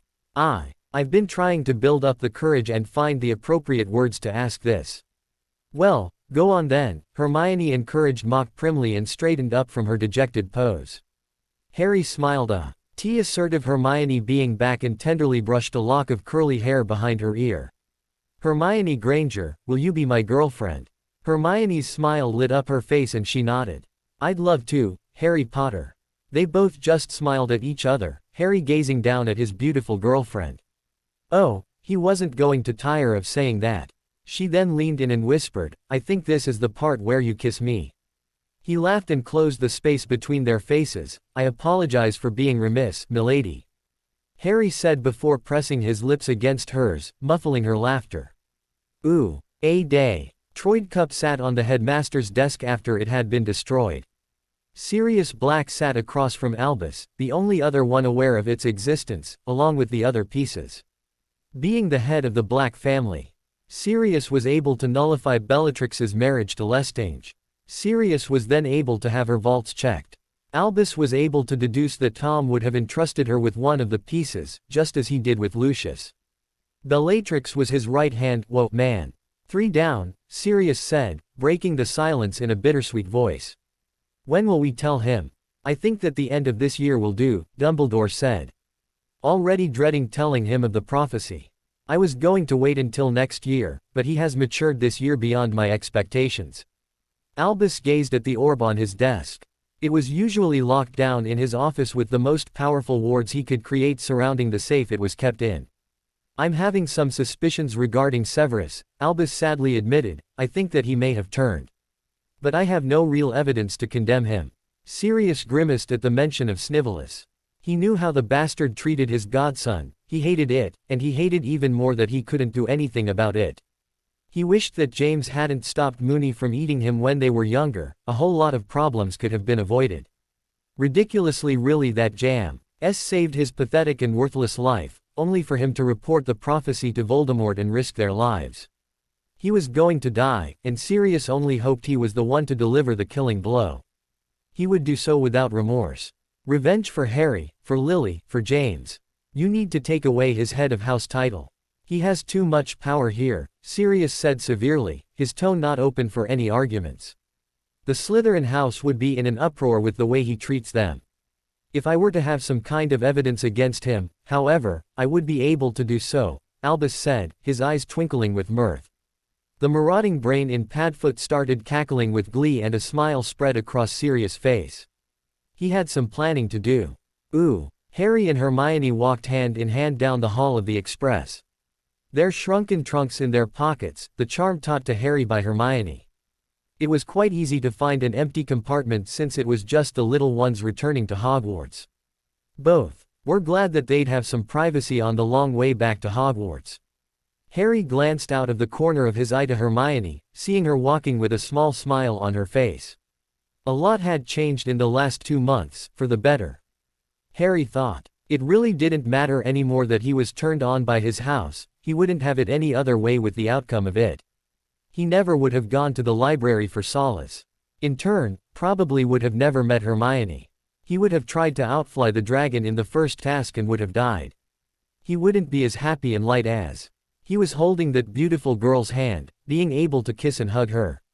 He was seriously contemplating telling her everything, all about the Dursleys, his fears from past years, things only Sirius knew about.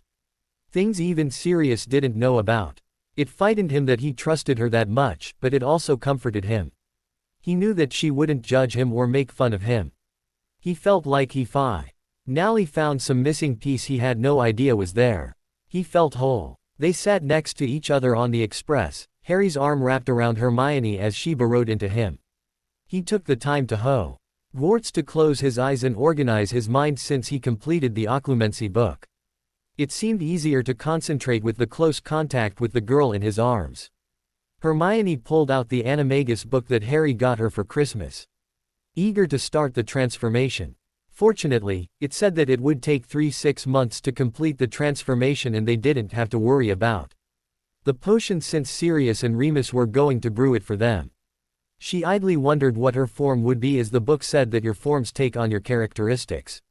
She hoped it wasn't something silly or embarrassing like the rat Harry told her Peter Pettigrew was. The journey was mostly shared in relative silence, a few affectionate gestures shared between the new couple in between Harry's meditating and Hermione's reading. When they pulled into Hogsmeade Station, the two immediately walked over to a carriage for the ride back up to Hogwarts, a bit bittersweet. When they walked through the large doors hand in hand, Harry was not hiding the fact that Hermione was his girlfriend. He saw a couple of students mingling around the hallways staring at the two, before either hurrying off or whispering to their friends. Hermione's face showed that she was slightly uncomfortable with the attention, but Harry squeezed her hand in a silent message. "I'm here, they don't matter." She smiled at him as they got to their usual dividing point of their houses. "I'm going to put my bag away in the dorm. I'll meet you in front of the Great Hall," Hermione asked, and Harry nodded, pecking her lips once before heading toward the Gryffindor tower. Hermione solved the riddle and walked up her tower to her dorm, seeing that her trunk was already there by her bed. Thankfully none of her roommates were there, so she quickly deposited her bag on her bed and headed back down. She was almost at the Great Hall, when she heard a most unwelcome voice. "Well, look at this," Hermione groaned, but picked up her walking as quickly as she could, knowing that Malfoy and his two baboons were tailing her. Unfortunately, Malfoy easily caught up to Hermione and cut her off. Of course, he had a sneer on his face as he looked at her like she was the dirt beneath his shoe. "Did you spend Christmas with your filthy Muggle parents, Mudblood? Malfoy, don't you have anything better to do than pick on me?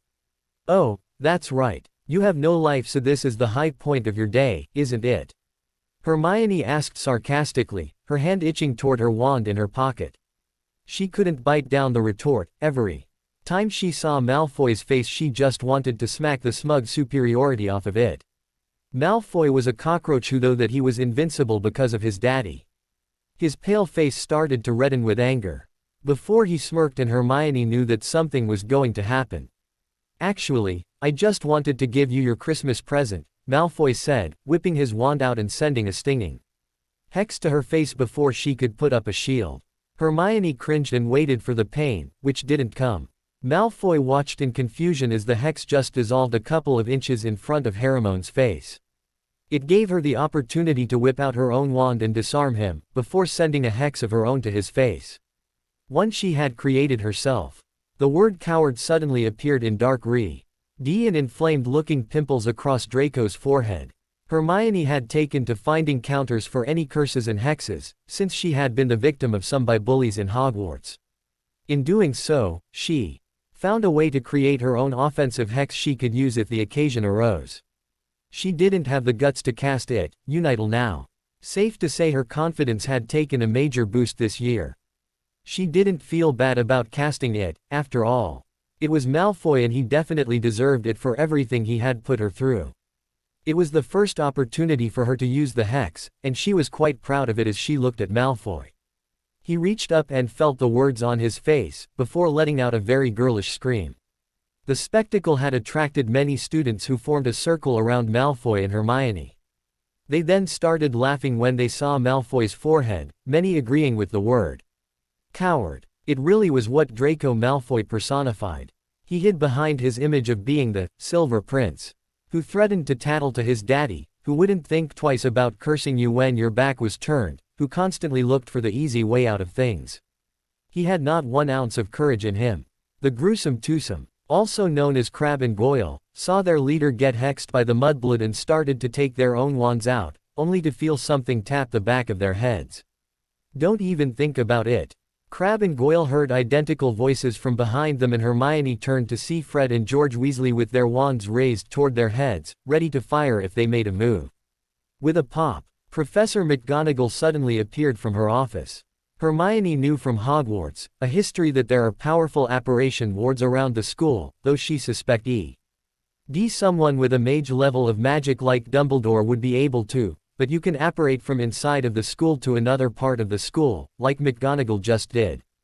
Professor Dumbledore had wards put up around the school that let the deputy headmistress know when the word Mudblood was even uttered under someone's breath.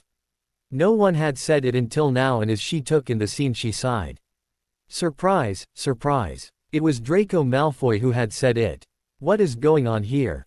She pushed through the crowd, her wand out as she took in the crying form of Draco Malfoy and had to suppress a huckle of her own at the word across his forehead.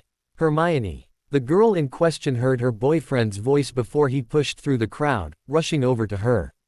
"Are you okay?" She only had me to nod before Malfoy opened his big fat mouth, digging his heels into the shit he had already stepped in. "The Mudblood bitch hexed me. Harry's emerald eyes flashed dangerously as he whipped around to the blonde ponce. You want to say that again? Harry hissed, stepping toward Malfoy, hands clenched at his side.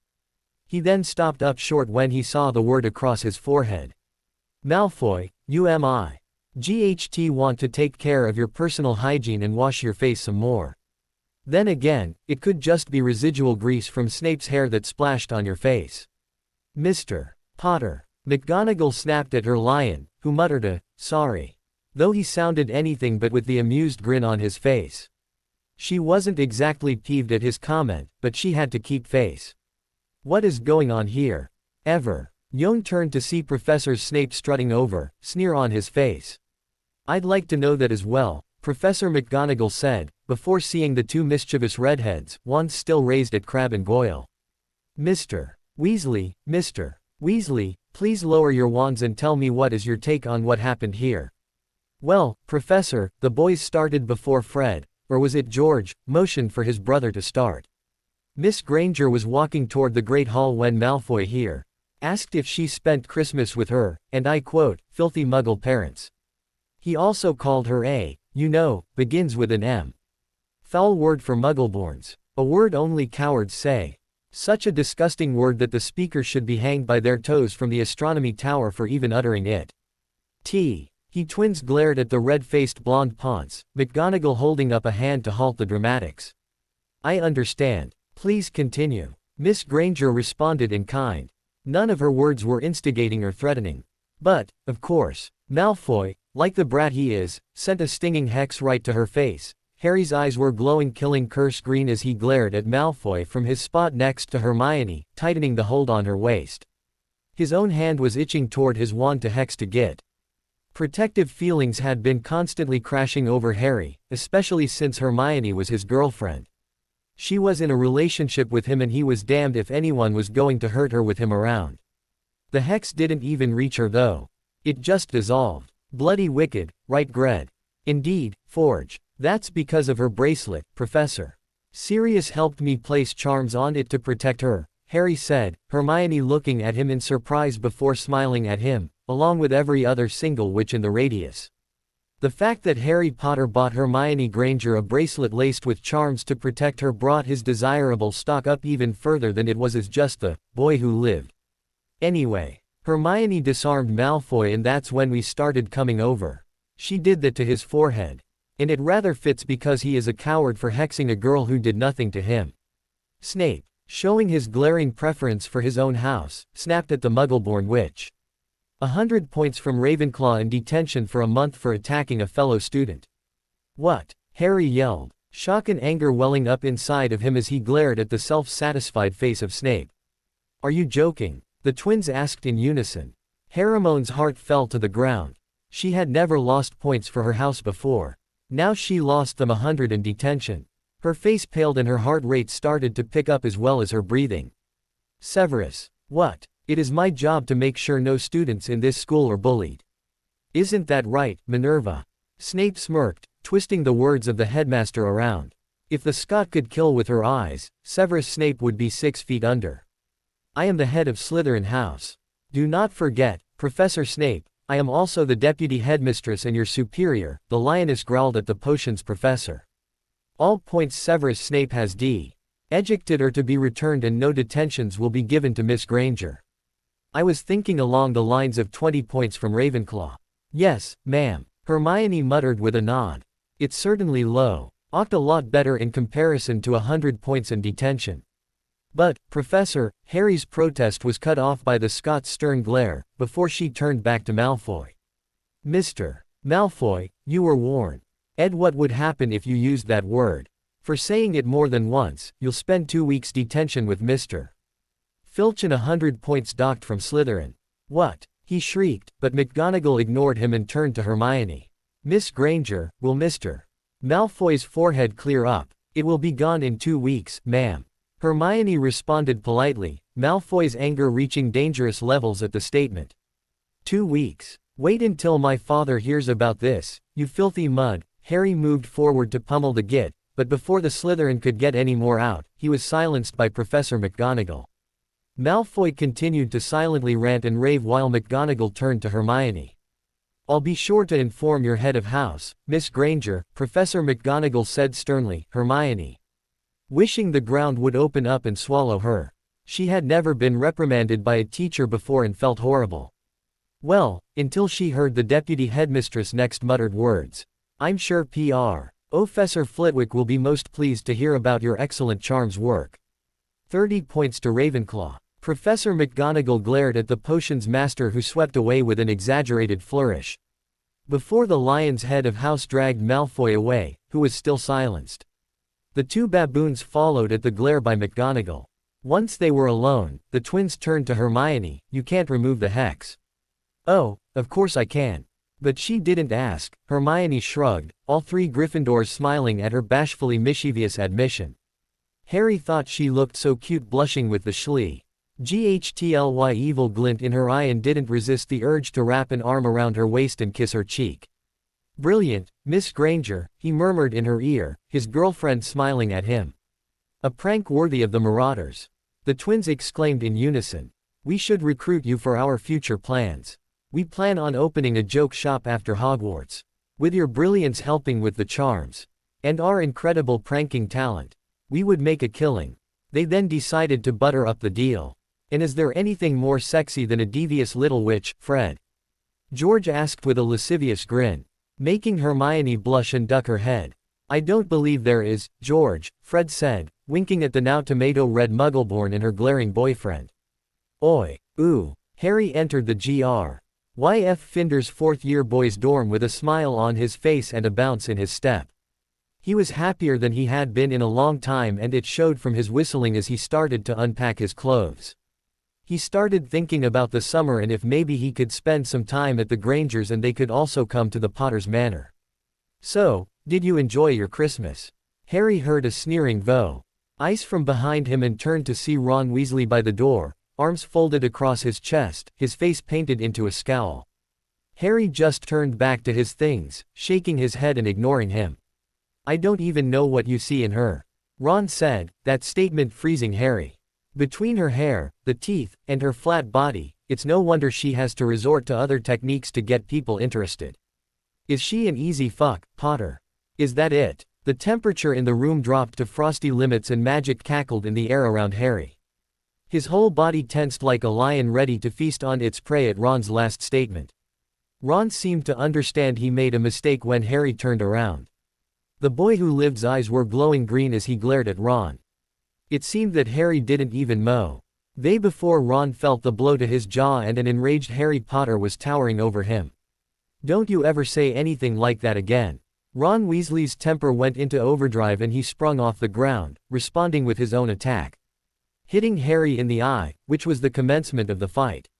Both of the boys traded blows, yelling oaths and trying to beat each other silly.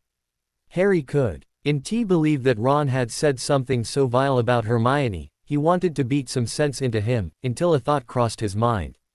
He was fighting with Ron, his former best friend. Ron would never say anything like that.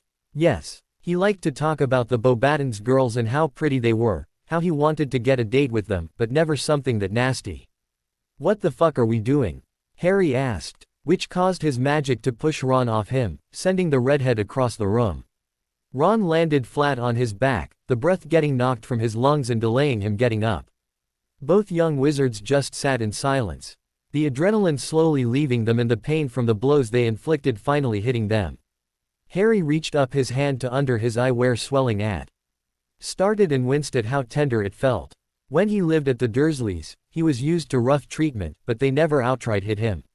He could also feel a bruise forming on his jaw as he moved it around. His body had taken some blows judging from the soreness in his ribs. He glanced up to see Ron sitting against Dean's bed, holding his stomach where Harry had gotten some hits in. He was also bleeding from his nose and lip. Something that pleased Harry as he gave as good as he got. All that was heard in the room was their heavy breathing as they simmered down. "Not her, Ron," Harry said, his voice rough. "You can say anything you want about me, do not have a go at Hermione. She's done nothing wrong." A trail of fresh blood fell from Ron's lip and he angrily wiped it away. "Oh, she's done something." "What, Ron?" Harry asked exasperated. What has she ever done to you, Ron?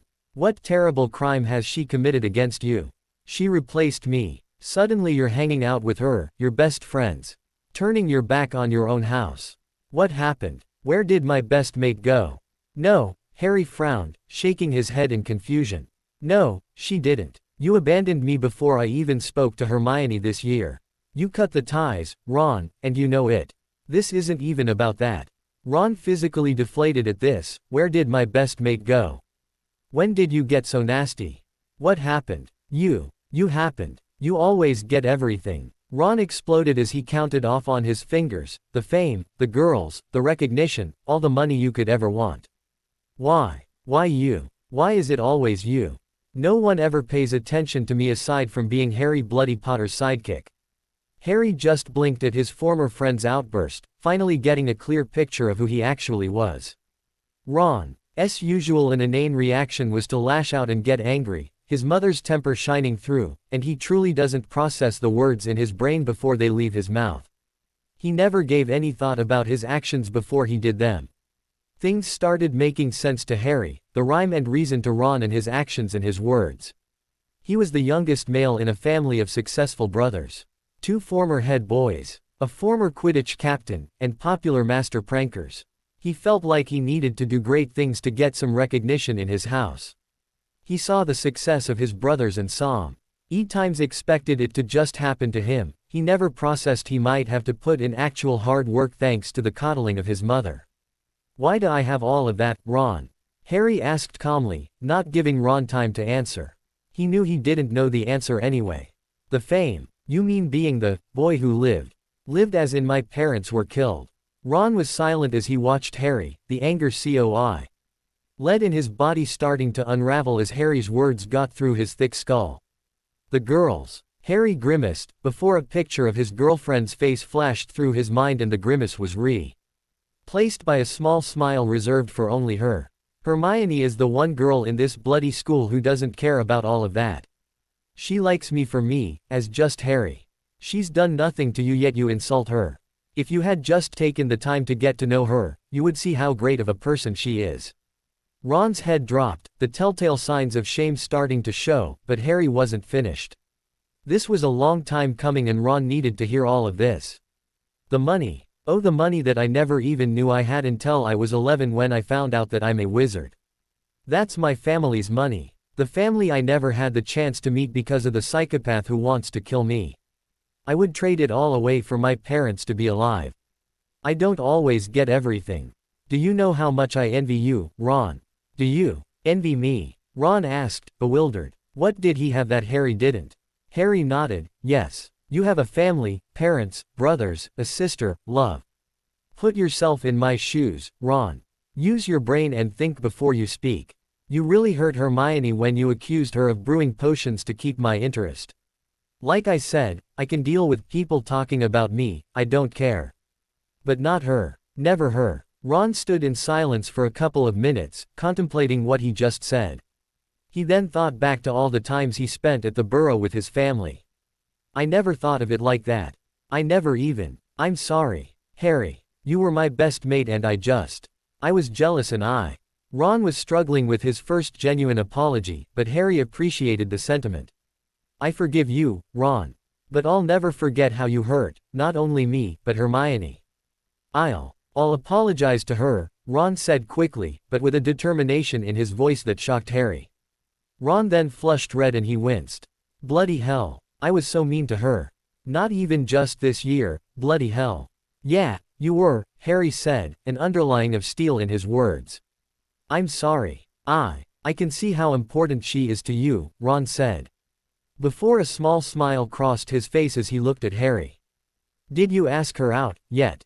Yesterday she agreed to be my girlfriend, Harry replied, a smile curving at his own lips at the statement. Congratulations, mate, Ron said, but the word didn't sound right as he said it. He had a slight pained expression on his face. They'll never go back to how they were, will they? Harry was faced with a small revelation because the answer was, no. They can't, Ron. Ron nodded before falling into a pregnant silence fill the room. Can I ask why? I think I know, but I want to hear it. I need to hear it. I think we've become too different. I think things were said and done that can't be ignored. Harry said, admitting the reasons out loud was cathartic. I see, and a weight lifted from his shoulders. Maybe one day we could go back to being friends, but it'll never be the same. Ron nodded, a look of understanding crossing his face, impressing Harry. Ron then did something that Harry would always look back on as a beginning sign of Ron Weasley growing up and mentally maturing. He stood up and walked over to Harry, who stood up just in case Ron decided to pull something. He didn't. He just stuck out his hand. Harry was surprised, but shook it, a small smile on his lips that Ron mirrored, though he looked more than a bit uncomfortable. The handshake a symbol of acquaintance, of forgiveness, of moving on. Taking a page from his girlfriend's father, he'd forgive Ron, but never forget what he did. Ron was Harry's first friend, and he'd be forever grateful to him. Harry had some hard life lessons to learn this year. You cannot forgive those who aren't remorseful. Hate is baggage. Bullying someone can have terrible consequences on your conscience.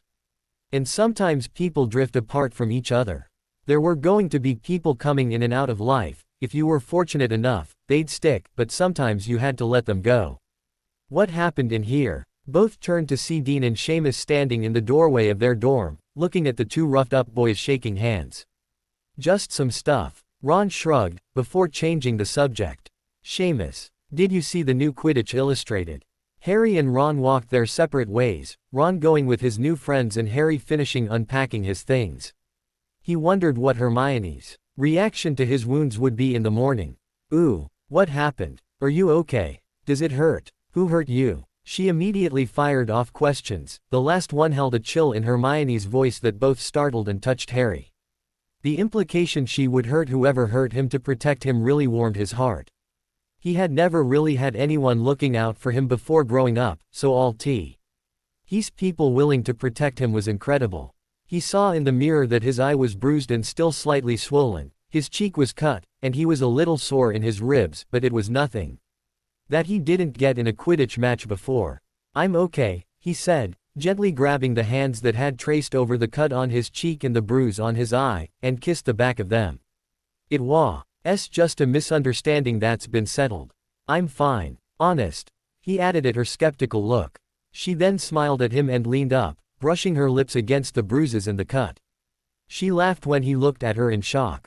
She figured that Sirius had never kissed his boo-boos before and had no idea about his aunt and uncle he used to live with, because he never talked about them. My parents always did that when I had a boo-boo, to make it feel better. Did they feel better? They feel great, but I think I might have cut my lips too, Harry joked.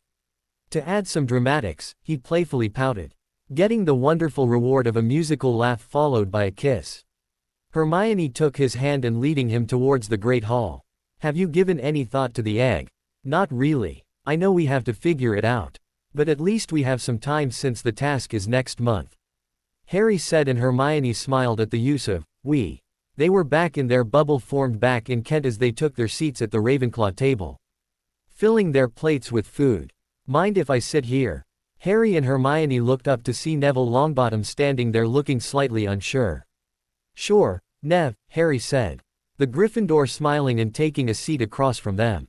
There were a couple of odd looks from the Ravenclaws at the two lions sitting in the eagle's nest. The three just ignored them, so mething Hermione had gotten very good at over her years of ridicule. Congratulations, he suddenly said, smiling at the newly minted couple, who both grinned. Thanks, Nev, Harry said, slipping an arm around Hermione. Nice to see you again, Hermione. You too, Neville. How's Trevor? He laughed, remembering the bossy girl who helped him scourge the train for his lost toad. He's back at my home since he never liked to stick with me. He likes hopping around the gardens anyway.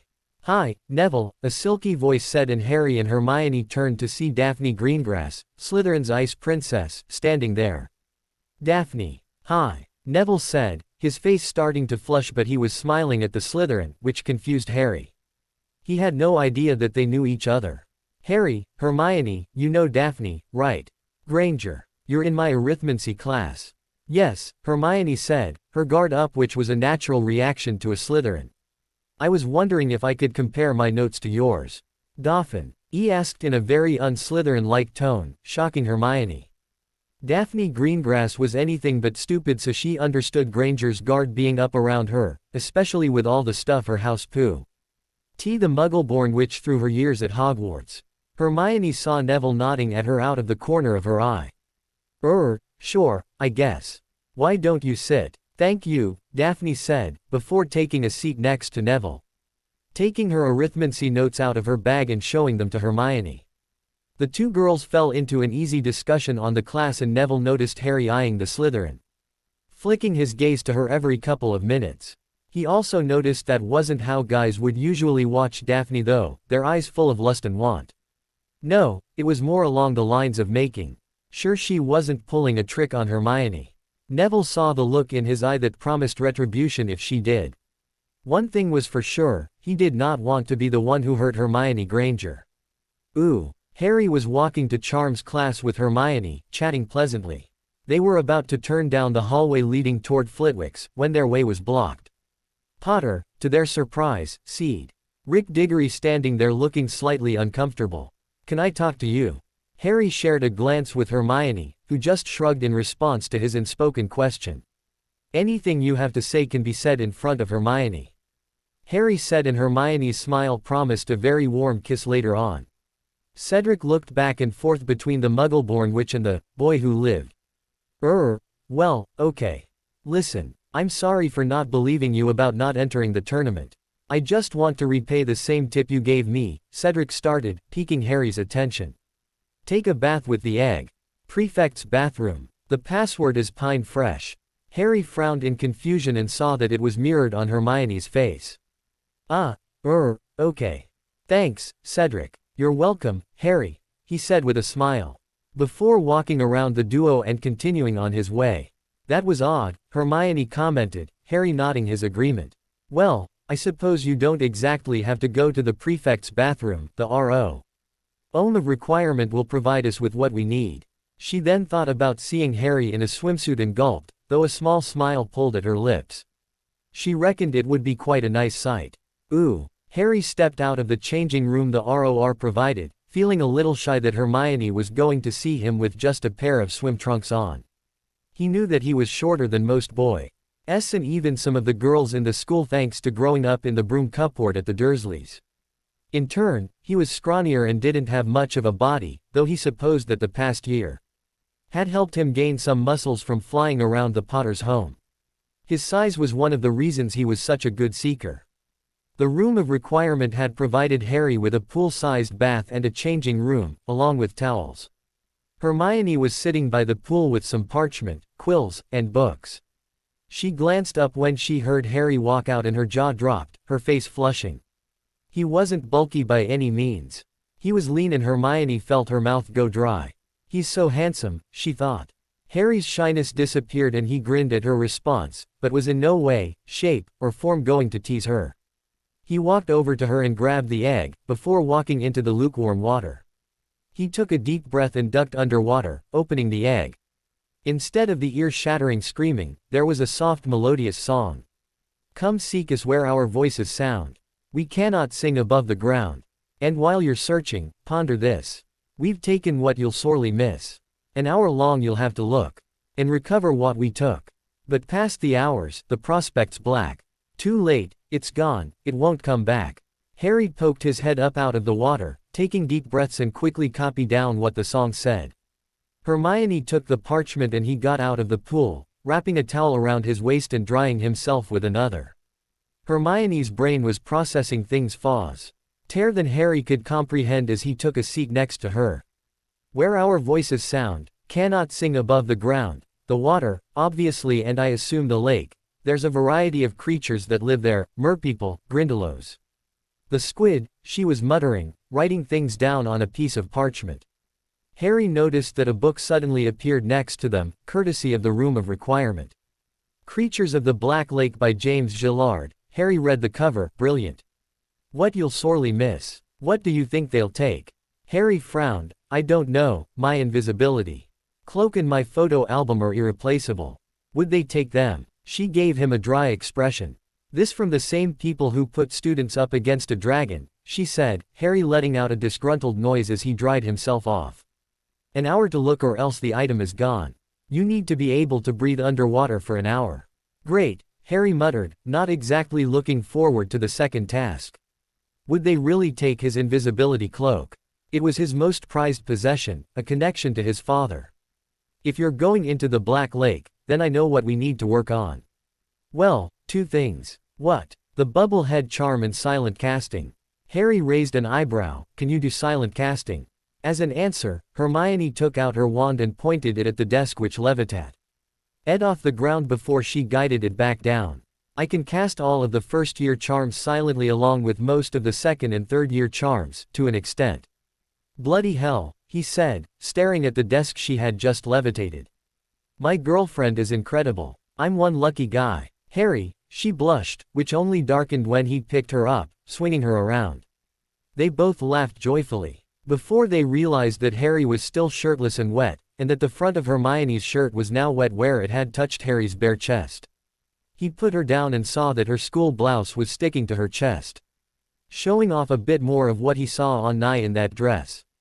Oh, Hermione, I'm so sorry, Harry said, averting his gaze as Hermione's light pink bra is visible through the hurt along with her breasts reacting to the water. To his horror, his body started reacted to his girlfriend's beautiful body and closed his eyes, focusing on a naked Filch, a naked Snape, a naked Dumbledore. Anything to stem the blood flowing toward a certain part of his anatomy. It's quite all right, Harry, she said with a dark blush on her cheeks, casting the drying charm on herself. She saw Hi's eyes closed with a grimace on his face and her heart dropped into her stomach. Am I really that repulsive looking? She thought. Did I really look that bad? Hermione asked sadly, Harry looking up at her in shock. Bad? No. Farthest thing from, Hermione. She was pleased but also puzzled with his answer. Then, why did you look disgusted? Because I was disgusted with myself, he admitted, averting his gaze once more. His brain kept replaying the image of her and he knew that later on he would have to relieve his situation. Disgusted with yourself? Hermione asked, completely bewildered. Harry understood that Hermione still had some insecurities that wouldn't leave overnight. Does the phrase, pitching a tent, mean anything to you? Harry asked, a blush staining his cheeks. Great. I've probably scared her off with my perving, Harry thought, berating himself for being such a pig in front of her. She was a lady and he should treat her like one, not having these urges to ravish her. Hermione thought that it sounded familiar, before her eyes widened in realization. She then blushed, but the girly part of her was very pleased and happy that she could cause such a reaction out of him. She stepped forward and firmly pressed her lips to his, letting instinct take over. Harry was shocked, but didn't let that hinder him as he wrapped his arms around her and returned the kiss with fervency. Hermione opened her mouth and Harry responded in kind, before he felt her tongue brush against his and groaned. It was their first snog, and it was quite perfect. When air became a necessity, they both slowed down before pulling back to rest their foreheads against each other. That did absolutely nothing to help my problem, but it was amazing nonetheless. Harry grinned, a little impishly. Hermione reached up to cup his cheek. Harry, don't ever be disgusted with yourself. I never even thought I could invoke such a reaction from a boy. A handsome one at that, she admitted with a blush. Harry leaning forward to kiss her. Have you seen yourself, Hermione? He asked when he pulled back. Don't you know how beautiful you are? I do when I'm with you, Hermione breathed out with a sweet smile, brushing the wet hair away from Harry's forehead. You make me believe it. Harry just smiled and kissed her once more. Barty Crouch Jr. was not having a very good month. He walked down the hallway, clacking along with his walking stick, muttering curses in his mind out of frustration. He knew that he had enough anger in him to cast the killing curse and it was all because of two people, Dumbledore and Potter. Ever since the old man had taken some affirmative action in the school he had to remain inconspicuous, in the shadows, not even getting close to Potter. One wrong move, a slight legitimacy attack by the old man and he could expose the Dark Lord's plan. He would rather cut off his own hand than betray his lord. Potter was becoming smarter, thanks to that mudblood girlfriend of his. His grades were high, he was actually thinking with his head, his eye even spotted some occlumency books in his bag. He was also taking affirmative action and he needed to do something. The boy needed to be weak and pliable. Not that he doubted his lord's abilities, not at all. Maybe he could just kill the Granger girl, that would probably send the boy into a depression. Subtle legilmency probes during Dada classes showed that the girl was constantly in his thoughts, mostly they centered around the tournament and her. The mudblood was surprisingly the best in their year. Probably the smartest witch in the school, well ahead of many pureblood witches and wizards. She was keeping him grounded but also motivated as she made him study hard. His Ks in their Dada class had reached the highest in their year. The legilmency attacks were getting harder and harder with the shields he was building. He didn't want to alert him to his presence in his mind and had to be delicate with his touch, something Barty was not exactly familiar with. He usually blasted in with a full-on attack, but at the beginning of the year, he had to go back to Severus to help him with delicate probes. Barty liked to believe that he was Slytherin personified, cunning, ambitious, and most of all, ruthless. He would do his lord's bidding without a second thought, and he was honored that the Dark Lord trusted him with this task. He'd kill his own father, something he was already planning, if it would please Lord Voldemort. However, things were becoming complicated as Harry Potter was becoming, in simple words, was a powerful wizard. He suspected that if he continued on the path he was on, he would be a worthy opponent of the Dark Lord. Something needed to be done to weaken Potter's will. He stalked into the Dada office and locked the door with the most powerful charms he knew. It wouldn't do for someone to walk in on him as he felt the polyjuice wearing off. His face twisted into a grimace as he was reverted to his original form. The Death Eater couldn't wait until June. His blood felt like it was roaring in his veins with excitement. Then Britain WOULD molded into what it always should have been, pure. He walked over to the trunk where he was keeping the real Moody, who was currently passed out at the bottom. He gave him sustenance, not able to afford him dying until the return. A quick cutting and levitation charm, and Barty had hair for his polyjuice potion that Severus had delivered to him earlier. He closed and locked the trunk once more and walked over to the desk. Leaning back and closing his eyes. Something needed to be done to Potter, and he snapped his eyes open as an idea came to him. The second task was approaching soon. As quite obvious who Potter would sorely miss would be. Maybe if a tragic accident were to happen, a miscalculation of sorts, Potter would break and the Dark Lord would be most pleased. A feral grin spread across Barty's face. Ooh. Draco Malfoy stood in front of the bathroom mirror, scrubbing the pimples on his forehead raw, though deep down he knew it was futile. He had been hexed so badly before. Even Potter's boil hex was cleared up by Pomfrey in less than a day. Anything the Medowitch did, the pimples still wouldn't come off. It was also charmed so that when he looked in the mirror, he saw that the word was written the right way. The mudblood was quite vindictive with her hex, making sure he could see the word. Coward, though taken by a mudblood, seemed to be tormenting Draco. He liked to think that he was many things. But not a coward. A coward was lower than a mudblood in his eyes, something he never wanted to be. He wanted to be cunning and sly, he wanted to be like his father. His hero. He had taken pleasure in tormenting Granger throughout the years, watching her eyes fill with tears as he and Pansy made fun of her. He never expected her to retaliate against him, but she did.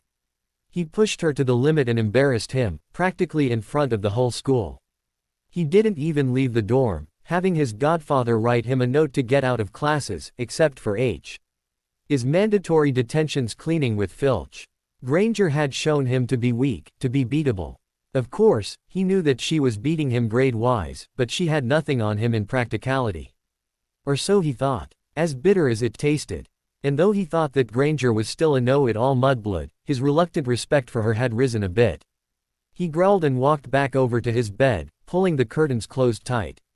He hated all the stares he received, the laughter behind hands, the gawking, the sniggering. It was incredibly irritating, but he didn't have revenge on his mind. Here was no way he'd be apologizing to her, but he would steer clear of her and Potter.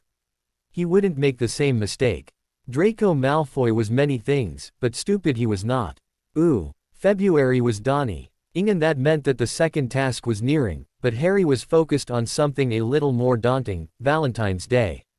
In Valentine's past, he had received many of those singing cupids along with cards and candy in the past, and he never really paid them any attention. This year he was quite excited, seeing as how he had a beautiful girlfriend, but he also had a dilemma: what to get her as a gift. Thankfully, Daphne, knowing how the female mind works, suggested they should have a private, romantic dinner. She was a godsend since he and Neville were coming up with a big fat nothing, and she decided to take pity on their ignorant male minds. Harry had already planned on getting Hermione another charm for her bracelet, and thankfully Amber was a big help again. But he was both excited and nervous to give her the specific charm, hoping that she liked it. Another good thing was that Daphne said she would. "So, are you getting Daphne anything for Valentine's Day?" Harry asked Neville as they walked through Hogsmeade. The girls had split up to go shopping and would meet them at the Three Broomsticks for lunch later. He and the shy Gryffindor were just wandering about the different stores. Neville and Daphne had gotten closer in the last month during their tutoring sessions. Daphne's grades in herbology were rising along with her interest in Neville Longbottom. He was becoming progressively more confident each day around her and no longer blushed and rarely stammered. However, that didn't stop him from blushing as he answered Harry, "Hermione said she'd help me charm roses for Daphne, and the chocolate is for her. It's her favorite." Harry grinned at his friend, his best mate, and clapped him on the shoulder. "All right, Nev. I'm happy for you. Thanks. I really like her, but I don't think I'm ready for a relationship yet, but soon." Neville smiled before the closest thing to a smirk appeared on his face. "I think it's obvious that you and Hermione are doing great." "I think that might be an understatement," Harry said with a wide smile. "Ooh." Hermione and Daphne were walking out of Willa's Witches where Hermione bought a dress for Valentine's upon Daphne's urging and her help. Hermione actually had some fun shopping with a girlfriend. She had only really went clothes shopping with her mum. Hermione realized that she had been a little pious when she had judged the Slytherin before getting to know her. She had grouped her into the pureblood princess clique consisting of Parkinson and Bulstrode. Daphne, while very girly, was able to hold an intelligent conversation. Through their talking, Hermione had discovered that Daphne alienated herself from the pureblood elite classmates because she didn't agree with their bigotry against muggleborns and half-bloods. She and her little sister, Astoria, were friendless, but the girl in green felt better when Hermione offered her own friendship as a relatively friendless girl herself. Daphne had also categorized Hermione wrong. She thought that she was just an uppity muggleborn, which was because the only time she really talked was during class when she answered every question correctly. She was also a tiny bit jealous that the muggleborn witch could grasp things so easily when it took her some time to. Hermione Granger was a genuinely nice girl, and Daphne could have kicked herself for not getting to know her sooner. "He's going to die when he sees you in that dress," Daphne commented as they walked over to the jewelry store Diamantes. "You really think so?" Hermione asked, a bit unsure. It was beautiful, but something she never would have bought for herself before now. Daphne was very persuasive though, and she had to admit, she thought she looked quite nice in it. "Oh, I know so. The dress is the perfect color and style, trust me," Daphne said as they walked in the little jewelry shop. "So, what are you going to get him? I'd like to find that out as well. I'm not exactly experienced in this." "Neither am I. I'm glad Neville is quite easy, though," she said, indicating the box of Bertie Bott's beans, Neville's favorite. "Hi, can I help you?" Both girls turned to the Voic to see an auburn-haired witch standing there. "Yes, I'm looking for something for my boyfriend," Hermione told her. She figured she was going maybe a little overboard with the jewelry aspect of the gift. But she had all of that money from the Skeeter incident that she could afford to do this. Besides, she wanted to make this Valentine's Day special for Harry. "But I have no idea what to get." She smiled warmly at Hermione. "It's why I'm here. I'm Amber. Did you have anything in mind?" Amber then caught sight of the bracelet on Hermione's wrist and gasped. "Oh, you're Hermione, Harry's girlfriend." Both girls looked shocked at the sudden outburst and that Amber knew her and Harry, before Amber then blushed. "Oh bloody hell," she muttered, shaking her head. "I'm so sorry, but I just recognized the bracelet because I helped him with it." Hermione smiled and offered her hand. "Nice to meet you, I'm Hermione Granger." She then saw the bracelet on Amber's wrist that matched hers and her smile widened. "I see where he got the inspiration from. Like I told Harry, my husband gave me this our 5th year when we started dating. I actually just received a new one for Christmas, she said, pointing to the small baby's rattle on the bracelet. Just found out that we're expecting. That's so sweet, Daphne said, the ice princess melting for a second, causing Hermione to smile. Sorry, I'm Daphne, Amber said, leading the girls over to the men's section of jewelry. So, what were you thinking for Harry? What do you think I should get him? Hermione asked Daphne, who thought for a minute. Well, that watch he always wears is terribly old and looks like it's about to fall off at any minute. Maybe a new one. Amber walked over to a drawer and tapped her wand against it. It opened up and expanded, displaying a number of nice-looking watches. Hermione sighed. This is going to be harder than I thought, she thought as she looked at all the different styles. Ooh. An hour later, Hermione and Daphne walked out of the jewelry store. Hermione's her change purse considerably lighter and a large smile on her face. So worth it, she thought as she put the gift box in her bottomless bag. She went with simplicity since she knew Harry wouldn't want anything too garish and flashy. She also went with practicality. He played Quidditch, so he would want something resistant, but she wanted it to look nice. I talked to my parents and apparently my dad is taking my mum to their house in the Caymans for a long weekend. It's also their anniversary, Daphne told Hermione when they broached the subject about what their parents were doing for Valentine's Day. Her dad usually just took her mum out to a fancy restaurant and bought her a piece of jewelry. They weren't arranged, Hermione asked. She had figured that all purebloods had arranged their marriages still. It was common knowledge that Draco Malfoy and Pansy Parkinson were betrothed. It seemed so impersonal. Hermione wanted to fall in love. To get married because she loved her significant other, not because of some business contract involving money.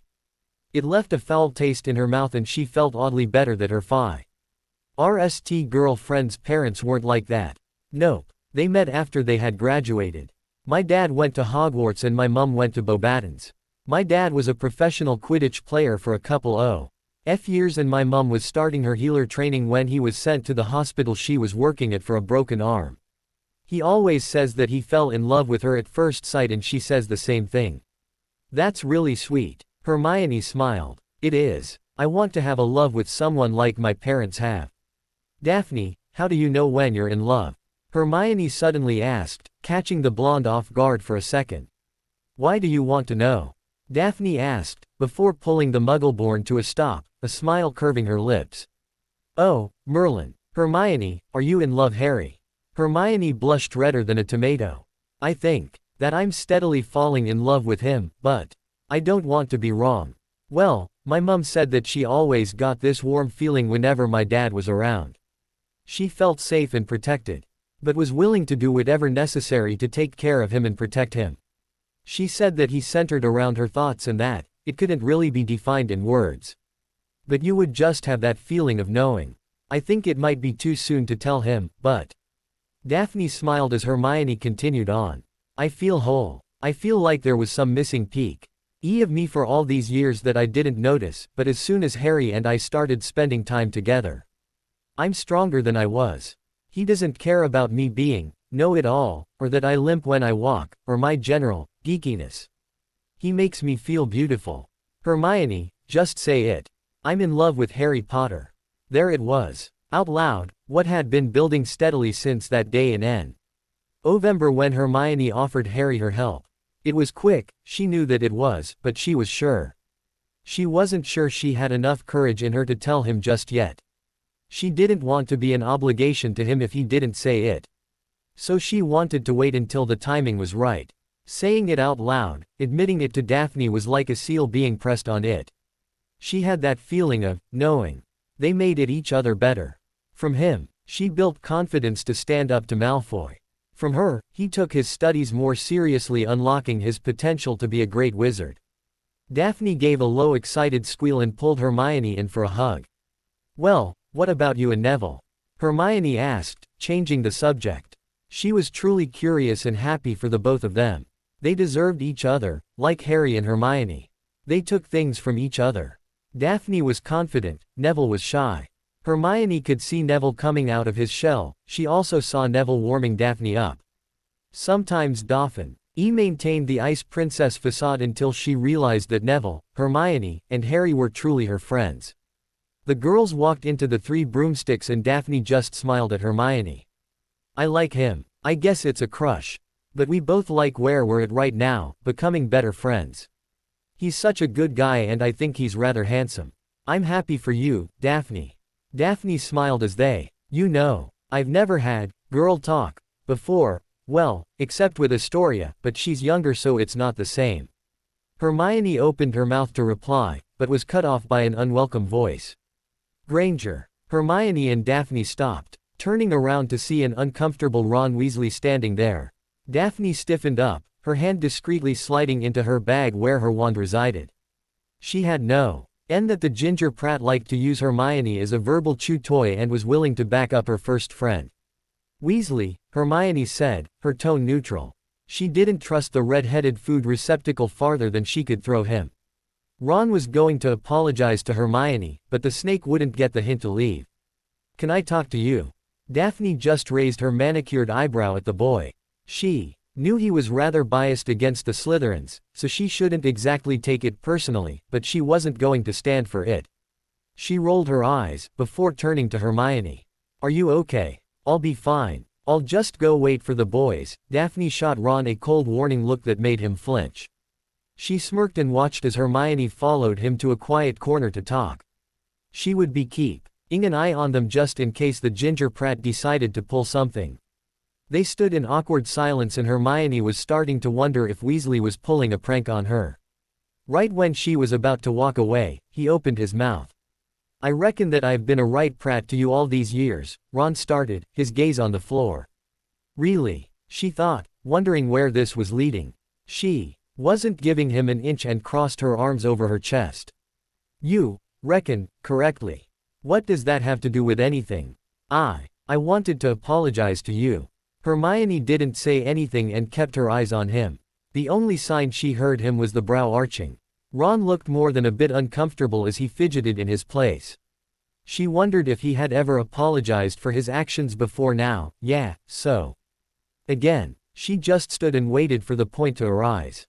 I'm sorry. I was really mean and stupid and I regret everything I've said about you. It'll never happen again. It was generic and insincere. Hermione doubted he meant a word of it, except for it never happening again.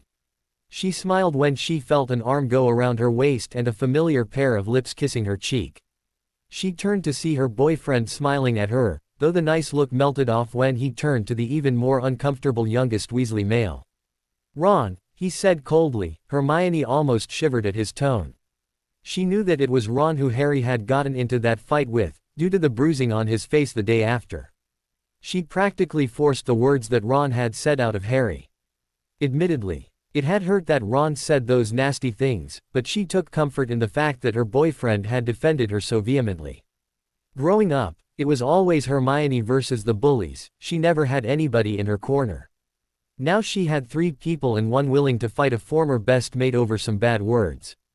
Harry, what's going on? Harry asked, his hardened gaze on Ron while his grip around her waist became tighter. She also liked that he wasn't trying to push her behind him, he was next to her. Equals, something she had admired about her parents' relationship, the equal partnership aspect. Nothing, just apologizing. Ron muttered, staring at the floor and shifting from foot to foot. Well, I accept your apology, just don't ever talk to me again. Hermione said bluntly, channeling confidence from Harry. With him by her side, she could take on the world it seemed. A little jealous git such as Ron Weasley was a minor irritation. A gnat to swat away. Ron nodded before bristle. Why walking away from the couple in Harry's cold glare? Hey you, Harry said with a smile, Hermione smiling in return and pecking his lips. Are you okay? She smiled. I'm great. How was shopping with Neville? It was okay. I got what I needed. What about you with Daphne? I got what I needed, she echoed, shrugging. She had bought him some of his favorite candies from Honeydukes along with the watch from Diamantes. They walked back over to the table where Neville and Daphne were chatting. They sat down and ordered, eating, talking, and laughing. All 4 of them were alienated somehow, some way in life. All 4 of them found a kindred spirit in each other which helped forge a quick friendship. Well, hello kids, they turned to the voice and saw Sirius Black strutting over to them. Sirius, what are you doing here? Harry asked, surprised. I have something I'd like to discuss with you and I need your help, Sirius said before turning with a mischievous grin towards the ladies. Miss Granger, so lovely to see you again. Pardon my French, but I'm glad that my godson finally found his bollocks and asked you to be his girlfriend. Harry and Hermione both blushed while the former glared at his dogfather. Padfoot, how would you like a trip to Pound? He asked through gritted teeth, but the marauder just ignored him and turned to the stunning blonde who was smirking at the two lovebirds. I don't believe I've ever met you before. Daphne Greengrass, she offered a dainty hand, Sirius greeting in typical pureblood fashion, a kiss to the back of it. Lovely to meet you, Miss Greengrass. I'm Sirius Black. Yes, the Sirius Black. My reputation precedes me, I know. You said you had something to discuss with us. Harry asked through gritted teeth, glaring at his godfather. Ah, yes, he said, taking the seat between Harry and Neville. So, how would you like to get rid of a certain greasy bat? The teens shared surprised and intrigued looks before looking back toward Sirius. Explain, they stated in unison, Sirius' Cheshire-like grin only widening. So, what do you think? He asked after his explanation. There was no hesitation. Operation Expurgate the Greasy Git is a go, Harry said. Smirking at both Sirius and Neville, all three were practically bouncing in their seats in excitement. Daphne and Hermione rolled their eyes in unison, boys. Ooh, February 1st. 4th rolled around quickly and Harry fidgeted from foot to foot outside the Ravenclaw Tower. He fingered the small box in his pocket which held the charm to add to her bracelet. Everything was all set for their dinner. Dobby was bringing them food from the kitchens at the spot where Harry had already set everything up. He glanced to his attire, his favorite dress shirt in emerald, black slacks and black shoes. His hair was hopeless and Hermione had once said she liked how messy it was. Anything she liked, he would do. If she wanted him to shave his head, his hair would be gone. If she wanted to grow it out to the middle of his back, he would embrace long hair. Those thoughts were confusing to Harry. Of course he always had her on his mind somehow, but he was sometimes truly surprised by what he would do for her. He wanted her to be happy, that was priority number one, and he realized he would do anything to make her happy. He also wanted her safe, which was the reason he had the extra charms applied to her bracelet. He knew she could take care of herself, she had displayed that with Malfoy, the thought of the blonde Ponzi Git hiding in the dungeons because of his perfect face being marred by the word coward brought a smile to his face. Hermione wanted an equal, not someone to take all the weight and let her sit back and do nothing. Hell, that wasn't really an option when she was the one teaching him everything. He had heard a word from his godfather that startled him, love. Was he falling in love with her? Did he even know what love was? He had evaded all of Sirius K. Stians during their conversation over the mirror, partly out of confusion and ignorance. He had no idea what love was. Sirius wasn't the most emotional person in the world, covering them up with endless mirth while Remus was withdrawn. All he knew of love was what his parents had. They were both in love with each other, that was sure to anyone who knew them, but how would Harry know that he was in love? Harry heard a throat clearing behind him and turned around. His mouth went dry as he saw his girlfriend standing there. She was in an emerald green dress with 3/4 length sleeves and a flowy skirt.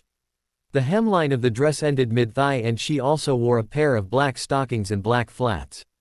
He noticed that the dress was even more snug than the one on New Year's and the color looked beautiful on her. Her hair was tamed into soft curls and her makeup was done lightly, accentuating her beautiful features. She wore the charm bracelet on her wrist along with simple stud diamonds in her ears. Harry was sure he had no concept of basic functions such as talking and breathing for 15 seconds, before the switch was turned back on in his brain. You look beautiful, love, he breathed, the endearment slipping out.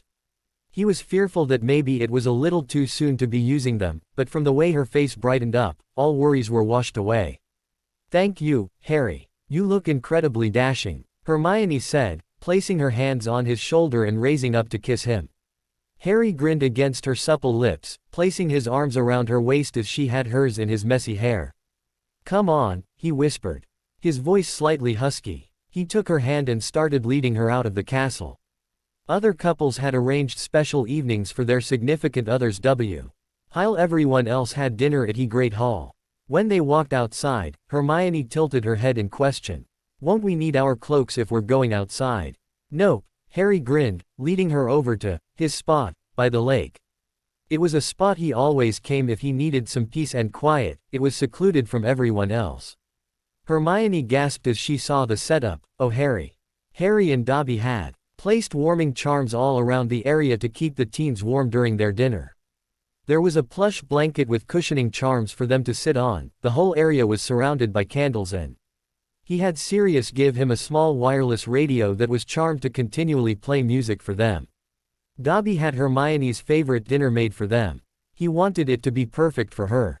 She deserved it. Moonlight dinner, check. Music, check. Candles, check. My favorite food, check. Who knew you to be such a romantic, Mr. Potter? She teased, gazing at him with adoring brown eyes. I have to admit that I had some help from Sirius, Daphne, and Dobby. I'm clueless at this, he said a little sheepish. She didn't resist kissing his flushed cheek and nuzzling it with her own, something that felt so natural. It's perfect. Thank you, love, she whispered, Harry's heart swelling at the endearment and the action. He didn't realize how good it actually felt to be called that. If he made her feel half as good as he felt right now, he would be calling her love 1,000 times a day. No, Hermione. Thank you, he said, just as quiet, and placed a gentle kiss on her lips. Both settled down on the blanket, eating their dinner and cuddling together. I trust you, Hermione, Harry suddenly said, looking at their intertwined hands. Hermione glanced up at him, confused by the sudden admission, but touched as well. She smiled and leaned up, kissing his cheek. I trust you too, Harry. I want to tell you about my childhood, he said, his voice sounding strained. She sat up and turned to face him. Seeing how serious and important this was to him, she was surprised when he chuckled, the sound humorless, bitter. Or lack of, actually. She didn't say anything, she just reached out and took his hands in hers. As soon as Harry opened his mouth, it was word vomit all over again. Thankfully, Dobby also managed to put silencing charms around them for total privacy. He told her about his cupboard he lived in for 10 years. He told her how his aunt and uncle were terrible people who hated him. He told her about he didn't know his name until he went to school. He thought that his name was either boy or freak. He told her about Marge's bulldog biting him and how she warned that he had better not have hurt her dog with his filth. He told her about Dudley and his friend's favorite game called Harry Hunting. He even told her about the time he blew up the windows in the house after what he knew was a bout of accidental magic. He told her how they locked him in the broom cupboard for 2 days without food or water. He had to piss in the corner of the cupboard because there was nowhere else to go. Hermione's heart broke for Harry. Though she was isolated from her peers her entire life, she had her mum and dad. She felt a strong desire to hug them tightly, telling them how much she loved them. Harry truly had no one for 10 years of his life, until he came to Hogwarts. He made friends. He found out that he was famous, that he had money. Then Sirius was proven innocent last year and he escaped that hell on Privet Drive. Then he started to think that he would finally be able to live relatively normal. Then everything went to shit earlier in the year. And then a beautiful witch offered her help and changed my life. Hermione had ended up in Harry's lap sometime through the story of his life. Her cheeks had evidence of tear tracks and she silently thanked Daphne for waterproofing her makeup. She had her head laying on his shoulder and his arms wrapped around her. He was shocked how upset she was. Because he didn't want her to be. He just wanted to tell her because he trusted her. He told her his deepest secrets, trusting her to keep them safe. She would, he knew it. Hermione wanted to tell him that she loved him, but the words caught in her throat. Not now, she thought, snuggling into his embrace. She felt it bouncing off of each other. The love she was trying to convey to him was reflecting back to her. She needed to cheer him up, so she took the box out of her dress pocket and slipped it in his hand. Happy Valentine's Day, Harry, she whispered in his ear. He glanced at the box in confusion and he grinned. Open it. Merlin Hermione, he said, taking the watch out of the box. She smiled at his reaction and gave herself a proverbial pat on the back. Do you like it? I love it, he answered, his green eyes swimming with warmth and adoration for the witch in front of him. It was a quartz watch with black engraving. She had the same charms that he had placed on her bracelet put on the watch. It gave her peace of mind to know that he was at least safe from small curses.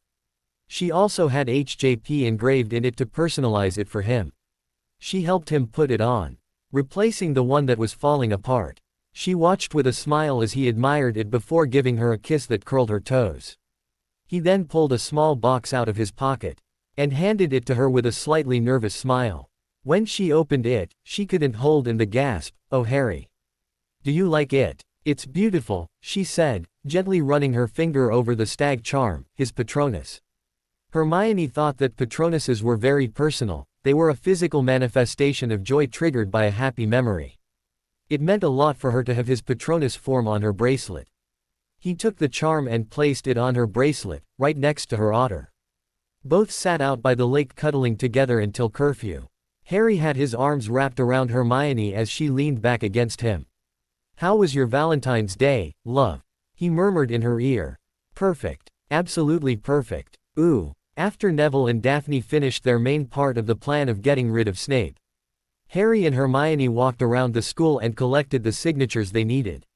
Many were weary that they would somehow get in trouble, until the fourth years assured them that their names wouldn't be published anywhere. It just added power to the statements. They collected 300 signatures from students in all years. Daphne was able to get some of the more neutral Slytherins such as first years, Blaise Zabini and Tracy Davis to sign. Just about all of the Gryffindors signed, about 3/4 of the Hufflepuff signed, and half of the Ravenclaws. They sent the documents off to Sirius with fingers crossed that their plan would work. They were not learning anything in class and emotional abuse weighed heavy on some students, Neville in particular. He was constantly being sabotaged in class and was sick of it. He wanted Snape gone and he wanted a real teacher to teach them. He was going to take a stand, not only for him, but for the school. He knew that if they could, his parents would be proud. Ooh. Sirius Black was born a jokester with a rebellious streak, demonstrated when he didn't conform to the black pureblood ideology. He loved angering his mother by having posters of beautiful Muggle models all over his bedroom walls and playing loud rock music.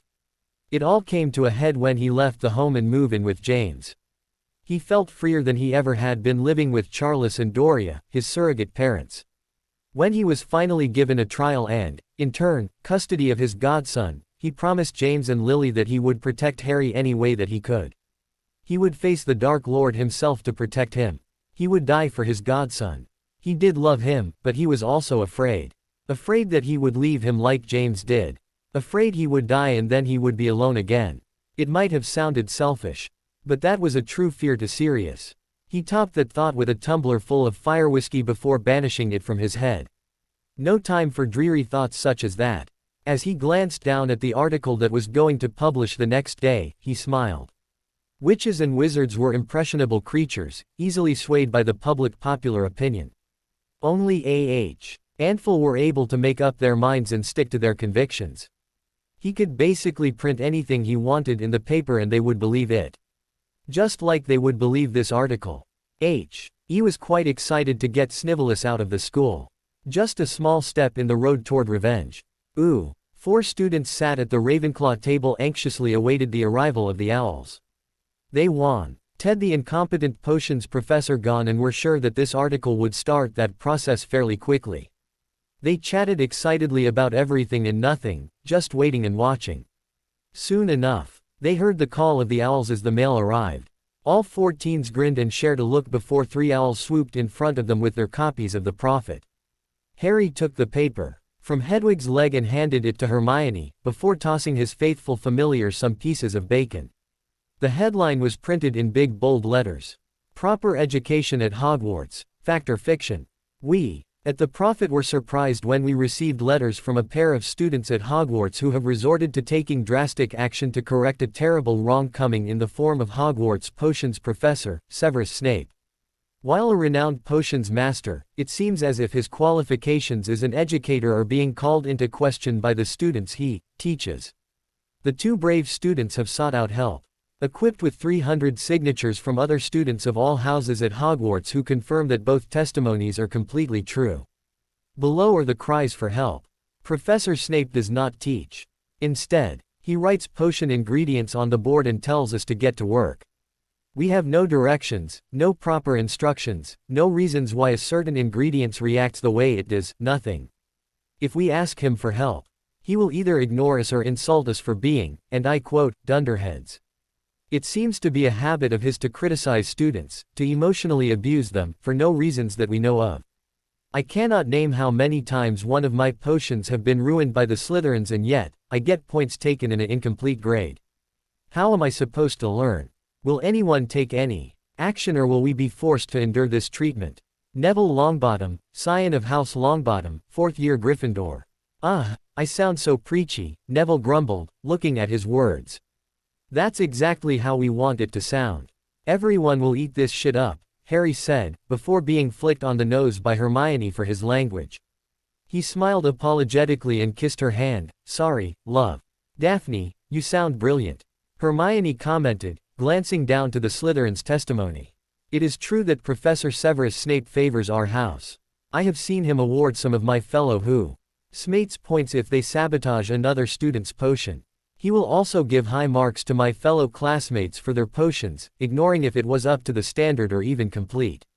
I have to wonder, am I being scored on my potion-making abilities or my circumstances of sorting into the Slytherin house? Daphne Greengrass, heiress of House Greengrass, 4th year Slytherin. Even someone from High's own house has recognized the injustice. Here at the Prophet, we implore someone to take action so our children can receive a proper education and not fear walking into their potions class. Harry SMI. RKED as the Great Hall erupted into excited chatter and he looked up toward the front where the potions professor had turned a shade of puce that would have made Vernon look pale. If his mind wasn't playing tricks on him, he could have sworn that Dumbledore's blue eyes were twinkling with mirth, while other teachers looked rather pleased with the article. All in all, it looked like it was turning out to be a success. Mischief managed. Quote, Ooh, witches and wizards across the country were in an uproar about the potion's master. Parents of students at Hogwarts sent numerous letters and even howlers to Dumbledore to Minister Fudge. And even to Amelia Bones, imploring one of them to do something. Turns out they didn't have to. Severus Snape simply didn't return to work the day after the article was published. All of his things were packed and gone. Though, thousands of howlers were found in his office and they suspected that he might have either hearing or brain damage from all the noise. Dumbledore announced in the Great Hall that Snape wouldn't be returning amidst cheers and Weasley made fireworks as the castle, sans Slytherin, celebrated. Harry, Hermione, Neville, and Daphne grinned at each other. Ooh, ba bum, ba bum, ba bum. Harry could literally hear his heartbeat in his ears, all the noise of the crowd cancelled out. He saw Ludo Bagman speaking, but couldn't make out the words. All he heard was, hostage. Hermione, before his mind shut down. His fists clenched and unclenched at his sides, his breathing was deep and slow, his lips curling into a snarl. It never occurred to him that Hermione would be what he sorely missed. It said, what, not who. McGonagall had collected Hermione while she and Harry were sitting out by the lake, trying to relax. She didn't return, Huff, and he just assumed that she was kept late doing whatever they were doing. He woke up early, barely able to sleep at all last night. He couldn't find Hermione all morning, no one had seen her. He was worried sick over her but wondered if maybe she was sick and sleeping. Sirius and Remus had breakfast with him, Neville, and Daphne but Harry could barely eat. He was nervous about the task and about Hermione not being there. She was his rock, why wasn't she with him? Because she was busy attending a tea party with the giant squid at the bottom of the lake. Harry growled in his head. Find her, pup, Sirius said in his ear. Squeezing his shoulder is a sign of comfort. It did nothing to comfort him and tight-lipped, Harry nodded. Damn right I'm going to find her, he thought as the cannon went off. Signaling the commencement of the task. Harry quickly shoved the Dobby-snatched gillyweed, which Neville had offered as an alternative when they had second thoughts about the bubblehead charm. Down his throat and dove into the water, not even registering the slight ache in his neck as he grew gills. He also saw that his feet and hands became webbed, allowing him to swim faster. Find Hermione. Get her out. Then kick whoever put her at the bottom of the lake's ass, he thought angrily, swimming deeper and deeper. He didn't care if it was Dumbledore himself who did it, he would kick his wrinkly ass. He swam as fast as he could into the murky depths, his heart slamming against his rib cage and adrenaline coursed through his veins. Time didn't seem to exist the deeper and deeper he swam. It could have been seconds or days. He thanked Hermione for his waterproof watch as he saw that 40 minutes had already passed. It was eerily dark and quiet, causing Harry to tighten the grip on his wand. Then he felt it. The feeling of chills racing down his spine that you get when someone watches you. Curious, he pointed his wand in front of him, Lumos. He jumped in surprise as he came face to face with a snarling merman, who was in the middle of jabbing his sharp spear at Harry. Because of the sudden bright light, the merman's aim was off and he caught Harry in the shoulder. Harry screamed in pain and his anger flared to dangerous levels. The strong emotion caused the lighting charm still active in his wand to brighten even more and the merman shielded his eyes from the light. Harry's mind slowed down, but his angered body moved and he pointed his wand, Reducto. The spell impacted the merman's head, blowing the top right part of it off. He watched with morbid fascination as the water all around them turned dark crimson from his blood, some bits of skull and brain floated through it. The body of the merman floated away, the half of his face that was still intact had a shocked expression. Harry felt his stomach roll, he just killed someone. Focus, the hour is almost up. Hermione. You have to find Hermione, a calm voice sounded in his mind, causing him to snap out of his daze. His mind set. He started swimming deeper and deeper.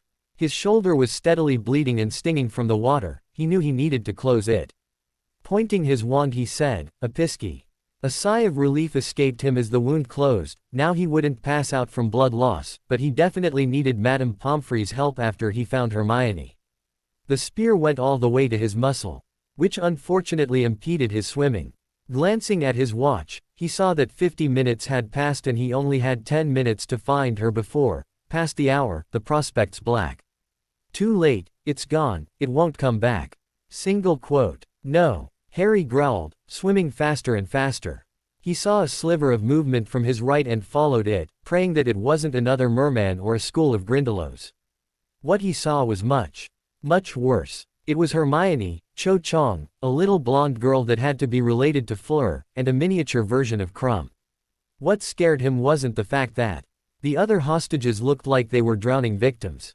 It was the fact that Hermione was awake and trying to free herself from the post she was tied to that momentarily stopped his heart. 3 WITCHES and one wizard laid in the hospital wing, in a seemingly peaceful sleep. Professor Dumbledore's hands were tied with this task. He fought hard to get it cancelled, but Cornelius Fudge, Barty Crouch, and Ludo Bagman were adamant. He was also outvoted against Maxime and Karkaroff, so he had to allow Miss Granger and Miss Chong to be used in the tournament. The Changs approved it months ago and Albus, as Miss Granger's magical guardian, approved her participation. He took many precautions and made sure that they would be safe, though.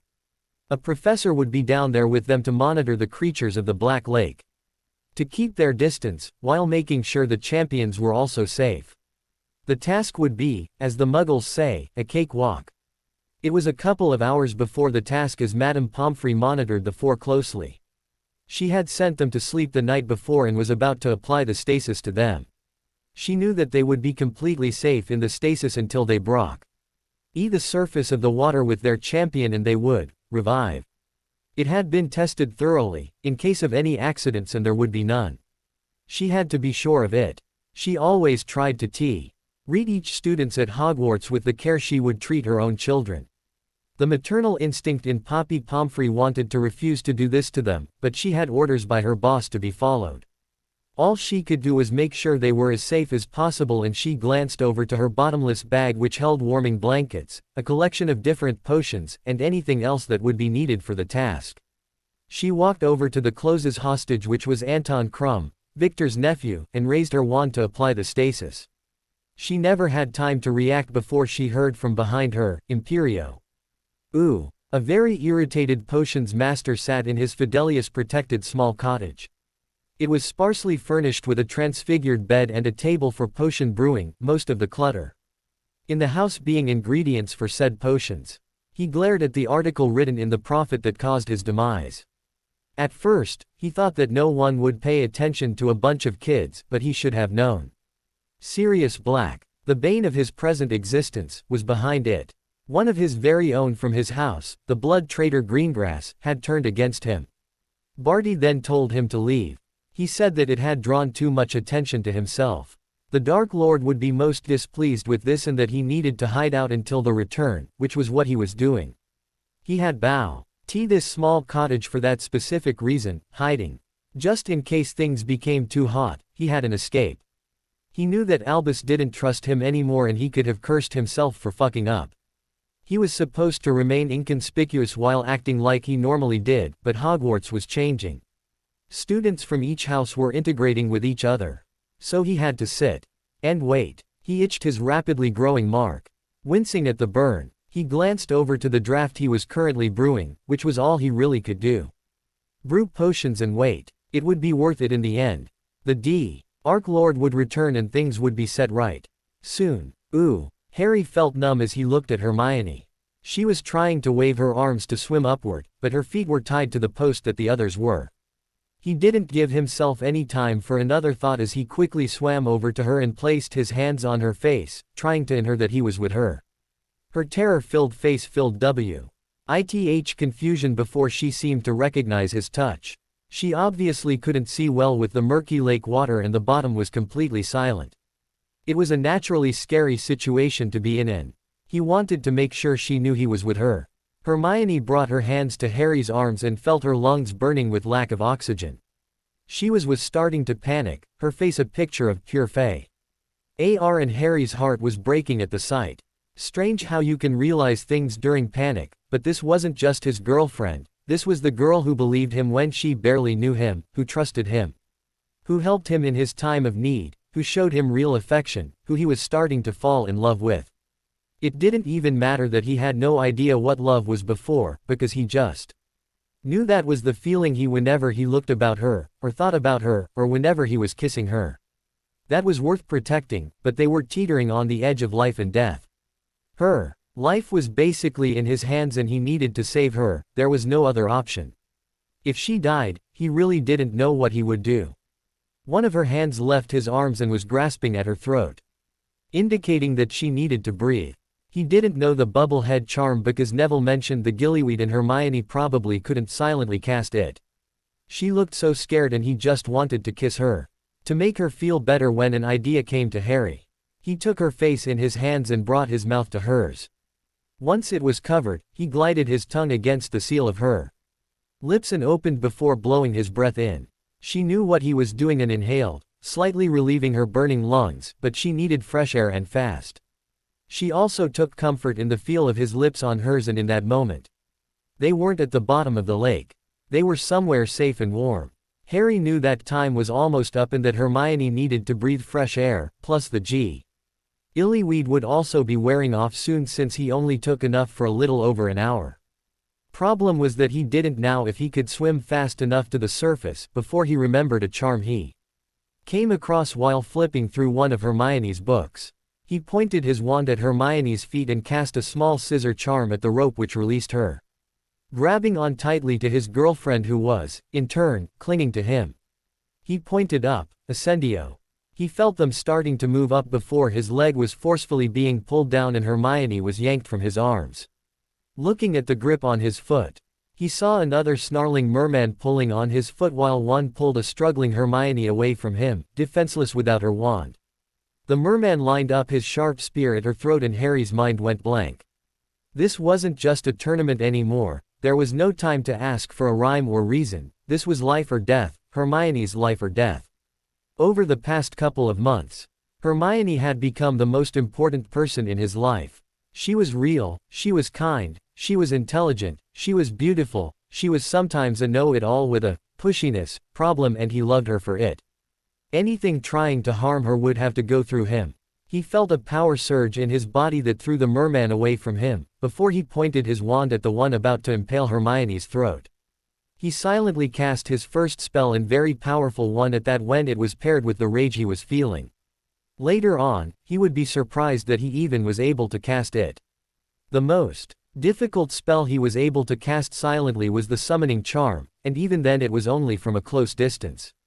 There were no thoughts for stunners or body binds, he wanted to hurt this being who was trying to kill Hermione.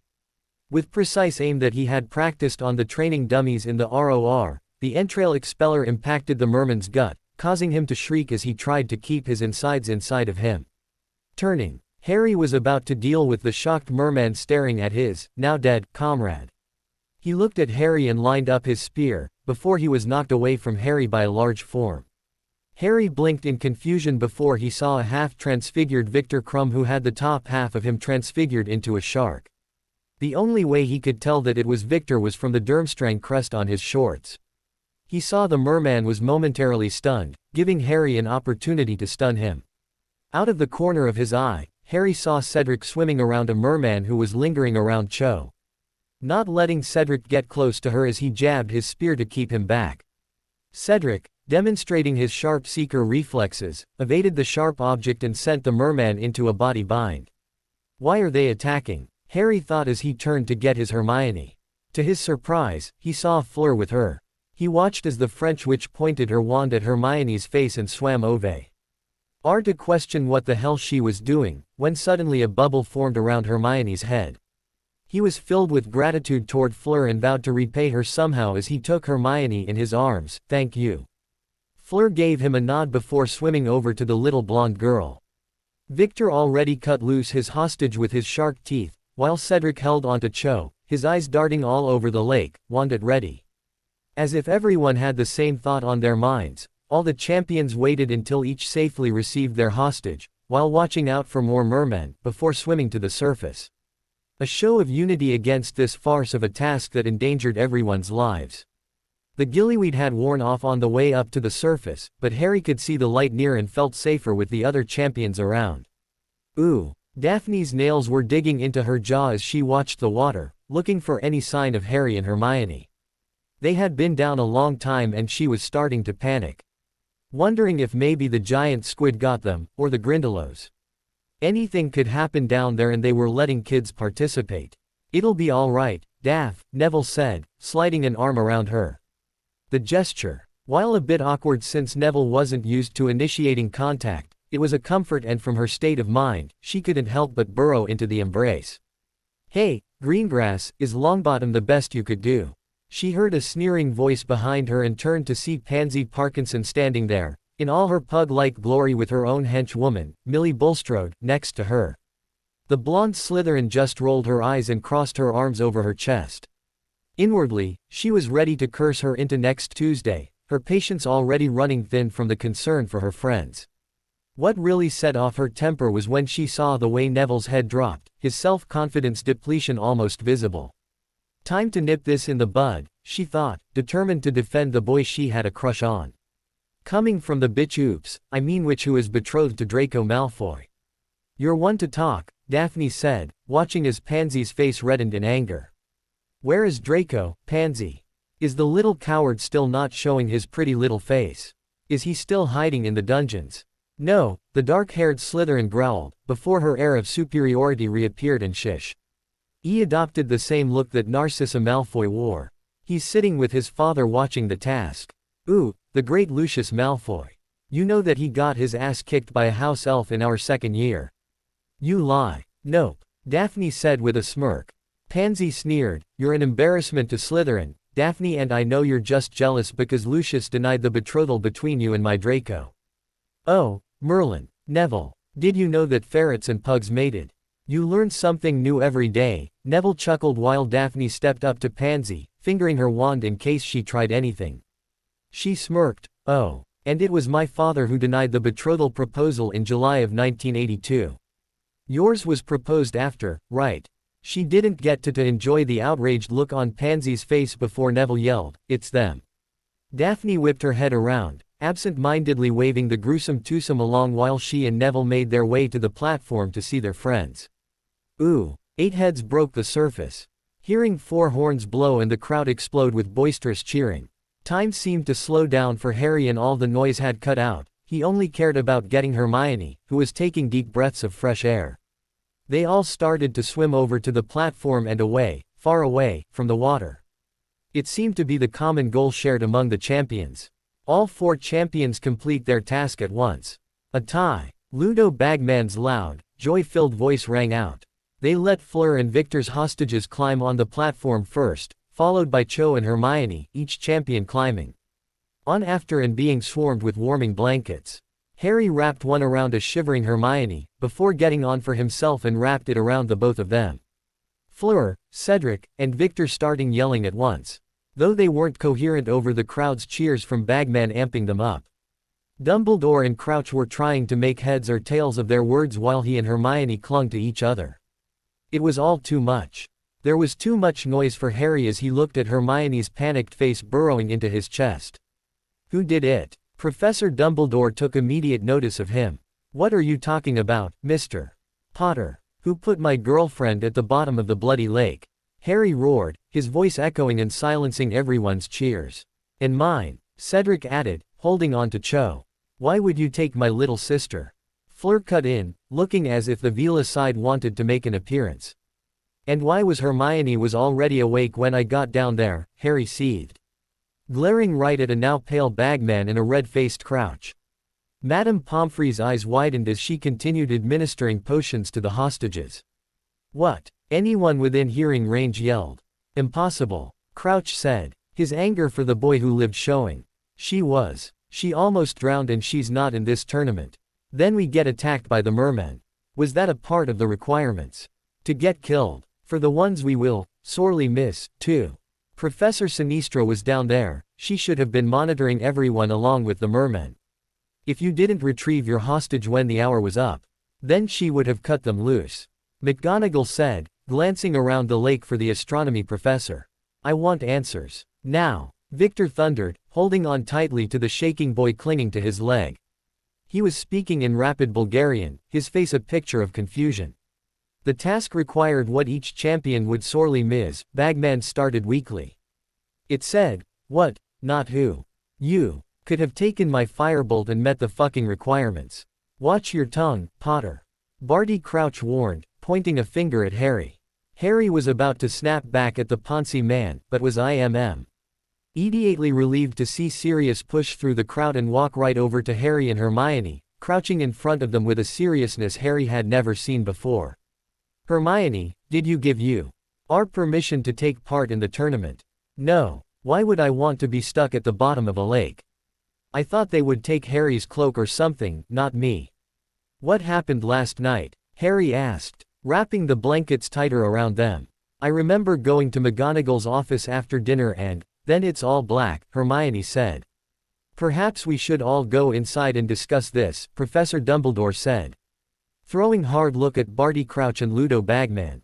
Fleur suddenly let out a shrill shriek, before covering her sister's eyes and pulling her away. Naturally everyone's attention was drawn to what scared her and they all had a similar reaction. As soon as they saw what had spooked Fleur, Hermione burrowed her face into Harry's neck while the boy who lived could only stare. Wrapping his arms tighter around his shaking girlfriend. He felt completely numb, all the screams, the shrieks, the cries, the orders were silent as he just stared. And stared. Professor Sinistra had a spear sticking out of her stomach as she floated in the water. Her lifeless dark eyes stared at the gray sky, which had opened up as an ominous rainfall started. Ooh, it's enough. She needs to be pulled from that school. Dan Granger proclaimed to his wife, his tone holding no room for argument.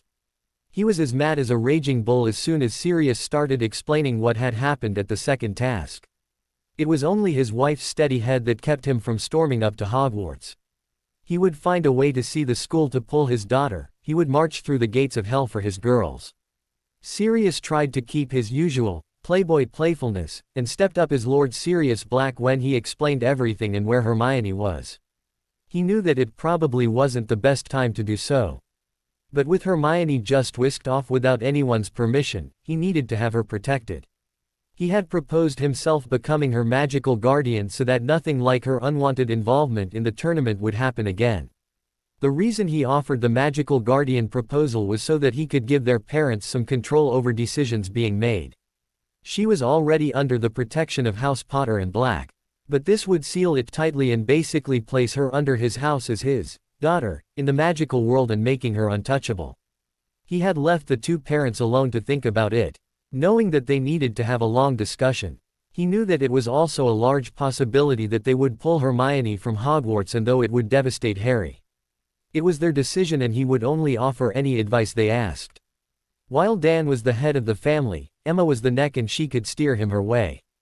Dan, before you dive headfirst into your decision, let's discuss this first, Emma said, trying to placate her husband while he was in his caveman mood.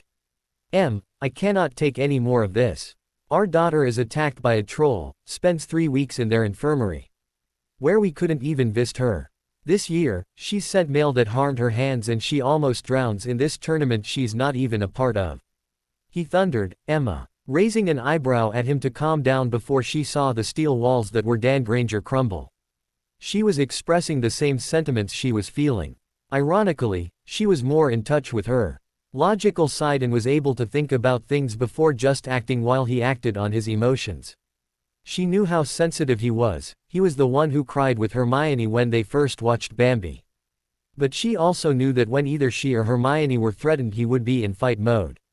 I don't want to bury my daughter, Em. For the first time since the day Hermione was born, Dan cried. Hermione was born 2 months premature and they feared if she would survive as small as she was. Dan took the role of protective father seriously since Hermione would be his only child, so when schoolyard bullies started on Hermione, they tried to resolve it. Unfortunately, it only seemed to aggravate the bullies. All Dan and Emma wanted was for Hermione to be happy, something that seemed so hard to accomplish. They wanted her to have friends, be a typical kid, running around and getting dirty, but their daughter sunk herself into books and receiving high marks in school. Of course, she looked happy reading. They wanted something more for her. Receiving letters about her helping a boy out with the school's tournament were a pleasant surprise, even more so when Hermione's personal letters to her mother detailed her growing feelings for the boy. Lately, she had added 2 others to her budding friends list, Neville Longbottom and Daphne Greengrass.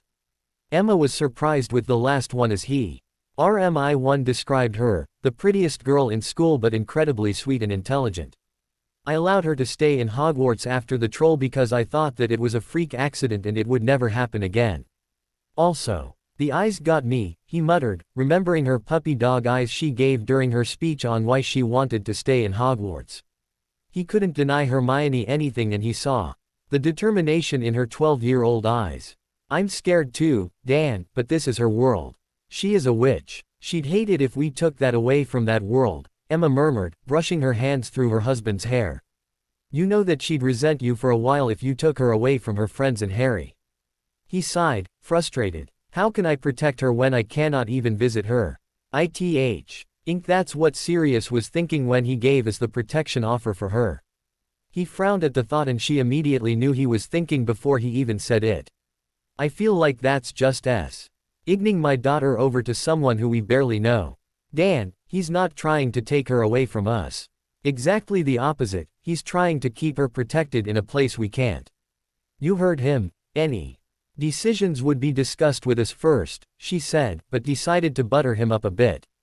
You are the one who changed her nappies, you are who she went to when she had a nightmare, you are who she cried with her during Bambi. I told you, I had allergies that day, he grumbled. In January, she quipped, smiling in victory when he laughed and she pecked his lips, holding him closely. You'll always be her daddy, darling. I'm scared, Em. Me too. I'm terrified. Ooh. Harry and Hermione were sleeping dreamlessly in the, now empty, hospital wing. A lot had happened while they slumbered. Professor Sinistra's body had been taken away, Poppy Pomfrey had been arrested for child endangerment, and Sirius had gone to Hermione's house to explain what happened to her parents. After the discovery of Professor Sinistra's body, the students were ordered back to their common rooms while the champions, their hostages, and their families were sent to the hospital wing for checkups and to relax. Harry had gotten his shoulder fixed quickly by Madame Pomfrey and luckily, he was the only one with an injury, while the others were given calming drafts and time to relax with their families. RRY and Hermione had refused to let go of each other after on their bed. When Sirius tried to move Hermione to a different bed, Harry had been transported back to the lake where the merman was taking Hermione away from him. It was only Harry's exhaustion and magical core exhaustion and Hermione's calming voice that cut through his anger and saved the hospital wing from Mount Harry blowing and obliterating everyone in his wake. Poppy Pomfrey had been drowning in guilt that Hermione had woken up from the stasis, though she had no idea how. She remembered properly placing the charms over them in Albus, Barty Crouch, Ludo Bagman. And Minerva had levitated them out to the lake. She had a job to do, however, and ordered to keep the two of them together, administering dreamless sleeping potions. And covering them with thick blankets and warming charms while they slept. Amelia Bones had stormed into the wing with the headmaster to speak to the healer who had administered the stasis that almost cost Hermione her life.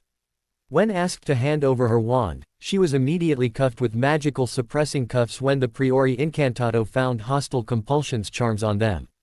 She was taken away despite protests. While everyone was shocked that the gentle-natured healer would do something so vile. Albus looked over at the children he had sworn to protect, feeling like a failure for the first time since placing Harry with the Muggles. As he sat in his office alone, he wept. A professor was dead, 8 were in mortal danger, 2 were dangerously close to being killed, and many students were traumatized. He wished he could turn back time and refuse Hogwarts' participation in the tournament. The day after the task, Harry sat in the Great Hall with Sirius, staring at his plate in shock at the news he was just given. She's been fired for child endangerment and might have to go on trial. Madame Pomfrey, she took care of me all those times I was in the hospital, she was. Last war, we couldn't trust anyone, Harry. James and I even lost trust in Remus. If it's happening again, we need to be the same way.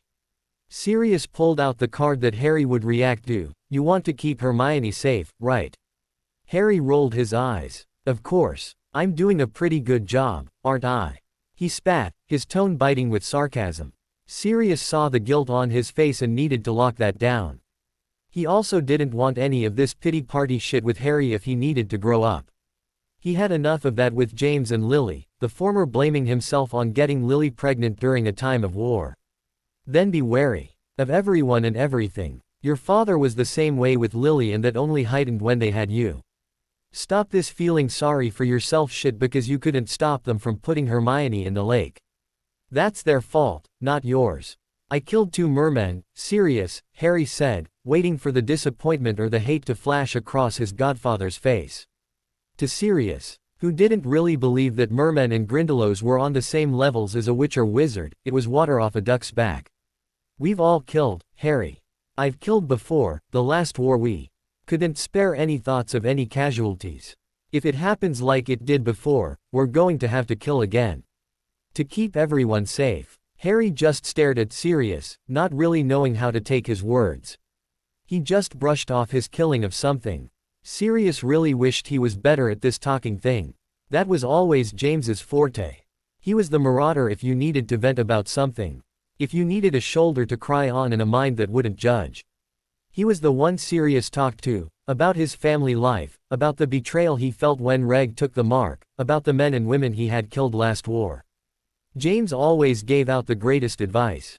He couldn't help but feel helpless as he looked at his struggling nephew and desperately wished he held the tools to give him the comfort he needed.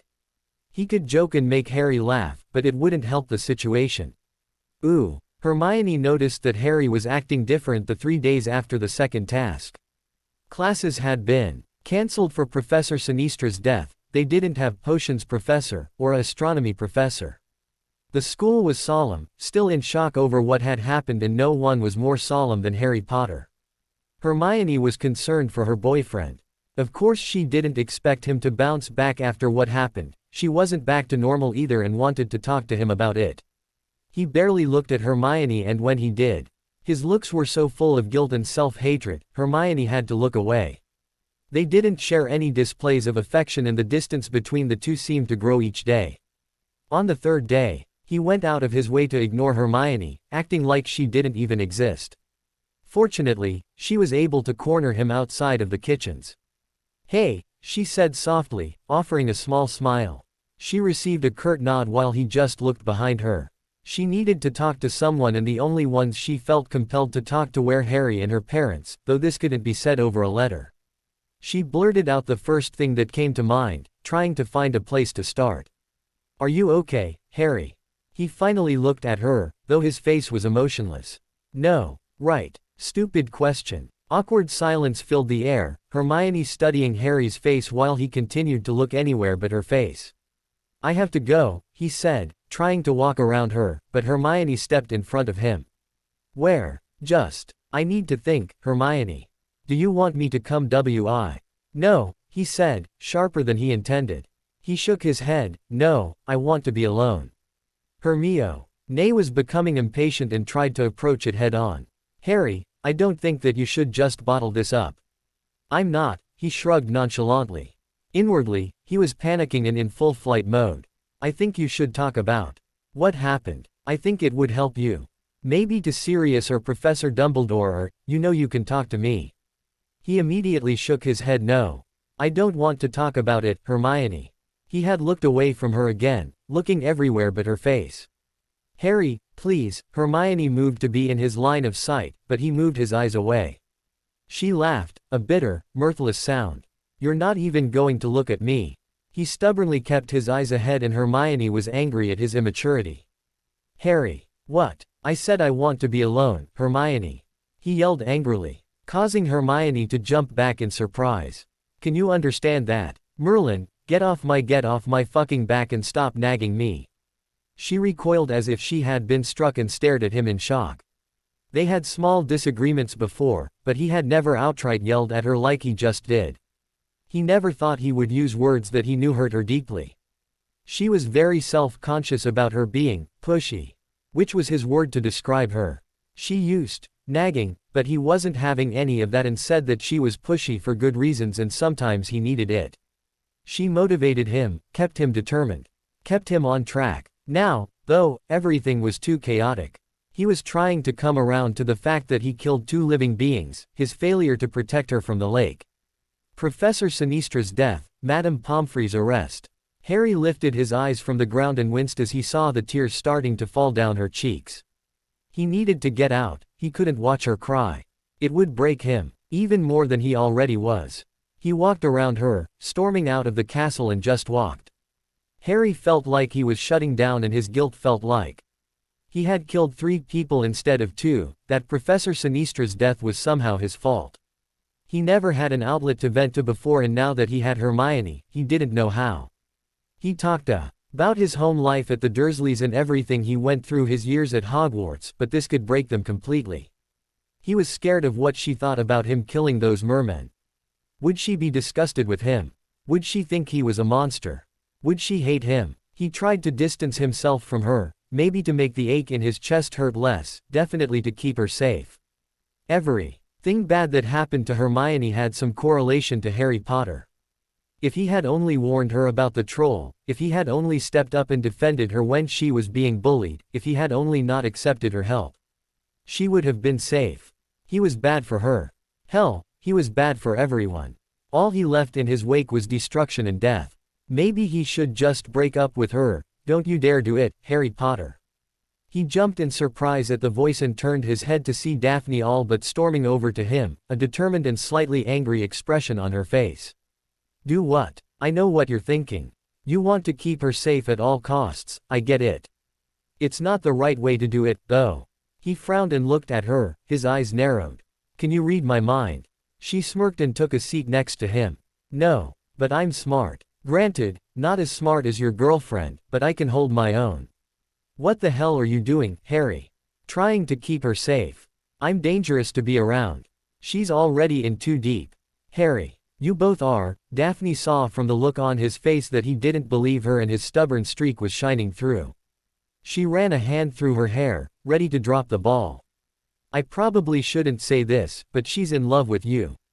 Harry was shocked into silence, letting that roll around his brain. She's in love with me. Hermione's in love with me, she loves me. This train of thought filled him with warmth, the hollow ache in his chest disappearing. His face then dropped, remembering the hurt expression on the girl who loved him. The girl he was starting to fall in love with. If you leave her, you won't be paying anyone any favors. You'll most likely just hurt yourselves for no reason at all. Daphne laid it out for him. I reckon you're in love with her, too. I think I am. I talked to Sirius and my feelings for Hermione. Yeah, I am, Harry admitted out loud, seeing a small smile curve at Daphne's lips. He shook his head. I just yelled at her. I said that she was nagging, something I know she's insecure about. I couldn't protect her in the lake. I should have. Harry, Daphne cut him off sternly, her ice blue eyes locking him into her gaze. Stop with the pity party. You cannot protect her 24/7 without smothering her, and that would probably rip apart your relationship too. She's a formidable witch, she can take care of herself. You know she'd have your ass if you tried to go all caveman on her. If she doesn't hex you for acting like an arsehole just now. Harry laughed in spite of his mood, knowing that would be exactly what she would do. I've really acted like an ass, haven't I? Well, when I saw her, she was crying but couldn't form any intelligible words for me to understand, so I'd say that's a yes. I think she was on her way to Flitwick's.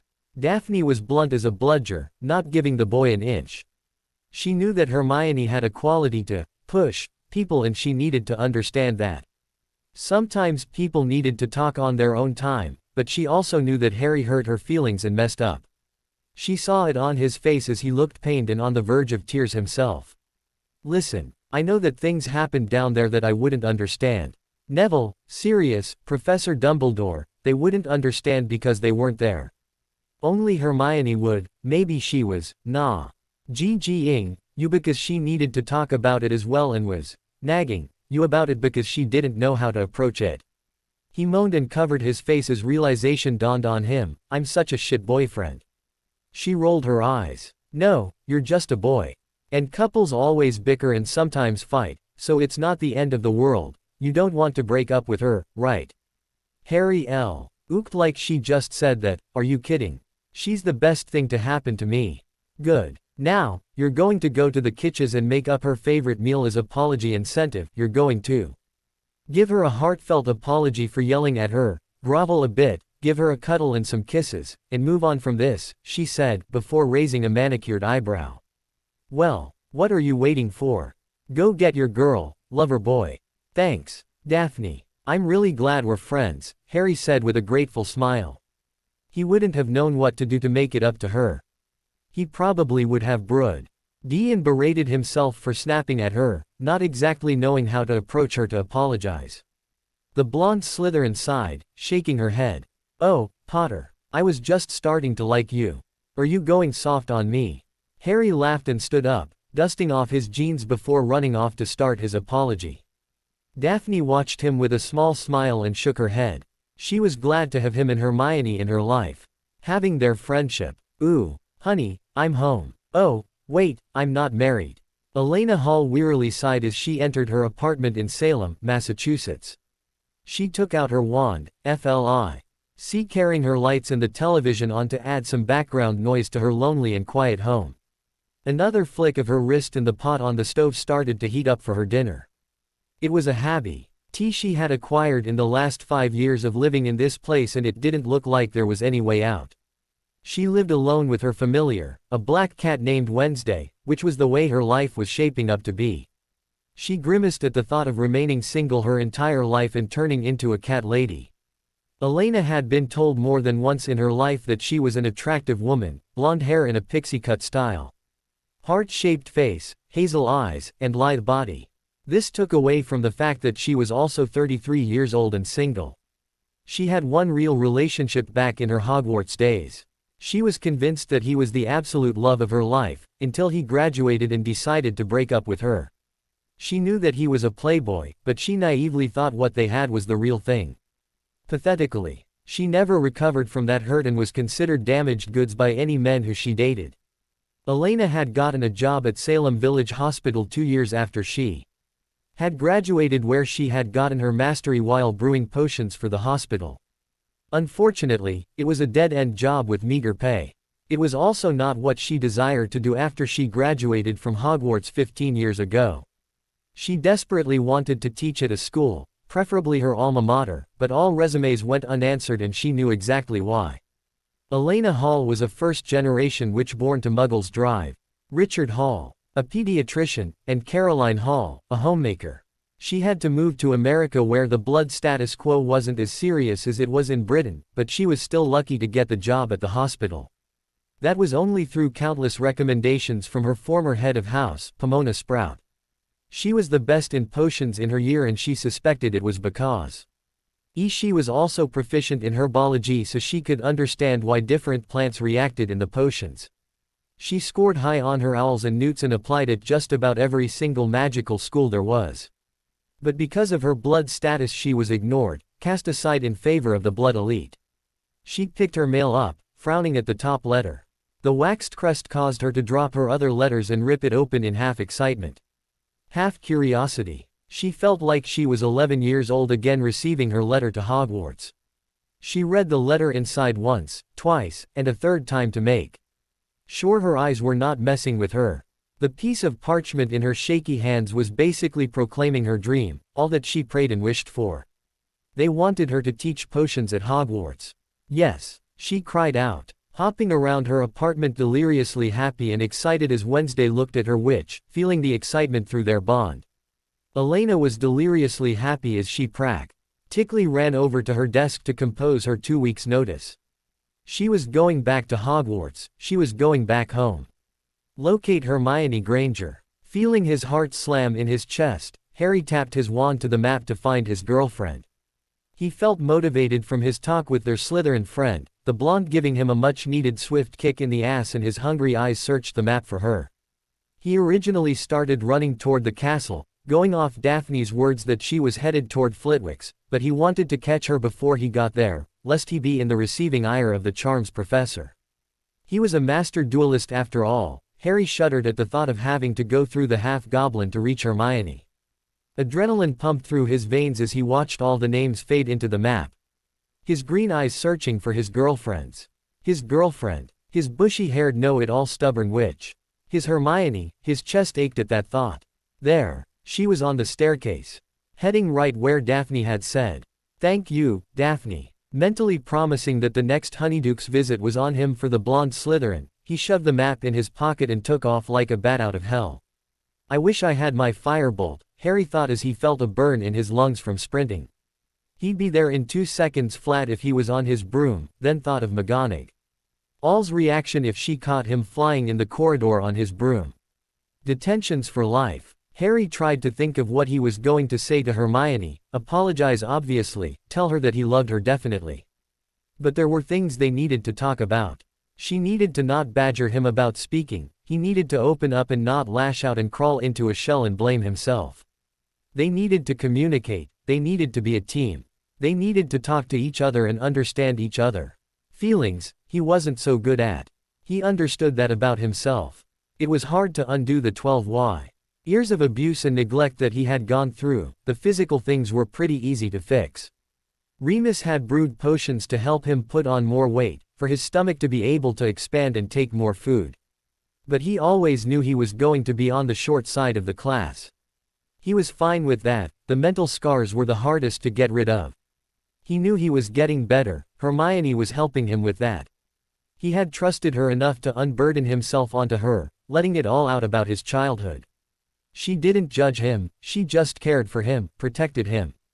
While love was originally a foreign concept, only going off Sirius and Remus, stories of his parents and how in love they were, how his dad would have done anything for his mom. Somehow, he knew that he and Hermione had the same thing.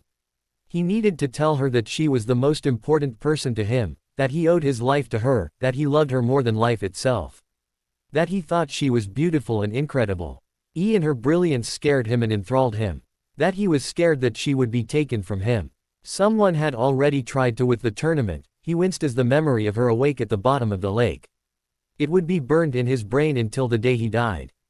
Daphne had said she loved him. She was in love with him.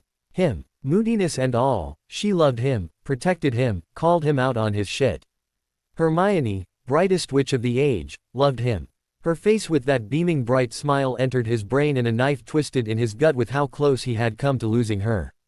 The merman holding a spear to her throat. Her almost drowning, him killing the creatures to protect her. He didn't regret it, he would do anything to protect her, but the unsettling feeling of having killed is like a rock in his gut. It also scared and worried him about what he would do to protect Hermione.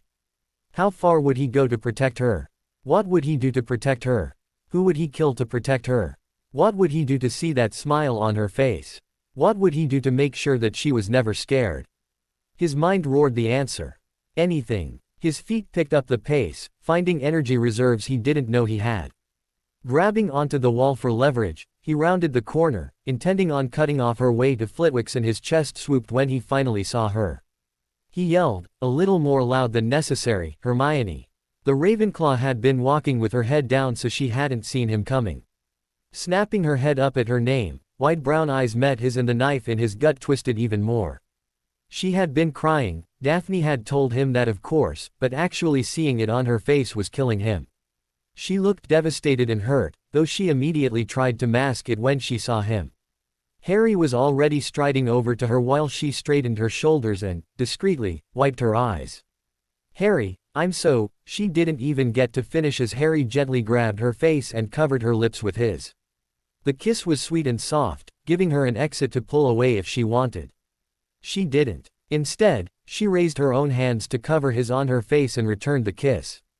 He felt more tears leave her eyes and moved his thumbs to wipe them away. He willed his own tears to not fall. Though he didn't want to pull away, he had to tell her. "I love you," Harry whispered to her, "I love you, Hermione." A sob escaped her at the words and she threw her arms around his neck. "Oh, Harry. I love you, too." They had to talk, they had to communicate, but right now, was for them to heal. They kissed once more, Harry feeling like he could punch through steel, like he could fly without a broom, like he could walk up to Voldemort right then and there and defeat him without breaking a sweat. Through her and her love, Harry could do anything. Together, they would get through anything. Harry slipped his arms around her waist and lifted her up, gently spinning her arrow. And eliciting the best sound in the world, Hermione's laughter. Ooh. Amelia Bones sat in her office, gazing at the files on her desk from where she had dropped them 20 minutes ago. She knew it. She fucking knew that Poppy wouldn't do that to her children. She loved those students at Hogwarts as the children she never had. No way would she ever put them in danger. 1 week of testing had concluded that Poppy Pomfrey had traces of the Imperius. Whoever had put her under the unforgivable had been detail-oriented, and this was not the first time they had done this. They couldn't even racked any memories to see who had done this. That whole day in Poppy's mind had been obliterated to hell and back. The poor healer was so distraught, practically inconsolable when she had been read her charges. While most criminals put on a show of ignorance and sadness at being arrested, Amelia could see right through it. Poppy was genuine, which got her hackles up. Being the head of DMLE had its perks.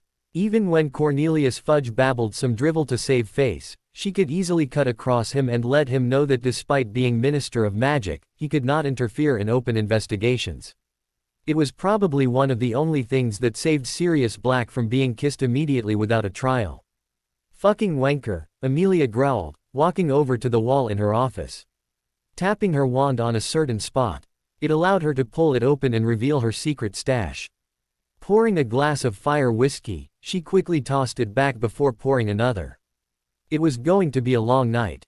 Bet. When investigating the death of Aurora Sinistra, the child endangerment charges from Poppy Pomfrey, the hundreds of letters from parents of children at Hogwarts concerned for their safety and wondering what she was going to do about it. Worrying about Susan's safety at Hogwarts, and now Cornelius up her ass to have Poppy kissed and be done with it, she was going to need a lot more glasses of whiskey to get through the week. And it was only Tuesday. Fuck, she muttered, pouring a third glass. Ooh. It had only taken Elena a day to put in her notice, effective immediately, and a week to pack up her belongings. The longest part had been changing her address and transferring her meager bank account funds to Gringotts. She had sold all of her furniture, knowing she didn't need it while at Hogwarts where it would be provided. She gazed at the empty apartment and smiled. Freedom. She had uncovered some of her old Hogwarts stuff in a box tucked way back into her closet and had fun trying on her old robes from 7th year and reading through her old potions notes.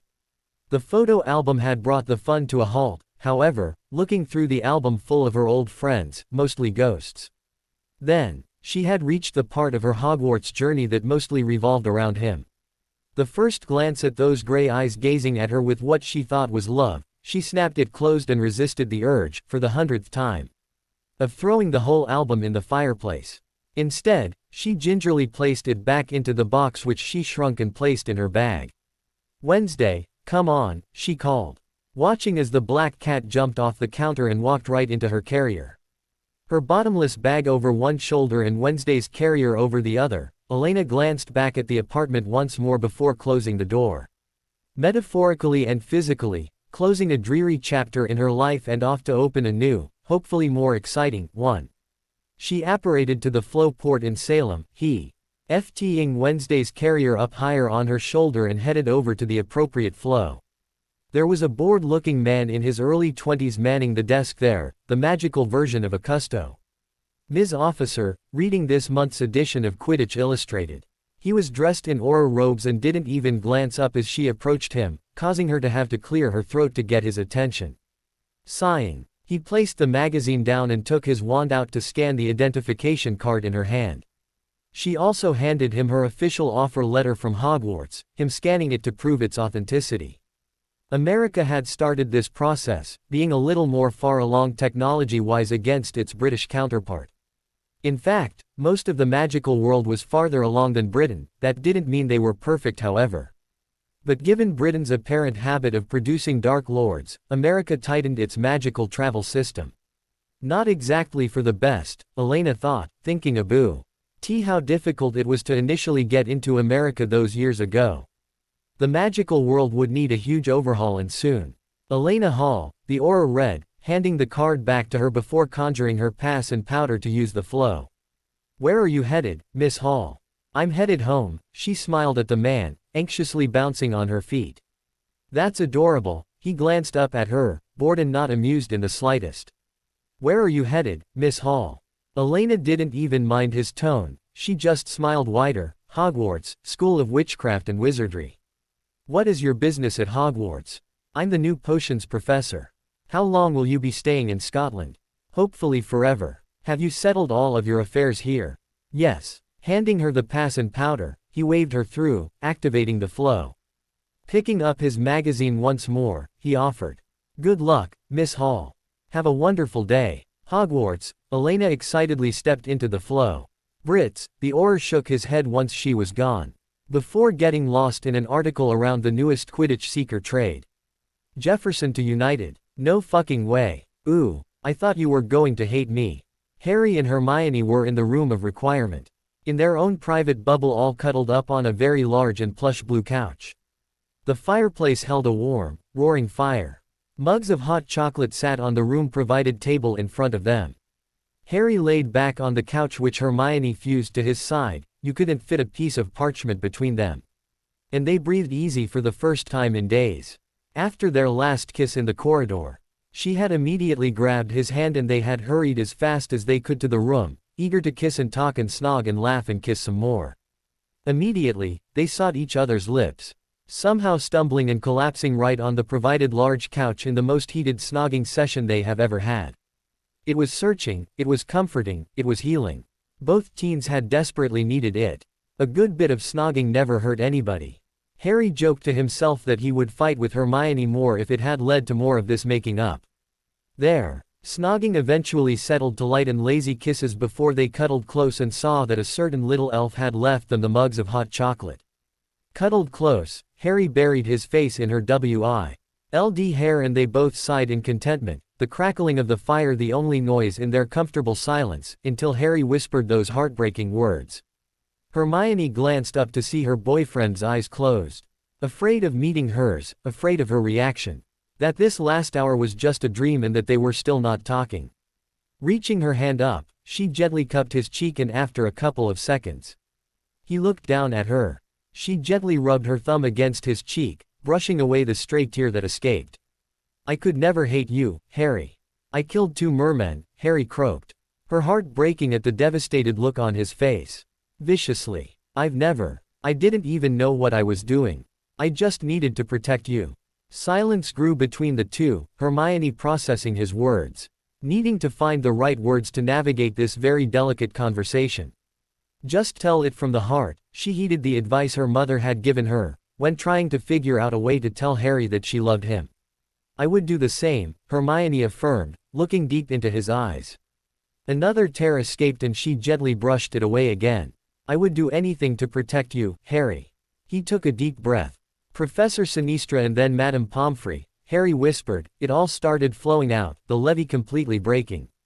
It just all happened so fast, and then you. Almost drowned because of this tournament that I'm involved in against my will. It became too much and I snapped. I was scared that you would hate me, so I guess I just wanted to push you away. I need you, Hermione. I need you. I was so scared, Hermione admitted, before quickly adding lest the boy start blaming himself. Not of you. Never of you. I just remember walking into McGonagall's office. Seeing Cho and then waking up surrounded by water in the dark. I thought I was going to die and I regretted not telling you that I love you. Harry tightened his hold around Hermione. His heart rate rising as the images flashed in his mind. Hermione desperately trying to swim up and kick out of her restraints, the spear at her throat, thinking she was going to drown. Tacky. Taking a deep breath and focusing on the witch in his arms, alive and warm and breathing. He buried his head in her hair again and a small smile curved at his lips. Remind me to thank Fleur again for the bubble head charm, Harry said. Causing his witch to laugh. Agreed. You are the most important person in my life, Hermione. I don't know what I would do without you. I love you. Harry smiled and kissed her head. I love you too. So the couple loved, and laughed, and hugged, and kissed, and healed. Together. All was well. That's it for today, I will stop here. I hope you all enjoyed this video. If you please consider subscribe and make sure to hit that like button, share with your friends and don't forget to check out my Patreon. Details in description.